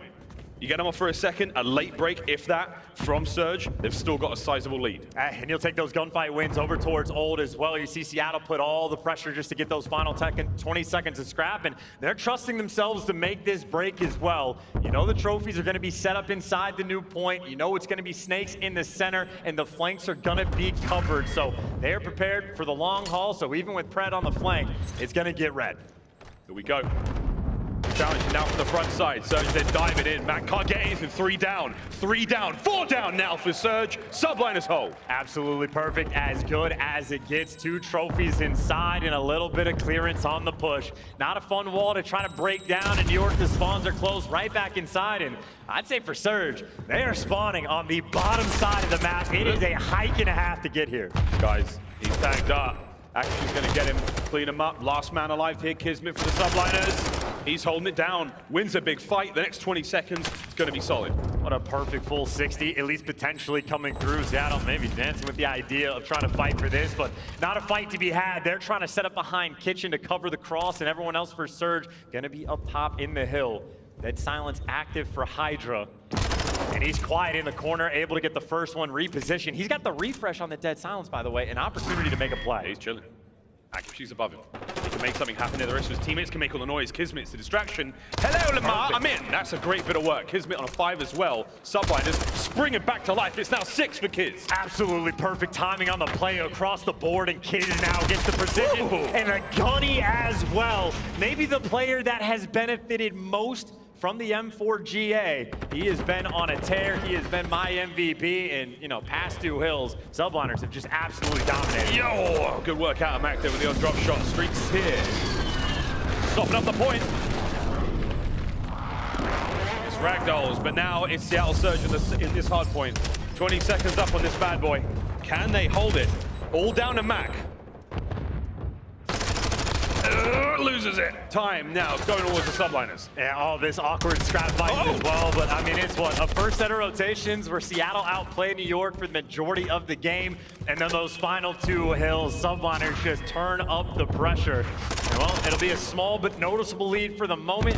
Surge have the spawns that they want. It's a 2-man approach through mid. It's a 2-man approach to the right side, and enough to get the kills over to clear out P1. Well, that's our first set of hard points finished, and so far, Chance has been checking in pretty even. New York Subliners, nice late resurgence from what, 3 to 5, and now you've got a chance to go back at it for Seattle Surge. Control for now. They once again have got lobby presence. The question though, how long can they hold it? Oh, Brett trying to get hot. He can actually hear these players from a mile away. Him versus HyDra, this is always the battle. He can hear something. Now he's checking every corner. He's tweaking out a little. Here it comes HyDra, no problem. Great work, 3 down, now 4 down. Seattle Surge in a great spot, not only for this time, but for next as well. As good as it gets, now you're trading places. It was accuracy in the spot Sib was in last go around, so a little bit of mix on the board, and Sib obviously with the precision in hand. Long-term, Seattle gonna be feeling pretty good about the spot that they are in. For the moment, you see HyDra gets the technical first blood on the break. They don't want to deal with the right side. It's going to be the pinch everywhere. A lot of pressure through the bottom hall. Yeah, no trophies, no nothing. It's going to be a nade fest. You're going to be seeing all sorts being thrown at each other in this point. 50 seconds, still holding it down. The kills are there. Accuracy, Mack and Sib in the feed. All good, Surge. You've still got presence from Skyz on the outside. Here comes the pinch, but Sib has that covered. Outside now, taking care of Ice to the front. KiSMET's trying to get in here now. HyDra's on his bike, and he's flying towards the point. Can Kiz get in? Big damage, no kills. Lamar goes down as well, and it's pandemonium! The Thunder from down under finds 2. Yeah, just the snap right there to get the second, and the kills from Sib on outer to get number 3. Final 20 seconds by way of Seattle. You're going to our kitchen, and Sib is now leading this charge. If Surge can get this break, honestly, could be the game. Working their way through restaurant. It's just a bait for Sib. Perfect teamwork right there. That's the opener. Let's find out what's going on in this next kitchen. 200 points now crossed for Seattle Surge. New York Subliners trailing, but they've got control of the hard point. Will it be sugar, spice, and everything nice, or slugs and snails and puppy dog tails? Here we go. In through the side. Skyz is going to get the first. Here comes Accuracy and Sib. Lining up. Another for Skyz. He's looking good. Trophies there for the boys. Big work now as Priestahh is going to push forward, and it's a great hold so far as Subliners. Absolutely exquisite. If Surge had gotten that break, that could have been the game, but they hold on. Skyz on point from the kitchen. But here's the next push. Tripled up through the outside, and Priestahh close, but no cigar on that one. Gets the kill on Mack. 2 more for the chow. Set on top of the little water fountain. Shots are there. Accuracy finds 2. Flying in. Can't get the third. HyDra. A little too hot to handle there in the kitchen. It's sizzling. Still with 20 seconds to go. I mean, those are 2 quick pushes, and both of them got stuff. The battle for scrap. HyDra playing it safe, and honestly, playing it perfect. Keep him away, get the nade, and gun him down. On the rotation, by the way, all of New York winning the gunfights. The Semtech's gonna seal the deal. You hold a full 60 on kitchen. You turn this into a rotation. Subliners looking for this game number 1. This is gonna be another crazy close hardpoint finish. How could they? Here we go. Priestahh. Hold this one down. The rest of your teammates have got a little bit of a cross now. Damage dealt. Pressure is on. Prez going to find another. Mack in the kill feed as well. KiSMET got to try and get the break in. No. Surge, all good. They hold on. They keep control. How quickly the tides turn and how quickly the Vaznevs get in position. Fred is chilling. He's got his boy on the desk and no open avenues of attack. Priestahh working through mid. Accuracy's got it covered. The stranglehold keeping them in their spawn. And they get every single second. They can win the game here. Seattle Surge opening things up well, and no one from the Subliners is able to make anything happen. 20 for the win. You can do it too. Pred up, and right now Subliners down. Keeping him pinned in the hallway. He can snake all day. You know he's from Australia. That's what he's gonna do. It looks like finally Subliners get the break, but not even for enough time. That's only to save the game and force the rotation. But we go back to Restaurant. Subliners last time, they held it for a full 60. Full 60 is so possible. This is it. Have the Subliners bought themselves a lifeline, an opportunity to turn this around. It's 2 seconds for the win for Seattle. As the break, they're looking for just one. That's all they need. Double pinch through Kitchen, but Priestahh with the first strike. Accuracy's trying to come through mid, but here comes Pred. Oh, the streaks as well. It's a late investment, but it could be a big one. Hold on to every single possible second right now. Subliners, here it comes. They're staying in the point. It's ballsy. No impact. They're gonna have to now get it done with defeat.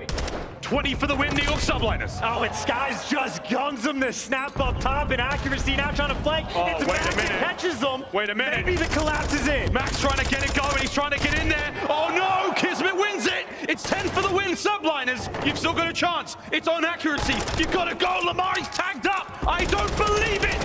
I don't believe it. What a comeback. New York Subliners take back one. What is seemingly tradition on Hotel Hardpoint. The final hill ending on Restaurant, and a hill so difficult to break. When the most powerful man is the guy inside the hill, that's impossible to actually take care of. The precision to no avail, and even the plays by the Subliners the hill before, just to make sure Surge could not end the game on bar.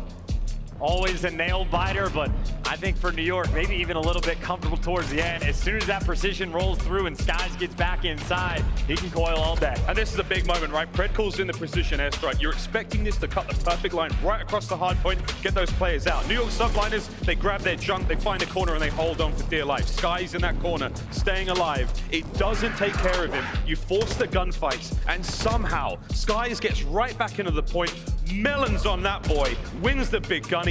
Little bit of bad luck, but chance, we called it. Full 60s are so possible on this hard point, and that's exactly what the Subliners did. And there are honestly so many little moments on this map for Control. We see them pulling out different strats in Search and Destroy, especially on aBeZy, where honestly Subliners, it feels like they're just a step ahead of the game.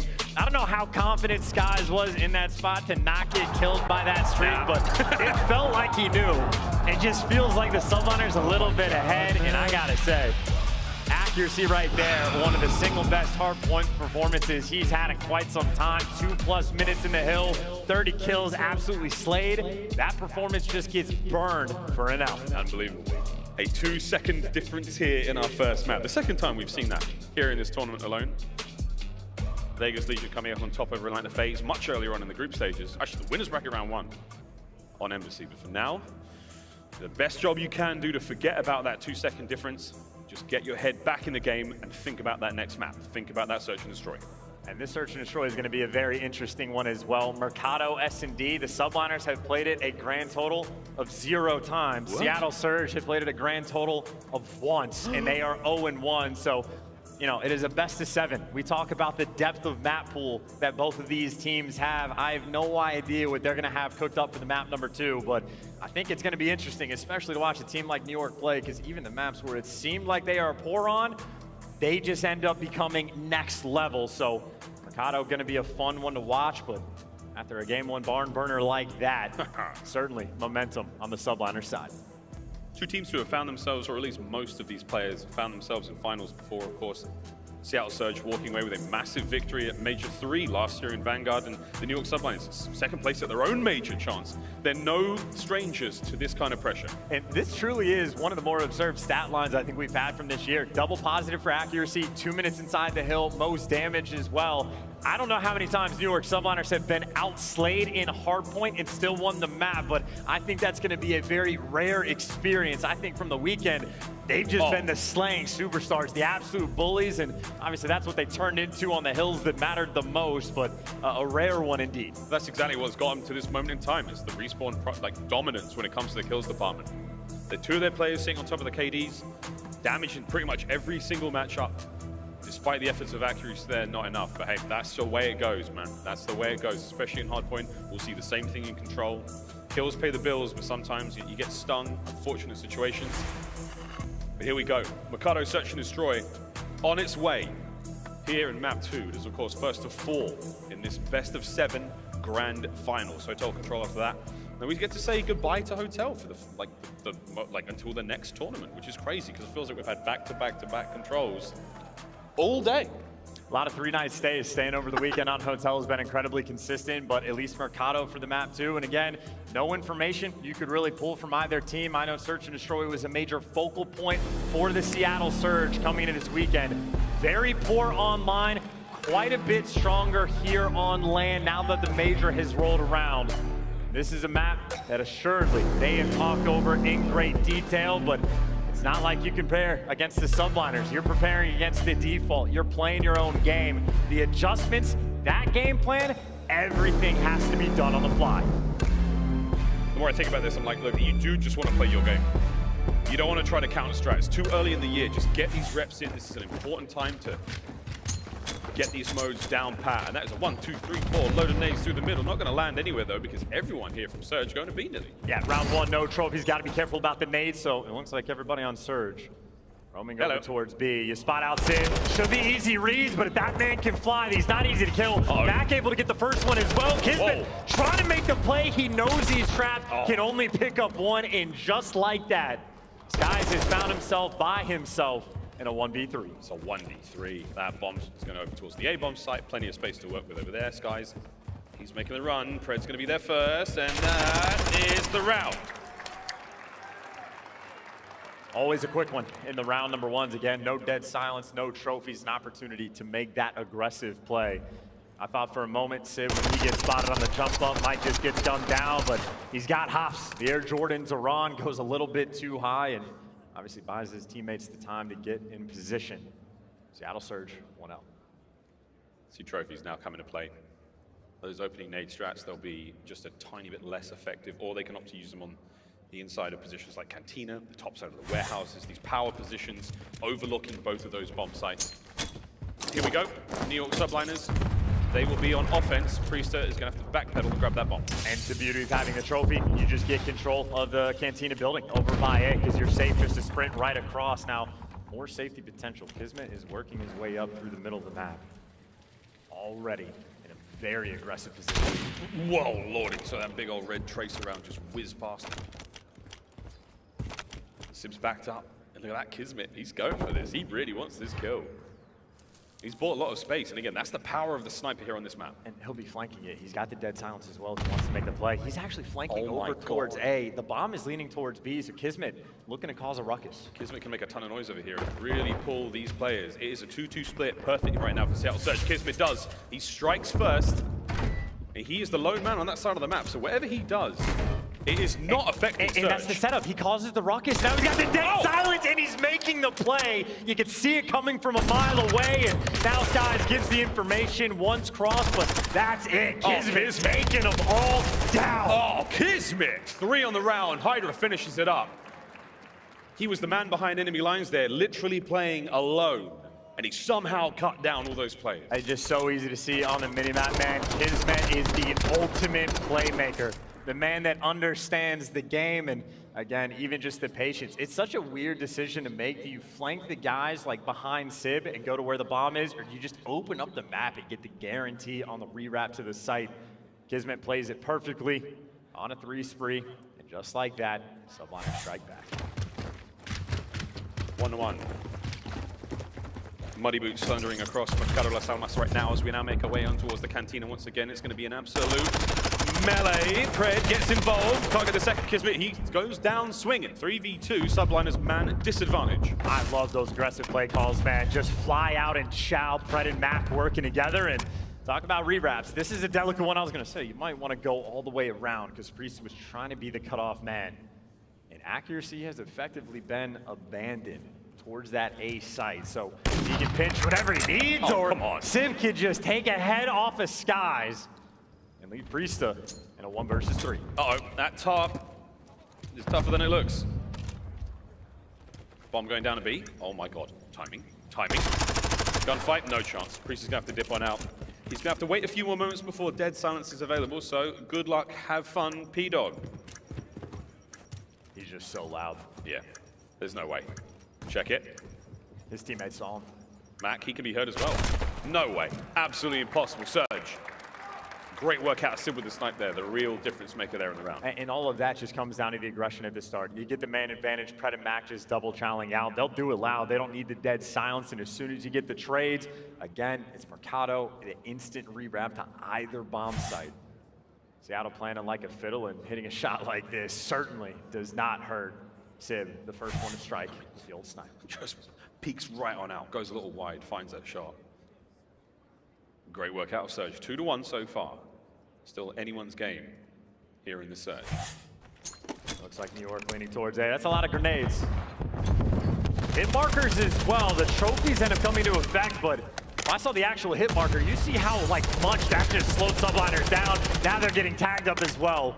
Feeling the pressure, but they do have Cantina. And Pred waiting to strike, but they knew he was there. Whoa! First in second. New York just gunning him down. Marksman now brings his rifle onto the front line. There's no one there. Accuracy's trying to cut off those players towards the back. Nice job! Takes care of the back line. However, it's a 1v3. Accuracy now has to play for the ace. Here comes Priestahh. Perfect position. Again, that power spot over by Cantina. No hope. New York Subliners level it up 2-2. And again, just on the aggression, I mean, we've seen Pred, I know it's only been a single map, but he plays those close quarters and waits for the flank through that little back alley.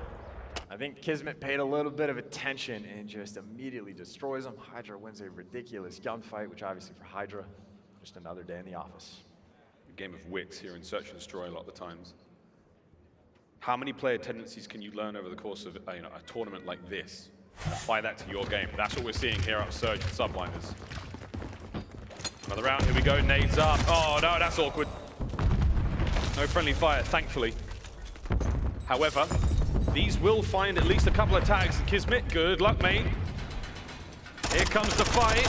Mack's in there, and it's a hail of gunfire. Nothing just yet, we're holding this lane.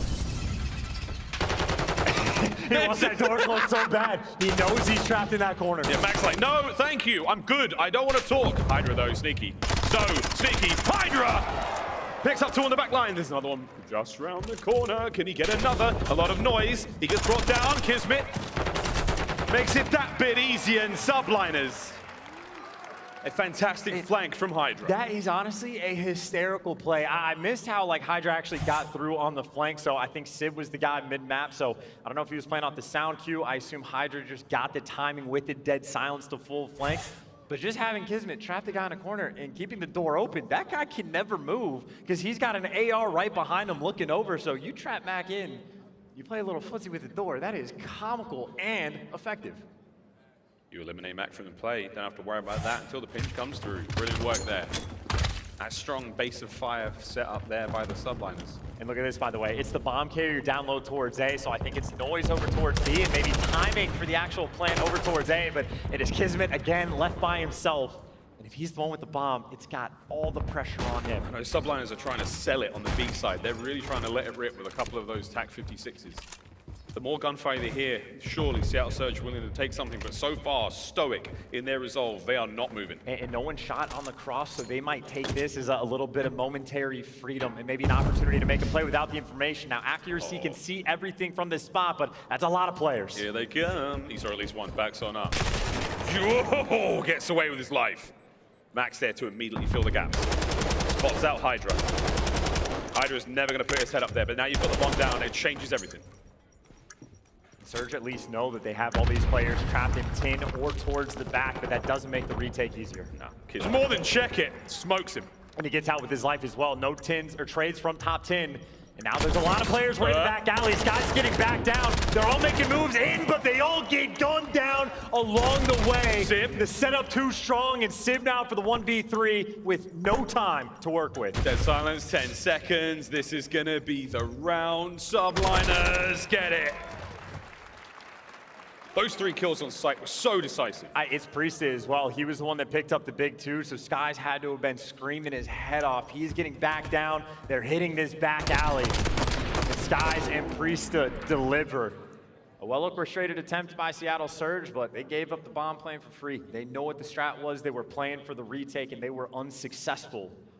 Round like that has to sit on the back of your mind as Subliners now with a 4-2 lead. Subliners are coming in this series off the back of 2 huge matchups. They have got the hot hand for sure. Seattle Surge only down by 2 rounds here in this first to 6 in the search and destroy. You can bet they'll get things going eventually. And you talk about testing retakes, by the way. Obviously, HyDra on the flank last time, something Surge are going to be concerned about, but it is 4 players stacked up in a tiny little area.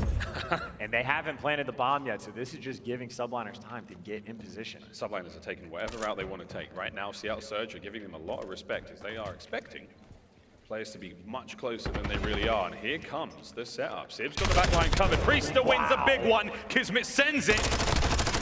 Pred managed to get himself safe. They've started out, can't get it done. HyDra's going to be there. Mid-map now, that's where you're going to see Subliners coming from.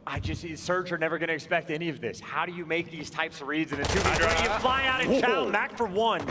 The trade's just too fast, and all of a sudden, accuracy, as is tradition, in a clutch situation, 1 versus 2, but where this gets that much more difficult, no dead silence. Right now, the biggest strength the Subliners have is their teamwork. They are so effective on those trades. If accuracy can somehow isolate these fights or stack them up, I don't think it's going to happen. Priestahh and Skyz, there it is.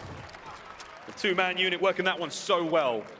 Immaculate teamwork from Seattle, from Subliners. Yeah, and they're like, just the preparation these guys had to have done. They have a different strat for every single round. How many times, even in scrims, do you think Seattle has ever played this map and just been gifted the A bomb site for free?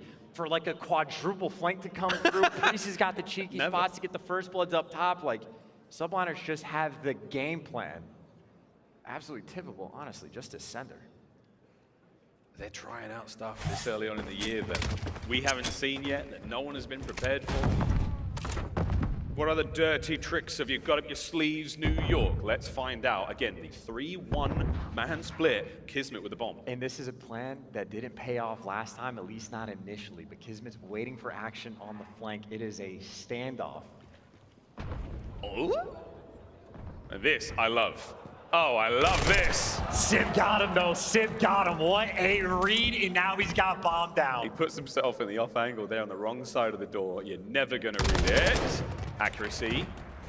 Turns in a 4v2, 4v1. Simp gets his second on the round. What an unreal play. As soon as that door gets cracked, Simp is like, oh, piece of candy. I will take this. HyDra, though, dead silence. Might have a freebie. He does. Simp, oh, the timing on that one was outstanding. 3v1 still. He's working on this. It's a 2-1 split, so if HyDra can get moving, I mean, done. Seattle Surge. That was a much-needed round. And just a cheeky little strat, too, because Simp actually did get heard, even though he's crouch-walking by KiSMET on the other side. So just a fun little moment of getting baited by the sound cues, and a strat that is not yet paid off for the Subliners, at least not the way they wrote it down. Surge down, but not out. 5-3. Working on the comeback. Still sitting that map point, though, for the New York Subliners. Never saw them making it this far. Unbelievable performance out of these players just to get to this grand final, let alone being up by 1. Here we go. They want the middle of the map. Yeah, nades are going to back you off, so Pred gets the tunnel. KiSMET sent in. Checking the bomb site out now. Eyes across. Sib's going to get it first. What a snap! Not enough for the kill. 2v3, Seattle Surge still got presence, nades are landing, it all comes down to Priestahh. It's slowly but surely falling apart. That's a beam, though. This is time to work with as well. Again, bad news for the clutch spot to not head that silence, and oh, no. the stun is gonna slow him down. Mack and Pred he's dealing with. Priestahh, you've had such a tournament. Can you keep it going? No. Surge, another round in a row. And you know, you snipe over the middle of the map to try to get your players down aggressively so you can get that mid-map and tunnel control. That's what Subliners were attempting. Drazah had the better idea. No need to snipe when you can just nade that van, blow it up in somebody's face, and get Pred into that situation first. And then when Subliners try to come in from the back, well, you get heard the entire way, and Pred with a little drop shot, you just put him in a funnel. You got to think of the timing as well. When that nade hits, that's going to slow the snipe down. Pred has to make it in that very short window. But that player's view is blurred, and they are damaged. And mixing it up, by the way, Subliners do it like crazy, man. Now it's the aggressive strat. They're going towards that. Look at Pred. He's going to go around the world. He's going to take the scenic route to get towards this side of the map. And oh my good, gentle Jesus. Here we go. Pred finds number one. In and out. Super speedy. Now got caught too fast for his own good. So at least he gets the kill, but no trade just yet. What an angle from accuracy. Accuracy taking out the trash right there. Priestahh is down and out. 3v2. The Subliners, they are still holding firm over here by the A-bomb site. KiSMET. Loud. Wow, proud. Doesn't care. Straight into the feed. He's going to get this bummed out. Oh my God, he could have won that fight. Could have won it, but now he's just setting up for the next one. It is the pinch coming in from Seattle, and KiSMET, he is taking the opportunity to get the plan. Surge going to time this pinch perfectly. Wait a minute, Skyz spots him out. Oh my goodness. Accuracy on the other side. No way, Skyz gets both of them. 1v2. Very winnable for Lamar. I take it all back. I take it all back. The New York Subliners, they go up 2-0. The 2v3 to seal the deal, and KiSMET making plays that seem impossible. Stomping like an elephant, running at Mack, but Mack just caught behind the hedges. In a play like that, you feel like it can't happen online. Well, welcome to the major. Welcome to the grand finals. And for New York, welcome to being up 2-0. 2-0 here so far. They've come into this series scorching hot. Seattle Surge, I mean, as a worry about, like, you know, you win that opening matchup, you win the winner's bracket final, you get that spot in the grand final, that's all good, but you have to stay warm all day. Seattle Subliners, they have been going through the gauntlet to get here. And you are coming up against a team that not only is still fighting fit, but their minds are well in it. The playbook was broad and deep. Seattle Surge didn't have a whole lot to work with there, but still a tippable performance to bring it back to 6-4. New York was playing like that. And they just understand the game so well, man. I mean, KiSMET, 9 kills as well, all the damage, couple first bloods, couple bomb plants, HyDra, 9 kills as well, but it's the strats of Priestahh getting the first blood by jumping up on the nerd spot in the back. It's HyDra perfectly timing the flanks in the rounds where KiSMET is doing things with doors and just trapping Mack and keeping him pinned back. Like, Subliners, it just looks like they're having fun. They're playing the game the way it was meant to be played. And right now, I think they're doing a lot of teaching this weekend. Good stuff. KiSMET again. 1436 in the damage department. We brought him up as one of the players who's really causing a ruckus there for the New York Subliners and keeping everyone else in the league certainly on their toes. Brilliant work there in game number 2. Well, that's it. Search and Destroy is now complete over towards Hotel Control, the 3rd map in this series. And Chance, Mikado Hardpoint, there's no way it's a 4-0, right? There's no way. Surely, at this moment in time, things change. Well, I mean, we can jinx it in any direction we want to, I suppose, but I will say Control was like the swing game mode the last time these guys played. Obviously, we have 2 in this series. If we get there, that Hotel Control, Subliners have been looking incredibly dangerous as of late.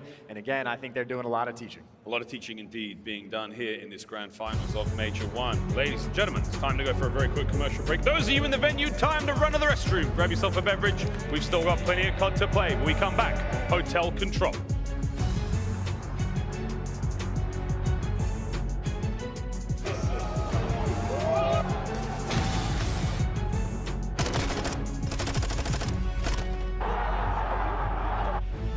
Oh my God, man.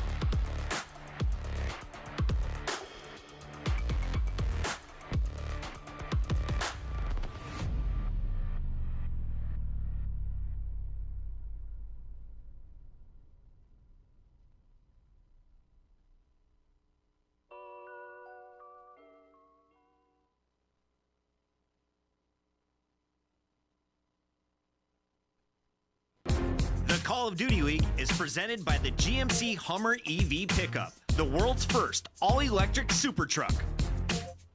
Upgrade your game with a Scump, the official controller of the Call of Duty League. Welcome back, ladies and gentlemen, to our grand finals here in Raleigh. Major 1 has been an absolute delight so far, and it's almost ready to come to a close. The New York Subliners are up 2-0 over their opponents, the Seattle Surge. A hard-fought battle for both of these teams up until this moment. Seattle Surge, please do something. Wake up just a little bit. The East Coasters have been dominant so far on the East Coast, and I gotta say, we are going into hotel control where it feels like New York have been teaching everyone how to play this map. They are 4-0 on hotel control. At this tournament alone, it has been the Subliners' bread and butter. Now, make no mistake, Seattle, it is also their preferred control map to play. That being said, one of the very rare times Seattle have played aLLeY is because they're banning hotel because they didn't want to play it against New York. So I think, if anything, New York has a little bit of a mental edge. They got the advantage in the series, and they just get to do whatever they want.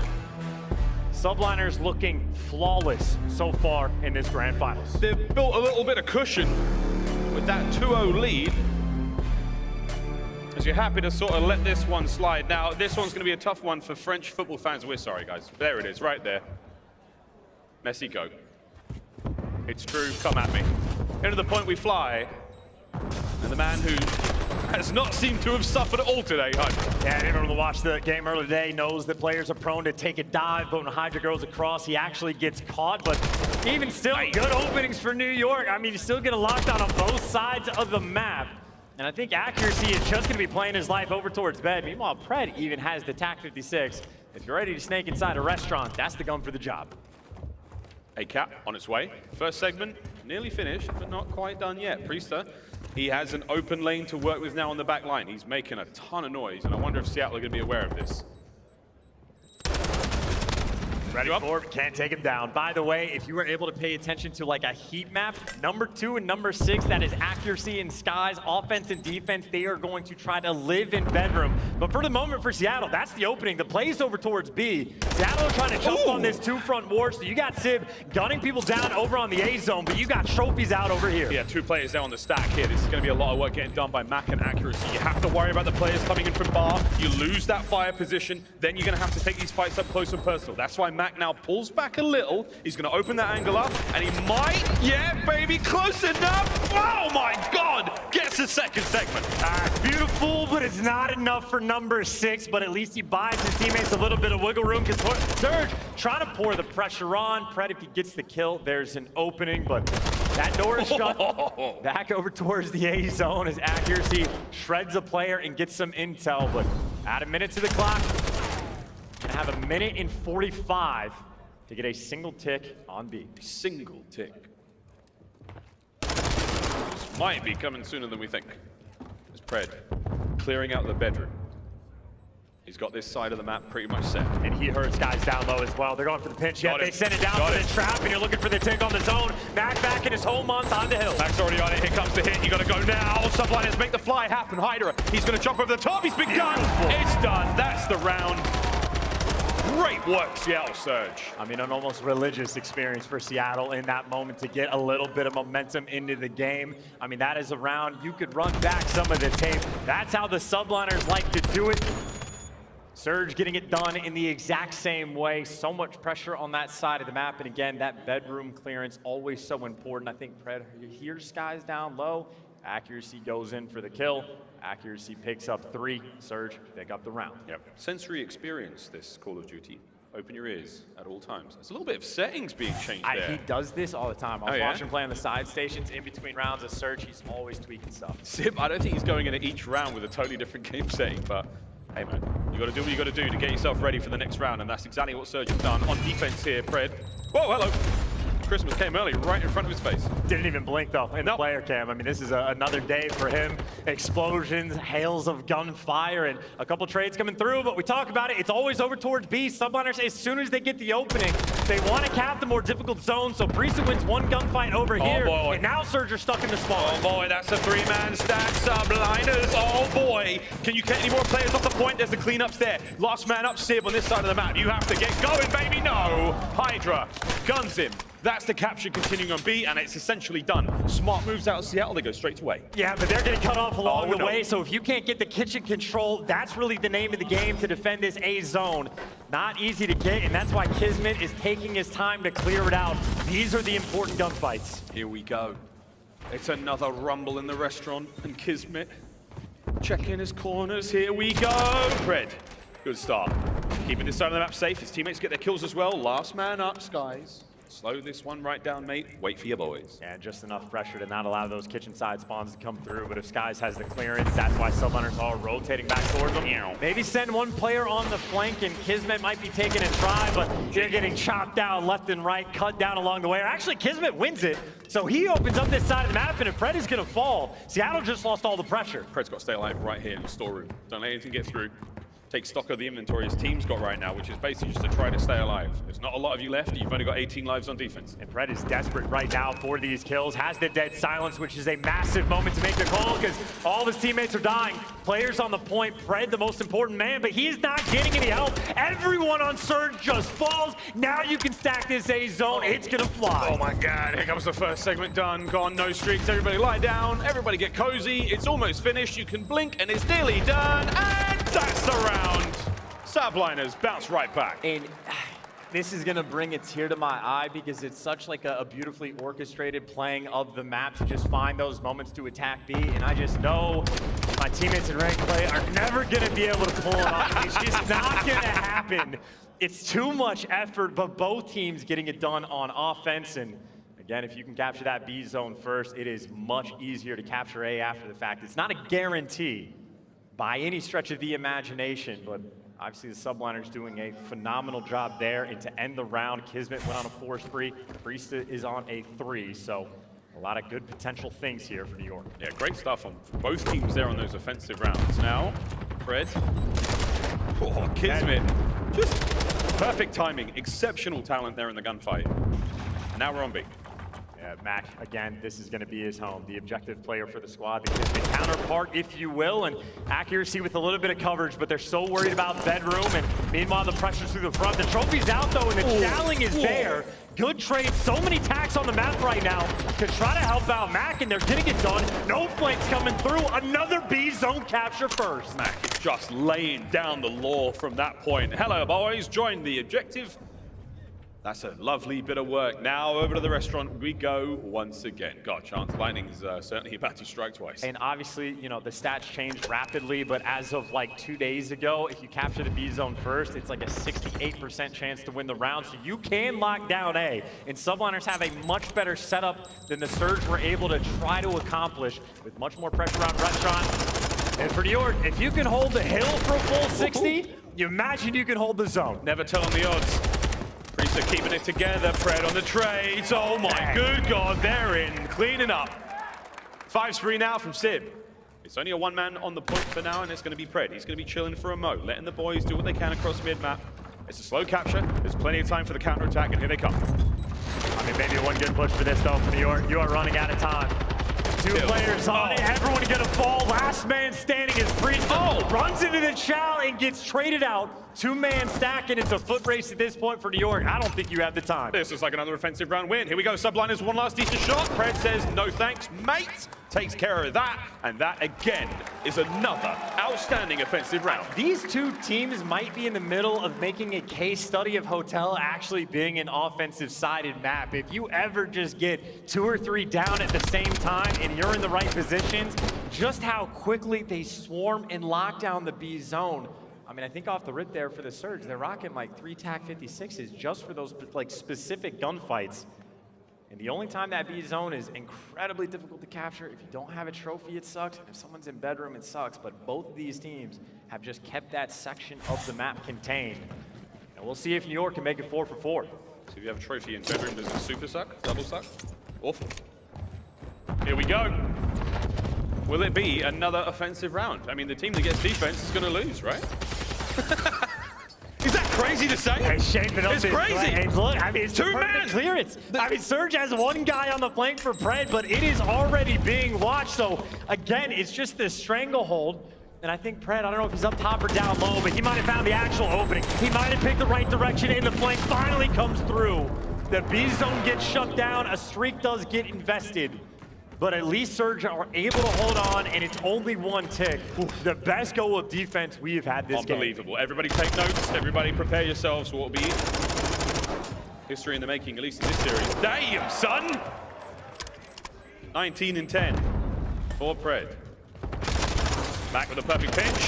Oh god, well, Skyz managed to stay alive. Big stuff. Nearly gets Pred as well. So kudos to Caesar. He keeps that play alive. Seattle Surge on defense. That's it. We're in trouble now. New York Subliners are on A. And you gotta imagine when snakes are in the sky, that's gonna be incredibly difficult to deal with. Not a thought that I wanna have. It is a terrifying prospect indeed, but against Seattle Surge, that heat map sort of like question right now. Accuracy wants to live in the position that he is at, while the rest of Surge can just focus on A. You know they're gonna be spawning back kitchen. You know if you get Vaznevs in these corner, this is where Pred is at his best. Slow it down. Here comes Simp. This is a good defensive hold. Seattle, clear him off. There you go. Clock's ticking. Surge are in this one. They are alive and well. 14 lives left for the Subliners. I don't believe my eyes.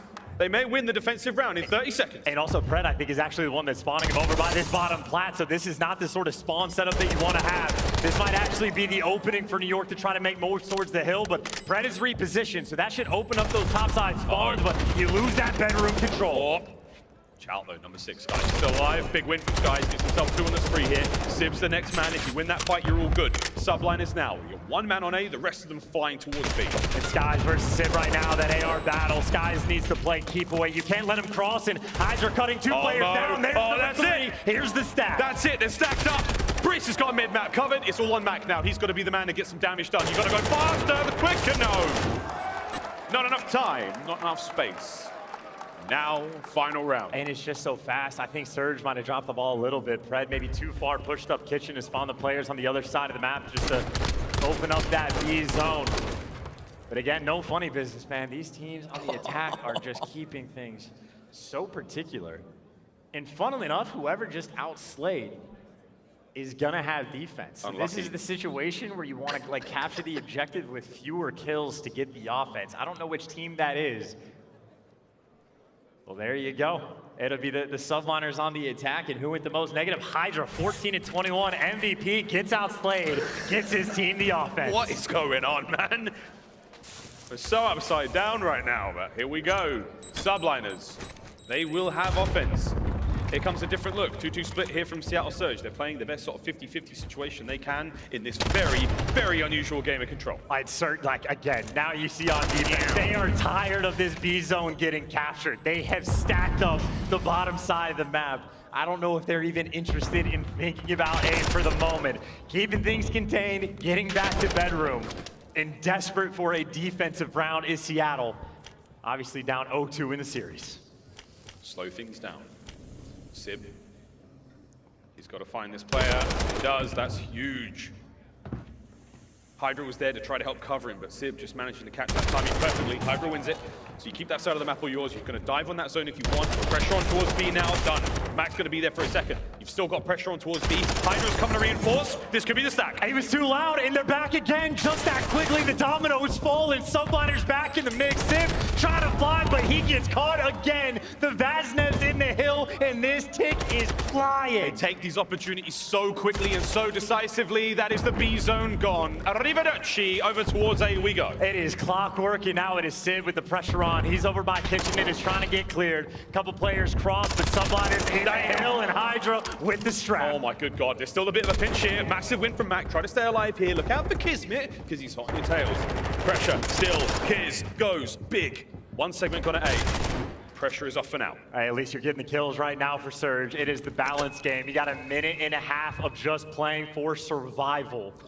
Waiting for all their teammates to get back in the mix, and Pred barely getting out with his life. Not a fun time for Seattle in this moment. Nah, not at all. Uh-oh, you lost the fight in the kitchen as well. So now look at that mini-map. Your avenues are starting to open up. HyDra's playing it slow. He's waiting for the go signal. And look at these spawns, by the way. You spawn up in closed kitchen. That's a very short run to A. Number 1 Civ is so far out of the mix when you spawn up for Seattle. Oh my Seattle need these kills so much more. They're trying. They're desperately trying. Here comes HyDra. The rest of the squad moving in. Now towards the point you go. It's a stack. 2 players. HyDra might be able to get involved as well. 2 players on the stack. Here we go. It's nearly through the second segment. This is for the map. This is not only for the map, but it's also for tournament point. Mack finally gets there. Last player, KiSMET wins it. Accuracy, gotta go big, he can't. Oh my good God. Simp, this is to save it. You have to send it. KiSMET's there. Oh, it's done. It's done. What? Priestahh's got no Mack. It's the final trade. So all of that action for the barely Seattle. Oh my Able God. to survive, but if I'm HyDra, I'm flying. I'm popping dead silence, and I'm pushing the pace. Pop Daddy, absolutely full send it. Don't even think about it. Just get in there, son. That's it. He can hear us. Go. Get in there. They're set up for this. There's 35 seconds left. You came so close for winning the map. Hey, now KiSMET again making the play. Set up on the flank. It's 3 players here. The trade should come through. Accuracy got one, but KiSMET right next door. HyDra's there for the clearance, and Pred is gonna fall. New York Subliners offense. OP. Well, if Skyz is correct, he is indeed gross. It took like, what, 1 extra bite to peel that orange. What is this series? Everything we thought we knew about Control is wrong. Hotel is an offensive heavy map, at least if you're one of these 2 teams. And that was a nail bite. I'm sick and tired of this, to be honest. I want to look at the stats because it happened in like midway through Vanguard, like at the Pro-Am, where you just had KiSMET throwing up absurd stat lines. But we got the end of this match for you for the Scump play of the game. Pick your poison. I think this is just another moment where KiSMET starts going bonkers. I mean, dude, look at the capture of the progress there. They were so close to the finish. KiSMET just absolutely choke slams a few of these players on point. Simp gets that 1 kill, and if he finds this 1 more, I mean, that would have been unbelievable. Absolutely unbelievable. Like, so close. I mean, dude, it's like 28 and 24, 10 objective kills. KiSMET is main slayer, objective taker, playmaker in the S&D. And this dude is godlike. Like, KiSMET at this point has to be the best player in the game. He's absolutely running the show. He's running the show, not only in the gunny, but also the decision-making, his positioning. I mean, KiSMET, they only need 1 more map. They take Major 1, and as far as we're concerned, that's our MVP. I mean, it's just absolutely wild. I mean, we could argue about the stats all day, because I know across the board for New York, utterly disgusting. So whoever actually has to make, or whoever actually has to make that decision, good luck with this one, but like, he's so good. He's so good. Oh my God, man. There's choking, bro. Well, maybe the MVP is HyDra. 14 and 21 after the first 4 rounds. He got outslayed just enough to pull offense for the final round. So if you want to crack that joke, that's a good one to make. And I don't know. I mean, Hotel Control has turned into an absurdity, seemingly. I mean, we are learning more as the year goes on, but these 2 teams have been teaching. Yeah, that was a lot of fun. And now Sender just gonna come up and have a laugh with the boys. Like, hey guys, we good? Yeah. What do you think about dinner? I mean, I'm pretty sure the hotel's still open for food. We're gonna have a good time over here. Seattle Search them. I mean, this is it. This is time to make the comeback, guys. I mean, you are down bad, as the kids say. New York Subliners are flying high. 1 more map is all they need, and it's a hard point here in this best of 7. And I cannot believe what we are seeing. Seattle Surge coming in from the winner's bracket, coming in so hot, so dangerous. A big win over Atlanta FaZe in that winner's bracket final. I mean, the amount of people I've spoken to in the crowd that are like, dude, Surge are the best team here. Surge are like the best team here. And I completely agreed with them until now. They are in dire straits. 3-0. It's 1 more for the win. It's just so painful too. I mean, it's Mercado for the map 4, and up until the last series, Subliners were perfect on the map, but this is what I'm talking about, man. KiSMET, most kills in the lobby by a decent chunk, most damage in the lobby by, literally by 1. No, Civ got it, whatever. Nearly top damage, top kills by a mile in 13 tiers captured, 10 kills on the objective. 21 on offense, and that's where they won their 3 rounds. Like, it is like since midway through Vanguard, KiSMET started consistently throwing up the stat lines of most kill time, most kills in hardpoint. All the time. Unreal stuff. It's like rare to see those moments, and he does it all the time. Has carried that into this new game.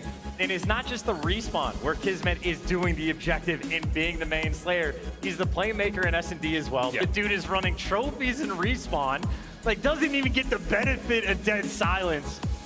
He's just been godlike. I think he is the player that has figured out the game the fastest, at least up into Major 1. Early days still here in the MW2 season, but hey, you'll take it. Look at these scores. It started off pretty damn close, and that hotel really was, but now, the halfway point of the series, Mercado Las Almas hard point, and this is tournament point right now for the New York Subliners. They have defied all odds coming into this matchup, Cammy. Yes, I will say, if Surge somehow get over the hump, that is the Mercado hard point, which again, Subliners have looked fantastic on. They have a 4-1 record on. They only took their first loss today on that map, so Subliners love it. But if you can get past that point, the maps get a little bit easier after the fact, where Subliners don't look quite as strong. But even when I say not quite as strong, Subliners have been efficient, even like maps where they've had poor records on, like your Albagger Fortress, S&D. Well, they started smacking teams around, so this is definitely shaping up to be a New York Subliners championship. But I do not hear Fat Lady singing. It is not over yet. To Mercado we go. Surge, such a long way to go, and when we load into Mercado, I mean, we talk about this all the time. For Subliners, it was the same thing on Hotel. They are spawning on the, quote, unpreferred side. They have been hyper efficient about flipping these spawns and forcing the plays over towards P2, and New York do a wonderful job of getting ahead of the game. Seattle Surge, you just can't let that happen. You have to be on point right from the opening break. Everybody take notes. Let's see how fast the New York Subliners can make their way across the minimap. Oh my God. Damn. Yeah, I mean, this is basically how you do it. They've got, yeah, they're in. They've done it. They've managed to get themselves right across. Mack got a little bit of a love tap there. Skyz might be able to pick that one off, but good work out of Surge. They don't let that go through. That's massive. Good start, Seattle Surge. Beautiful. Got the containment on both sides. Get all the kills you want. Skyz is the last man standing. Seattle getting the job done off the opening rib. That is exactly what they needed. Still chaos around the map. You can see how, like, New York are just purely playing these outer lanes, getting the ARs in position and trying to let your VazNet players make moves. And they've moved themselves right towards the hill. No spawn flip just yet, and that just means, I think, for New York, they want to collect this time, but every single play they try to make, for the moment, Seattle's shutting it down. Yeah, Seattle's managed to got the edge so far. Holding on to it. Force spree for Skyz, though. Lovely start here. Accuracy, sadly, in the right place at the right time to end Mr. Bueno's run. New hard points up. Bottom side of the Cantina, Seattle Surge in. You might be wanting to wait to set up this pinch as well. Let number 6 Skyz get in position, so if you get these kills, you'll actually be blocking both these spawns. And KiSMET gets the first. You got him in position. And look at where Seattle are going to spawn. Whoa. Well, if they had the time, the 4-man wipe as soon as the push comes through. Seattle getting things done early. Starting to get them sprees going as well. 3 spree for accuracy.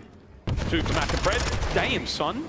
KiSMET there lying in wait. Going to end that one. Over now to Simp. Good shots. Trying to make his way across the map now. He's going to have to contend with Skyz. Good timing there on the roto. In towards New we go. You're going to give up that 20 seconds now if you're the Subliners. But for now, great work, Surge, early on. Yeah, just with that opening pick, it'll be interesting to see where KiSMET actually respawns, and it'll be right back in the action. So a kill that has absolutely no effect is Surge now setting up the pinch. And these kills, if they get them, should start to spawn out, but accuracy loses his first. Fred gets spotted and taken down, and Subliners holding this hill early. Oh, Priestahh melted Simp. No chance. KiSMET there a little too fast for him, and the kills now for the Subliners. They just keep finding them. HyDra, the sweet dive there to get himself to safety. The hard point just ticking away right now. New York Subliners looking to take the lead back. All right, Surge, I mean, they have not found a single avenue of attack. They're trying to group up together and work their way through dark.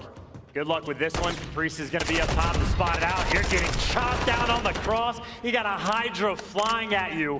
And good luck getting in a 10. And as soon as you make it there, you get gunned down. Near perfect full 60 there for New York. And obviously, they are right back in this game. It's seamless teamwork for the boys on the Subliners. Absolutely magnificent. However, a new hard point is now in our hands, and we're looking towards the bottom side of the map. Final 10 seconds, here we go. It is the dreaded barbershop chance. And you can already see one of the most important sort of sections of the map is this bottom cantina. You have to lock down this bottom lane. That's where Seattle are going to be spawning as well. And number 5 HyDra is working on the push from this angle. He's taking it slow because of how important these kills are. Able to get the first, and now he's got the tax to try to lock down the lane. No way, is Fred going to peek this one out? He might check it. big stuns, big tags. There's a trophy down on the hard point, so Pred's going to be safe from anything thrown that way. But oh, hello, HyDra. Knock, knock. He's in. Perfect. Perfect. Absolutely perfect. Subliners. There's the perfect break. Now the front line push forward from Skyz. One more and he gets streaks. No, Mack ruins that party. HyDra backs on up. This is great mechanical work there as he's putting that controller through its faces. Staying alive for as long as he possibly can. Mack on the back line. KiSMET right back into this one's going to blow the doors wide open and try to get on that point. Yeah, initial break was perfect, but then the scatter pushes after the fact. Surge a little bit quick on the swarm. Now we go back over to not quite the Tin Hill, but certainly nearby. And I mean, Surge, a chow or single chow in mid, a single chow on the top side, and a single chow down low. Nobody for Seattle winning those gunfights. No openings on the map to get through. And so far, the early hold for New York. Yeah, New York are in for a moment. But hey, don't count out Surge. Here comes the break. KiSMET gonna find that first. Priesthah's got the roller door covered. Here comes Mack. Whoa, so close. What a snap from Priestahh. He is absolutely locked in right now. Yeah, going for the quick chow as well. Yeah, Priestahh bold play, wanted to kill Simp because Simp nearly solo broke that hill himself. He was able to pick up 2 along the way. And at least now Surge can turn it into a fight, but for how long? They just stripped away an extra maybe 10 seconds in total. The rest of it going to New York. Surge have outplayed New York on every single hill but 2. But those 2 hills were so clean, effective tie game. Jesus, Mack just broke the sound barrier getting in there. Final 10. Back over to Cantina we go. And Seattle Surge, once again, those boys, they hit the rotations. They're all good for now, but Subliners, what do you got? You got Mack in the courtyard. Lion trying to lock this one down. Nade's not going to land. Nade's not going to find too much. The trophy's still working their little bottoms off. And Simp trying to keep these players back. Sweet throw there from Kiz. He's going to be in. He's still got presence. Oh, KiSMET somehow gets 2. Always making the plays, and now he's just trying to stay alive down low. And look at that, now his teammates have a free pass as they walk up towards the hill. He's trying to bait, but his teammates are falling, and Kiz, unfortunately for him, it's only him and Skyz nearby. Skyz actually finds the opening up top. Kiz is trying to play with it, and he's gonna get it done. The break is in again. KiSMET's gonna fall, but he's unreal, and Pred, well, he's gotta be the guy to heat things up. He's getting with the old Sunday try. He's on it. Posted up. His pals are all around him. HyDra's on the outside. You can let this next 10 seconds go. Or Pred checks in. Oh, HyDra just too hot to handle right now. Trey's there coming through. Over towards the parking lot. The big old space on the right-hand side of the minimap under a little bit of cover. New York Subliners still chasing this one down. Surge, keeping it together. And most of the game, it feels like Subliners have spent trying to break hills. There's only been 2 where they've get the attempt to hold, but both of their holds have been nearly flawless. Over to the open parking lot. So far, hold, so good. Perfect as much as you want. And honestly, if they can turn this into another full 60, they're going to have a sizable lead. And KiSMET is not an easy man to pass. So hard to get past. So hard to get past. So hard to get past! Oh my god! No, wait. Yeah, right. Simp gets it. Yeah, Skyz is here for the trades. I mean, he's already done his job picking up the big 2. No openings towards the back alley. Surge not even remotely close to really touching this hill. Finally nearby for the final 15, but now everybody else is in the mix. Jesus! Now you're getting gunned down and chopped along the way. 3 good hills out of 7 for New York. And they built themselves a 30-point lead. Somehow pulled it back. Surge, you were looking so good. You had that lead. And it's just starting to crumble. The Subliners cannot be stopped. Smack bang in the middle we go. Second set of hard points. We don't get to say that too often on this map. Presence being felt right now by New York. And Skyz on another 5 spree. I'm gonna talk about it, main AR, who really just plays his life second to none right now. 18 and 7. A minute at hill time, and looking for his teammates to trade. He stays alive long enough to get everybody back in the mix. Clean 4 down in the feed, and I think they're worried about the bottom spawns actually coming through, so they don't read this, but they still might be able to take it over. Subliners is a masterclass right now in hardpoint. 7 for HyDra. 8 for HyDra. A few more players around him. The dead silence still active. The man had a knife out for a moment there. You know he is feeling frisky. just catching them absolutely perfect, man. The centering is clean, the hip firing is clean, and maybe if anything for Subliners, a small misstep. They could have jumped on and blocked these bottom spawns. Unsuccessful because they didn't get the read. In Seattle, the beneficiaries of it. You get a full 60 here, not only are you back in the game, you'll be back in control. We're talking about like complete and total flow state from Subliners. Massive work there from the streak, put in overtime. Kudos to those pilots who managed to land those tags. That was huge. 2 players go down. You're still holding this one though. Accuracy. He is nestled in there. Fred's trying to help him buy some space, buy some time, getting back into this game. It's not over yet. Here for the Surge. I mean, look, Surge were handed the gift of those spawns being open, and so far they have taken full advantage of that fact. Dominant on bottom Cantina. Accuracy collecting all of that time, but we talk about the holds and we talk about the breaks. The holds from Subliners have been flawless. It is back to 10 and a full 60. Subliners win the game, and you can barely get past HyDra. It's what happened in the hotel hardpoint as well. Just one good hill, and Subliners ended. That's what they're looking to do here in 10. There's not a lot between these two teams. We called it on the way in. Here we go, though.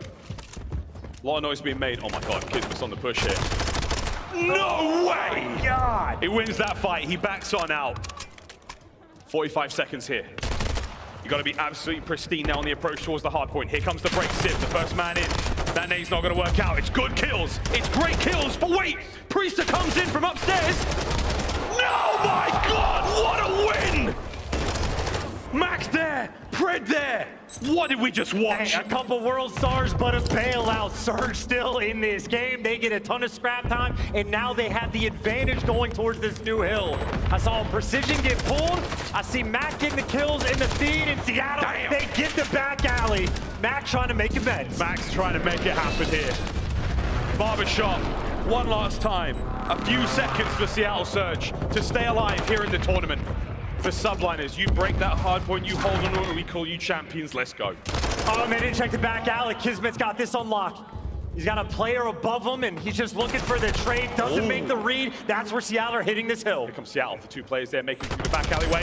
Skyz guns up. He gets pushed back, enough space to move forward. HyDra, though, in the back alleyway causing problems. Accuracy on the point. He wins the fight. Oh, my! It all comes together in the end. Quite frankly, we didn't know what was going on there. But Seattle, stay alive. You had to send it. And this final kill from Accuracy. Oh my God, you guys might have missed it there, but he was swinging for the fences. The Iceman gets it done from the hit to stay alive and keep his team in the tournament. Yeah, quite literally the hip fire with the attack from Accuracy inside of the hill. But I mean, look, a back and forth game, right? Seattle outplayed them on more hills more often than not, but the few hills New York got the setup, locked it down. I mean, both tin number 1 and just outside tin number 2, and then the parking lot. Near perfect full 60s.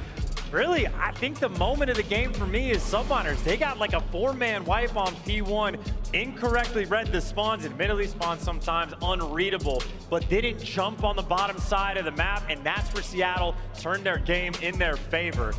And they just got outslayed heftily as well. Mack felt the pain, 12 and 26. Might have gotten a couple windy shots in there more than once towards the end, but hey, makes up for it. Big 2-piece in the back alley to help close out that game, so they didn't get a lot of them, but at least Mack got some very important ones. It was those towards the end as well. They were so huge for Mack. Well, there we go. Halfway through the series, the hump map there, it's done. Mercado hardpoint is complete. And Seattle Surge buy themselves a lifeline here in the series. Embassy Search and Destroy now coming up after this.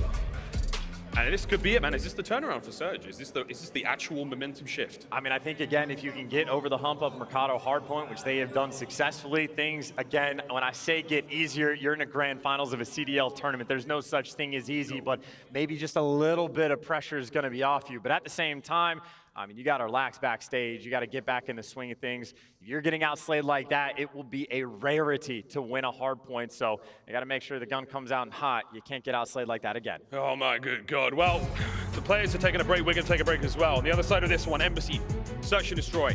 Another ridiculous series taking place here in Raleigh. Major 1 has been unbelievable, and you fans are one of the reasons why. We come back, more CDL action.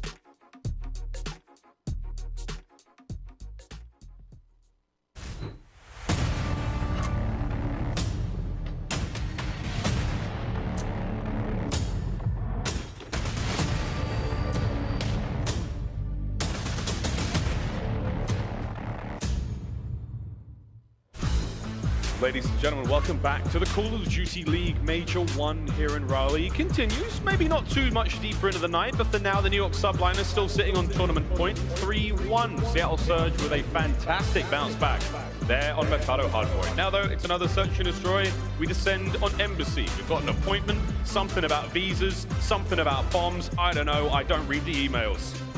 And for anyone that has visa troubles, you got to make sure to hit up the aBeZy, get your butt on a plane and get out here.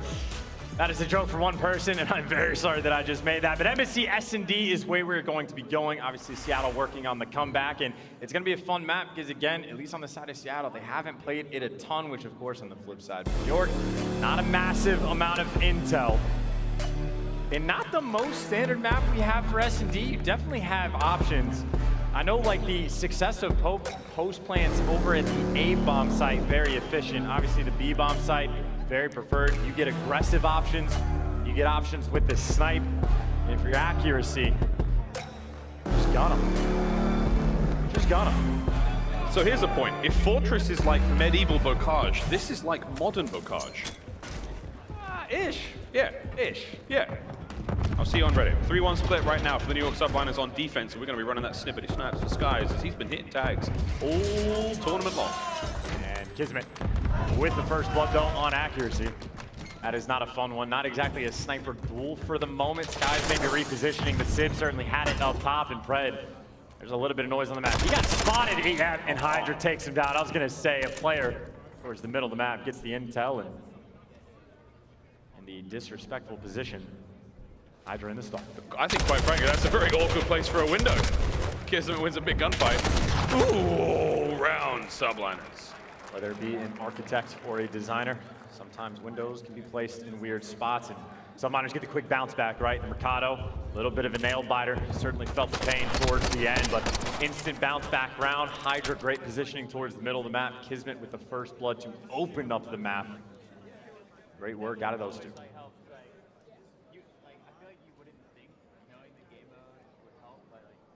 Two very different stories on either side of this stage right now. A slight flurry of nervous anticipation and intensity from the Subliners on the other side, Surge, trying to regain that lethal state of zen we see them in so often. Those trucks haven't exploded yet, so you gotta be a little bit careful of your Skyz. Yeah, nades might be chasing that, but Seattle, they have two players in PD, and Fred, they have no ideas here, but you close the door, doesn't matter. Peekaboo bomb down, blood's all over the map. But if you got Seattle, two players inside of PD right now with the bomb down, good luck trying to root them out. Oh, I love this from Skyz. No way. Ooh, he got the shot off. Priestahh cleaned up. Surge bounced back. So aggressive. Just over on like the P2 side of the map, you saw Seattle running down the A site lane. All the nades, all the stuns coming through. You see Skyz not able to make that challenge. Seattle taking perfect advantage over the map pressure. And again, you have a moment where Pred is just inside a bottom PD, like in P4. HyDra is never going to expect something like that. So very quick round. Seattle get that bounce back.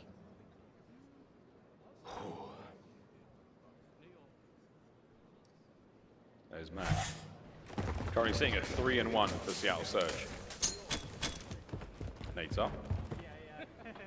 Wow, what a throw. Good work. That's the cross. Top right-hand side of the minimap covered. They're not going to be able to make it across the tennis court. Some form of rain has delayed play. Yeah, and I think now what Sid might need to find a pick with the sniper rifle. Might be the only opportunity to get back in the swing of things, and you have a little bit of a sniper standoff. Sid's actually looking towards the middle of the map, and for the moment, New York, no one overcommitting, no one peeking anything. Cool. Just holding down the lane. Warning shots, nothing but. Ooh, Sib. Deuce. 3v3. Called that one, and now you get options. I will say, KiSMET has put himself in the most dangerous position of the map. He is invisible to the Seattle players. Oh, Sib was in the window. I think he saw him. Yeah, he's trailed on him right now. KiSMET, you better stay down. That's gonna sting. It's not enough for the kill. Mack has to back on up, and it comes HyDra. 2v2. He's fine. I was gonna say, KiSMET doesn't actually need to move as soon as he stands up though. He doesn't get blasted, and just like that, Surge get the clearance. They get blooded, they still clutch. Sib able to find two in that round, and You think the setup was going to be there just because KiSMET was in the interesting spot, and what a tough one to hit. I think Skyz knew there was a sniper up there, so that's why he's diving across like that, but hey, Sib right now, he ain't missing. You've eliminated the options that the subliners have. If you're Seattle Surge, you force them to sit in these tight little spots, you take care of that. You don't miss, don't lose.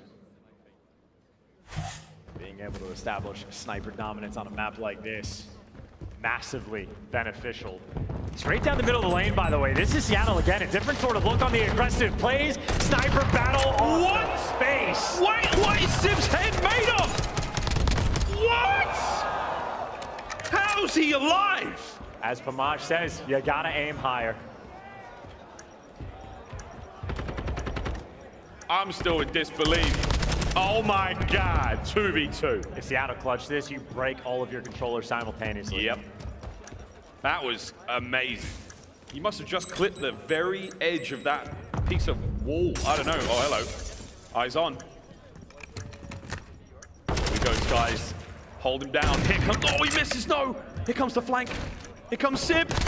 What a win. 1v1. Don't peek. 15 seconds. You gotta pre-fire this dude. He has to like pre-fire right at 8 and just pray he can connect with the kill. Oh! He's gonna get it, but not with enough time. Wait. He's on a 5 spree. Ah. The Iceman? I was gonna say, I think you might want to run away from it and get the precision. It didn't look like he had it. He stuck it just in case, but no streaks there from accuracy. Skyz gets the timing perfect. He did. In Sib. Wait a minute. That is an expensive helmet. The most expensive helmet I've ever seen. Goddamn Wolverine over there made a better adamantium. What the? VAR, please. Look, I tell my teammates all the time, I shoot people in the head and get hit markers. I'm just glad I got evidence. Yeah, that I've never once believed you when you said that, ever. And now I've seen it. All the time. Tied up 2-2. What an exciting round that was. Maybe he aimed too high. That's making me rethink the LAB pick. MCPR, a little high cal, don't know, there we go. Pressure now top side, oh my God, of the embassy. Mack's first blood there, up close and personal with attack 56. This is a very awkward situation. This time though, Skyz does get Mack. Yeah, didn't aim for the head that time, so you get the kill. That's how it pans out with this one, and that is gonna be bombed down in the top bathroom. Someone for Seattle needs to go and collect. Playing for picks on these outer trucks, the accuracy, not the right gun for the job. Never gonna win this gunfight. You can only get shots into tag, but in the meantime, Brett is the one that's gonna fall, and this guy's barely able to get away with 12 HP. You still gotta collect that bomb. I mean, this is great teamwork again out of the subliners. Like, you get that tags in for your, like, accuracy. All you do is end up seeing the rest of the subliners move around now and pin you in. They are doing the rap here. Sib's still praying for a pick, but you've now just picked up the bomb with only 20 seconds left on the clock. And by the time you do, KiSMET had all the time in the world to go on this flank. And just a burn of the dead silence to punch open glass, and had to have gotten spotted by Priestahh. Had to have. Yeah, here they come. Whoop, that's a big shot. And this time, Skyz won't let him get away. Subliners take the lead, 3-2. And Sib clearly not in a hurry, doesn't feel it's important to have the dead silence at the start of the next round. Take a look at this shot, and again, if you don't aim for the head, you'll get the kill. Skyz making the adjustments on the fly. You'd love to see it. Center mass. Caesar Skyz bueno. Aim small, miss small. I wonder what they're saying. Sib's not saying anything. Oh, here we go. The pressure is now on. This is a must-win for Seattle Surge. Oh, nerdy nade spots. Well, think about this. Oh my God, wait. The first round they had, yeah, over towards Xbox, they were aggressive to try to get up in these positions to make the play. So I think the idea was right with the grenades, but no connection. Do you ever make a read like this? By the way, Mack is potentially working. I mean, you just have 2 SMGs pushed up on either outer lane or maybe attack for Mack. But he's got to back down, a door open and a door closed. Whoa. This is not an open and shut case. Skyz still got that pressure. Wait, did he? I mean, he may have seen. I think he knows. I think he knows. He knows. Wait for it. Woo! His name. Great counter snipe by Sib though, so it is still a 3v3. One sniper down for the side of New York. Yours is still out on the side of Seattle. And this bomb, no intention of moving just yet. That will never not look funny. You're out towards the bomb site now. Priestahh, good coverage, and Simp has got to do a lot of work from up here. And here it comes. Oh, can't get rid of his life. 2v1, it's done. Subliners. One step closer to victory here in Raleigh. And Surge are about to break. By the way, Priestahh, for those final 2 kills, I think absolutely snaps. We'll take a look at Skyz, but Priestahh certainly putting in work for the final 2 kills. And good intel. I don't know if it was the door opening, closing. I don't know how they sniffed that one out, but Skyz making the reads. New York have control all over the map. 4-2. 2 more rounds, and the Subliners are your champions. Seattle Surge. Time to go big. A lot of players about to cross. Oh a lot of players about to cross. They made it. They make it safe. Whoa, another shot whizzes past the head of Caesar Skyz. And this is perfect. You get the bomb down, you get all 4 men up, but the problem is you have 0 control of the embassy building. Yeah, Subliners are trying to make this play happen fast, but they're not going to get there quick enough. Mack and Co are going to be able to reposition now and set this play up. Priestahh, wins a fight on the back line. Oh, pistol there from Simp. He takes 1 with him, but it's 2v3. Mack, great job, springs into the fight. And Pred has got the most important job of all right now to watch that bomb in a moment. HyDra's gonna make this play though. I think HyDra might actually be able to make this play. Spotted out! Spot him out through the door, but he's running out of time. You gotta check. Oh, no! 1 HP in a dream, and PaulEhx wins his. Both singling him out, and even with time pressure like that, it's Seattle that crumble. New York clutch and stare down your teammate and listen to the comms. KiSMET dishing out the intel. There was 18 seconds left on the clock. I'm thinking HyDra has to fly, and instead Mack just falls into the trap. The patience is perfect. In a single round to be crowned champion. Tournament point. New York Subliners. Man, you gotta go wild now, Surge. We need 4 straight rounds in a tournament where actually that has happened. Pressure now, tension, 1 single bullet, Skyz. Take care of accuracy, and you're 1 step closer to lifting a trophy above your head. And no sniper Simp this round. He's the man playing aggressive towards the middle of the map, so I'm expecting Pack 56s out and about. Oh, maybe more than 1 bullet. Jesus. First blood, Simp. HyDra with immediate bounce back, 3v3. It's a sniper. You gotta be so careful if your accuracy. And it's actually Skyz backing down. The only player here for Seattle really on defense to defend this B point. He's got the angle, it's Mack. Mack's gonna be able to pass information. I doubt he'll be able to get a kill. That would be a very, very big prize here. Here comes Skyz! Nails it. Advantage. New York Subliners. Just let him get to work, and he spots accuracy on the flank. Skyz has all the intel. Pred the only one that can make a play. And if you go out, you get gunned down. It's accuracy. This is it. This is it. And it's over!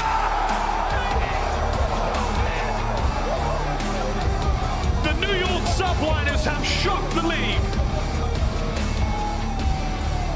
Defied all odds. Defied all expectations. They have slaughtered Seattle.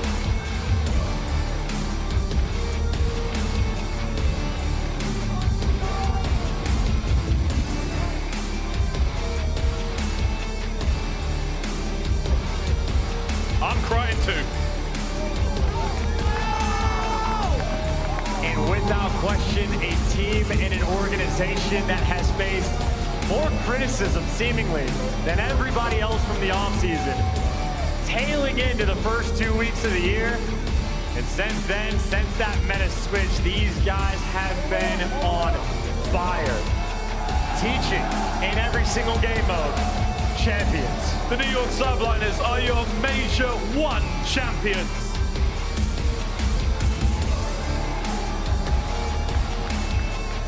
And what a moment for all 4 of them. A fantastic way to start the Modern Warfare 2 season. The tournament of a lifetime for Priestahh. A major first there for KiSMET. arguably one of the best players in the world right now. No two ways about it. Absolutely is, without question. New coach on the roster as well. Jubilation for Troy. And it's not the first time Sender has had the joy of lifting a trophy. But what a pickup for the New York Subliners, a powerful coaching staff, a sensational roster. And they've just taught us all a thing or two about how to play Modern Warfare 2. And exerted a level of dominance that series felt like it only took a New York minute. Every single game mode, straight across the board, everything you could want out of a team, they delivered. Tell you what, mate, the power rankings are going to be all over the place after this event. I don't think any predictions anyone had coming in this was ringing out true. It all went crazy. An event that I don't think any of us are going to forget for a while. That's it for myself and Chance. It's over to Blaze on stage with our champions. From underdogs to the big dogs, your New York Subliners are your Major 1 champions! Wow! What a tournament that was, Skyz. Let me talk to you, man. You're getting it done in a 4-1 fashion. You're wearing yellow. How you feel right now getting that first major win? Honestly, I don't even know, bro. I'm literally lightheaded, but we did a lot of work coming into this event. I'm proud of the guys. Like, they were carrying me whenever I did bad, and whenever somebody did bad, we just carried each other. We have insane teamwork. I fucking love my team. Yo, you guys have been playing absolutely phenomenal throughout the entirety of the time. Priestahh, when it comes down to it, you know, you have had a comeback event, playing phenomenal.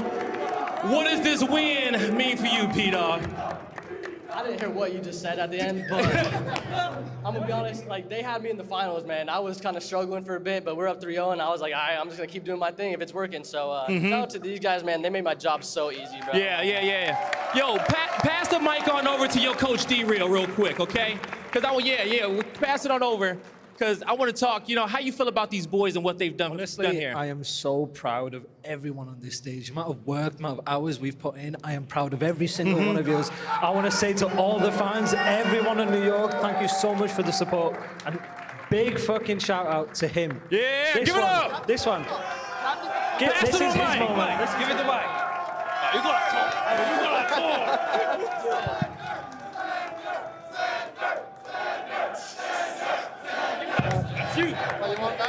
Dude, these coaches are insane. The amount of work they put in is actually unreal. Behind the scenes, you guys don't see what they do, but like, bro, they make it so easy for us on the stage, and that's all I want to say. Give it up These for guys one are more insane, time, bro. everybody.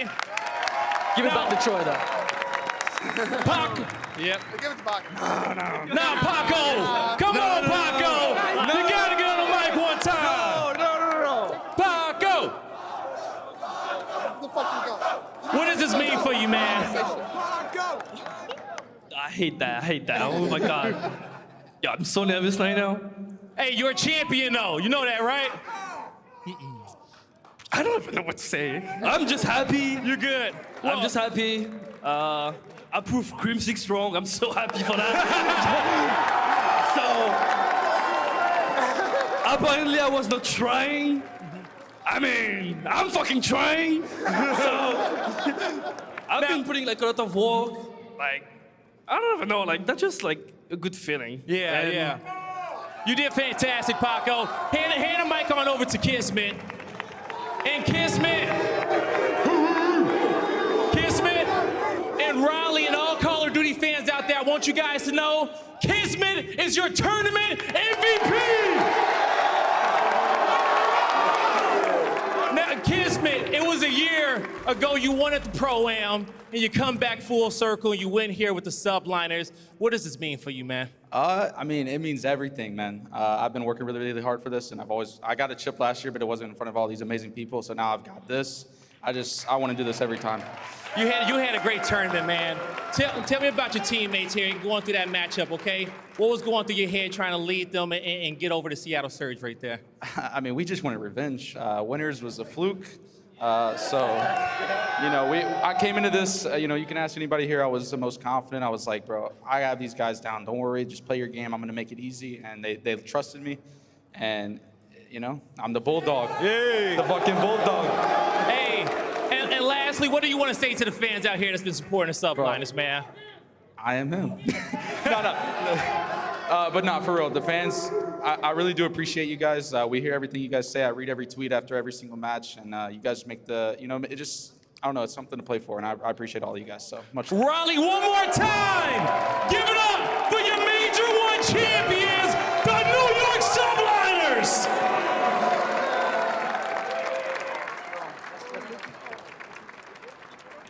Congratulations, Subliners, on an excellent finish here in Raleigh, North Carolina. And what a finish it was as they dispatched of the Seattle Surge, taking home $200,000 in the first major of the 2023 season. Welcome back in, everybody. Chris Puckett alongside Tunney. We got Alley Cat and Nameless, and we got to break down this epic finals. Nameless, we thought for a moment this was going to be a blank sheet on the other side. We had a 3-0 lead from the New York Subliners. They came out with fire, and they put their foot on the throat in that final game. Listen, man, this New York Subliners team is special. Like, in the first week of the CDL, I remember we had a segment, and I was talking about New York. I said they look lost. They don't know what they're doing. They're not on the same page. The communication isn't there. They're not I was working questioning together. their leadership. Literally every facet of Call of Duty competitive. We go into that week 2, everybody starts to fry, and I'm like, will there be consistency? Throughout this entire tournament, we saw improvements in every single game mode. Their tight setups in hardpoint, the rotations out of KiSMET, the search and destroy clutches were there, and their control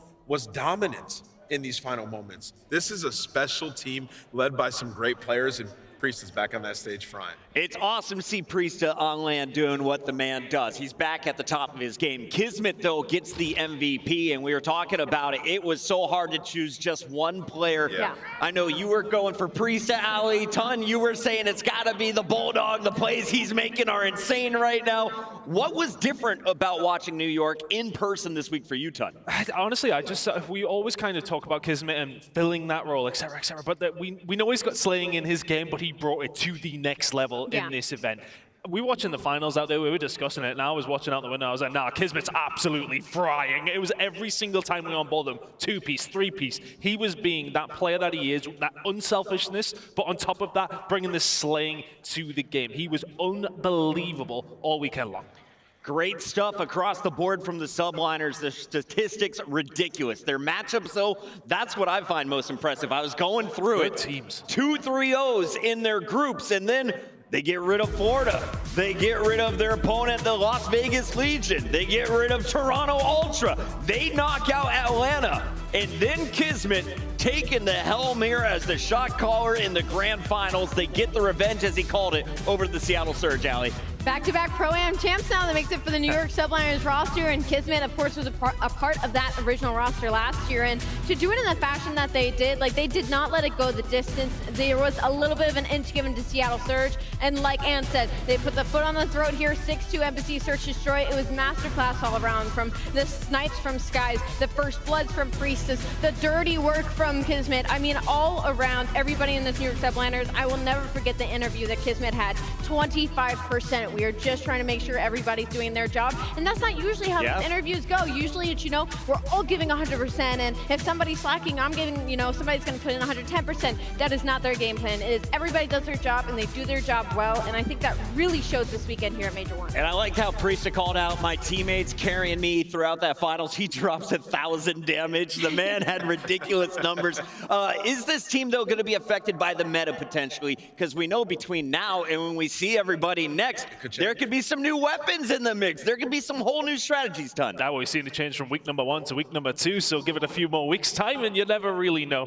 Look, I think, though, the teamwork is a really huge thing for them. Of course, we did see more from them when the attack came in, but I don't think it was just that. I think, honestly, we've seen them improve on every single facet. It's a really, really tippable job from the rest. Well, the composition of this team is so good for really any meta. I mean, you look at Priestahh and Skyz, they're like hybrid players. They can pull out the SMG even if they needed to. And then KiSMET and HyDra, they're the best SMG duo that we have in the league currently. I did not think I would be saying that when you look at teams like a team like Seattle Surge, a team like Atlanta FaZe. Well, guess what? It's the New York Subliners. It's because their playmaking ability. They make something from nothing each and every time when they need to clutch up. In that control, it was just KiSMET at the end there on the point. That man popped a 3-piece. Like, those types of moments, man, you just can't replicate.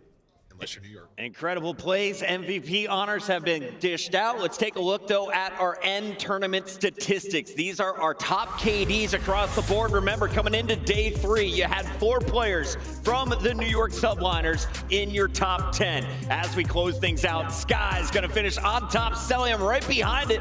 Pred from the Surge, who finished 2nd here at the event, gets 3rd. And HyDra closes things out in the top 4 for the Subliners. Awesome performances across the board. Any surprises on this sheet, aLLeY?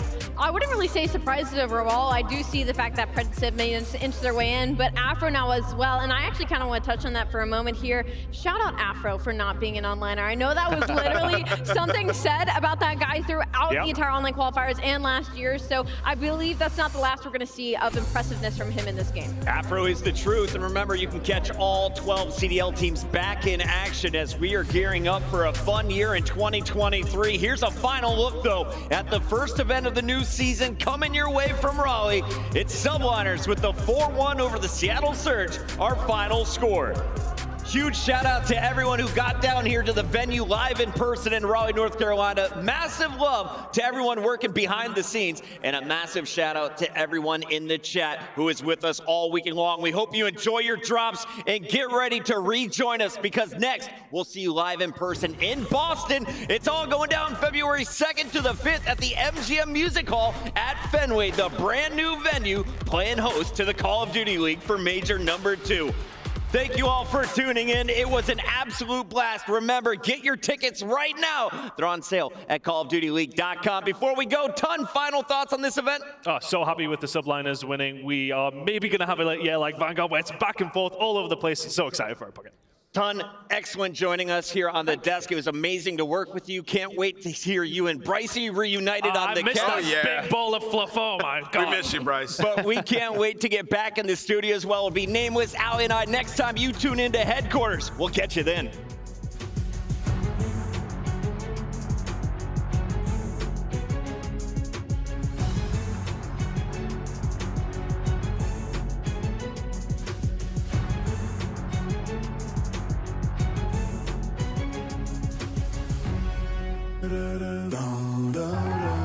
You don't wanna see me with no limits.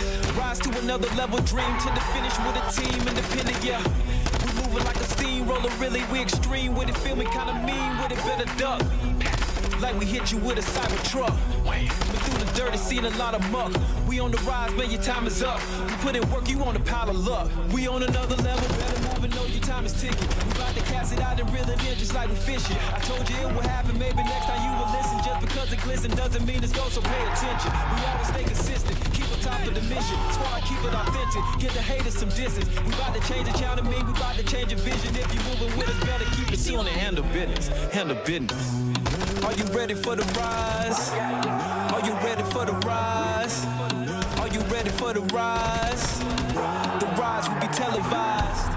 Are you ready for the rise? Are you ready for the rise? Are you ready for the rise? The rise will be televised. Are you ready for the rise? Are you ready for the rise? Are you ready for the rise? The rise will be televised. Are you ready for the rise? Are you ready for the rise? Are you ready for the rise? The rise will be televised. Yo.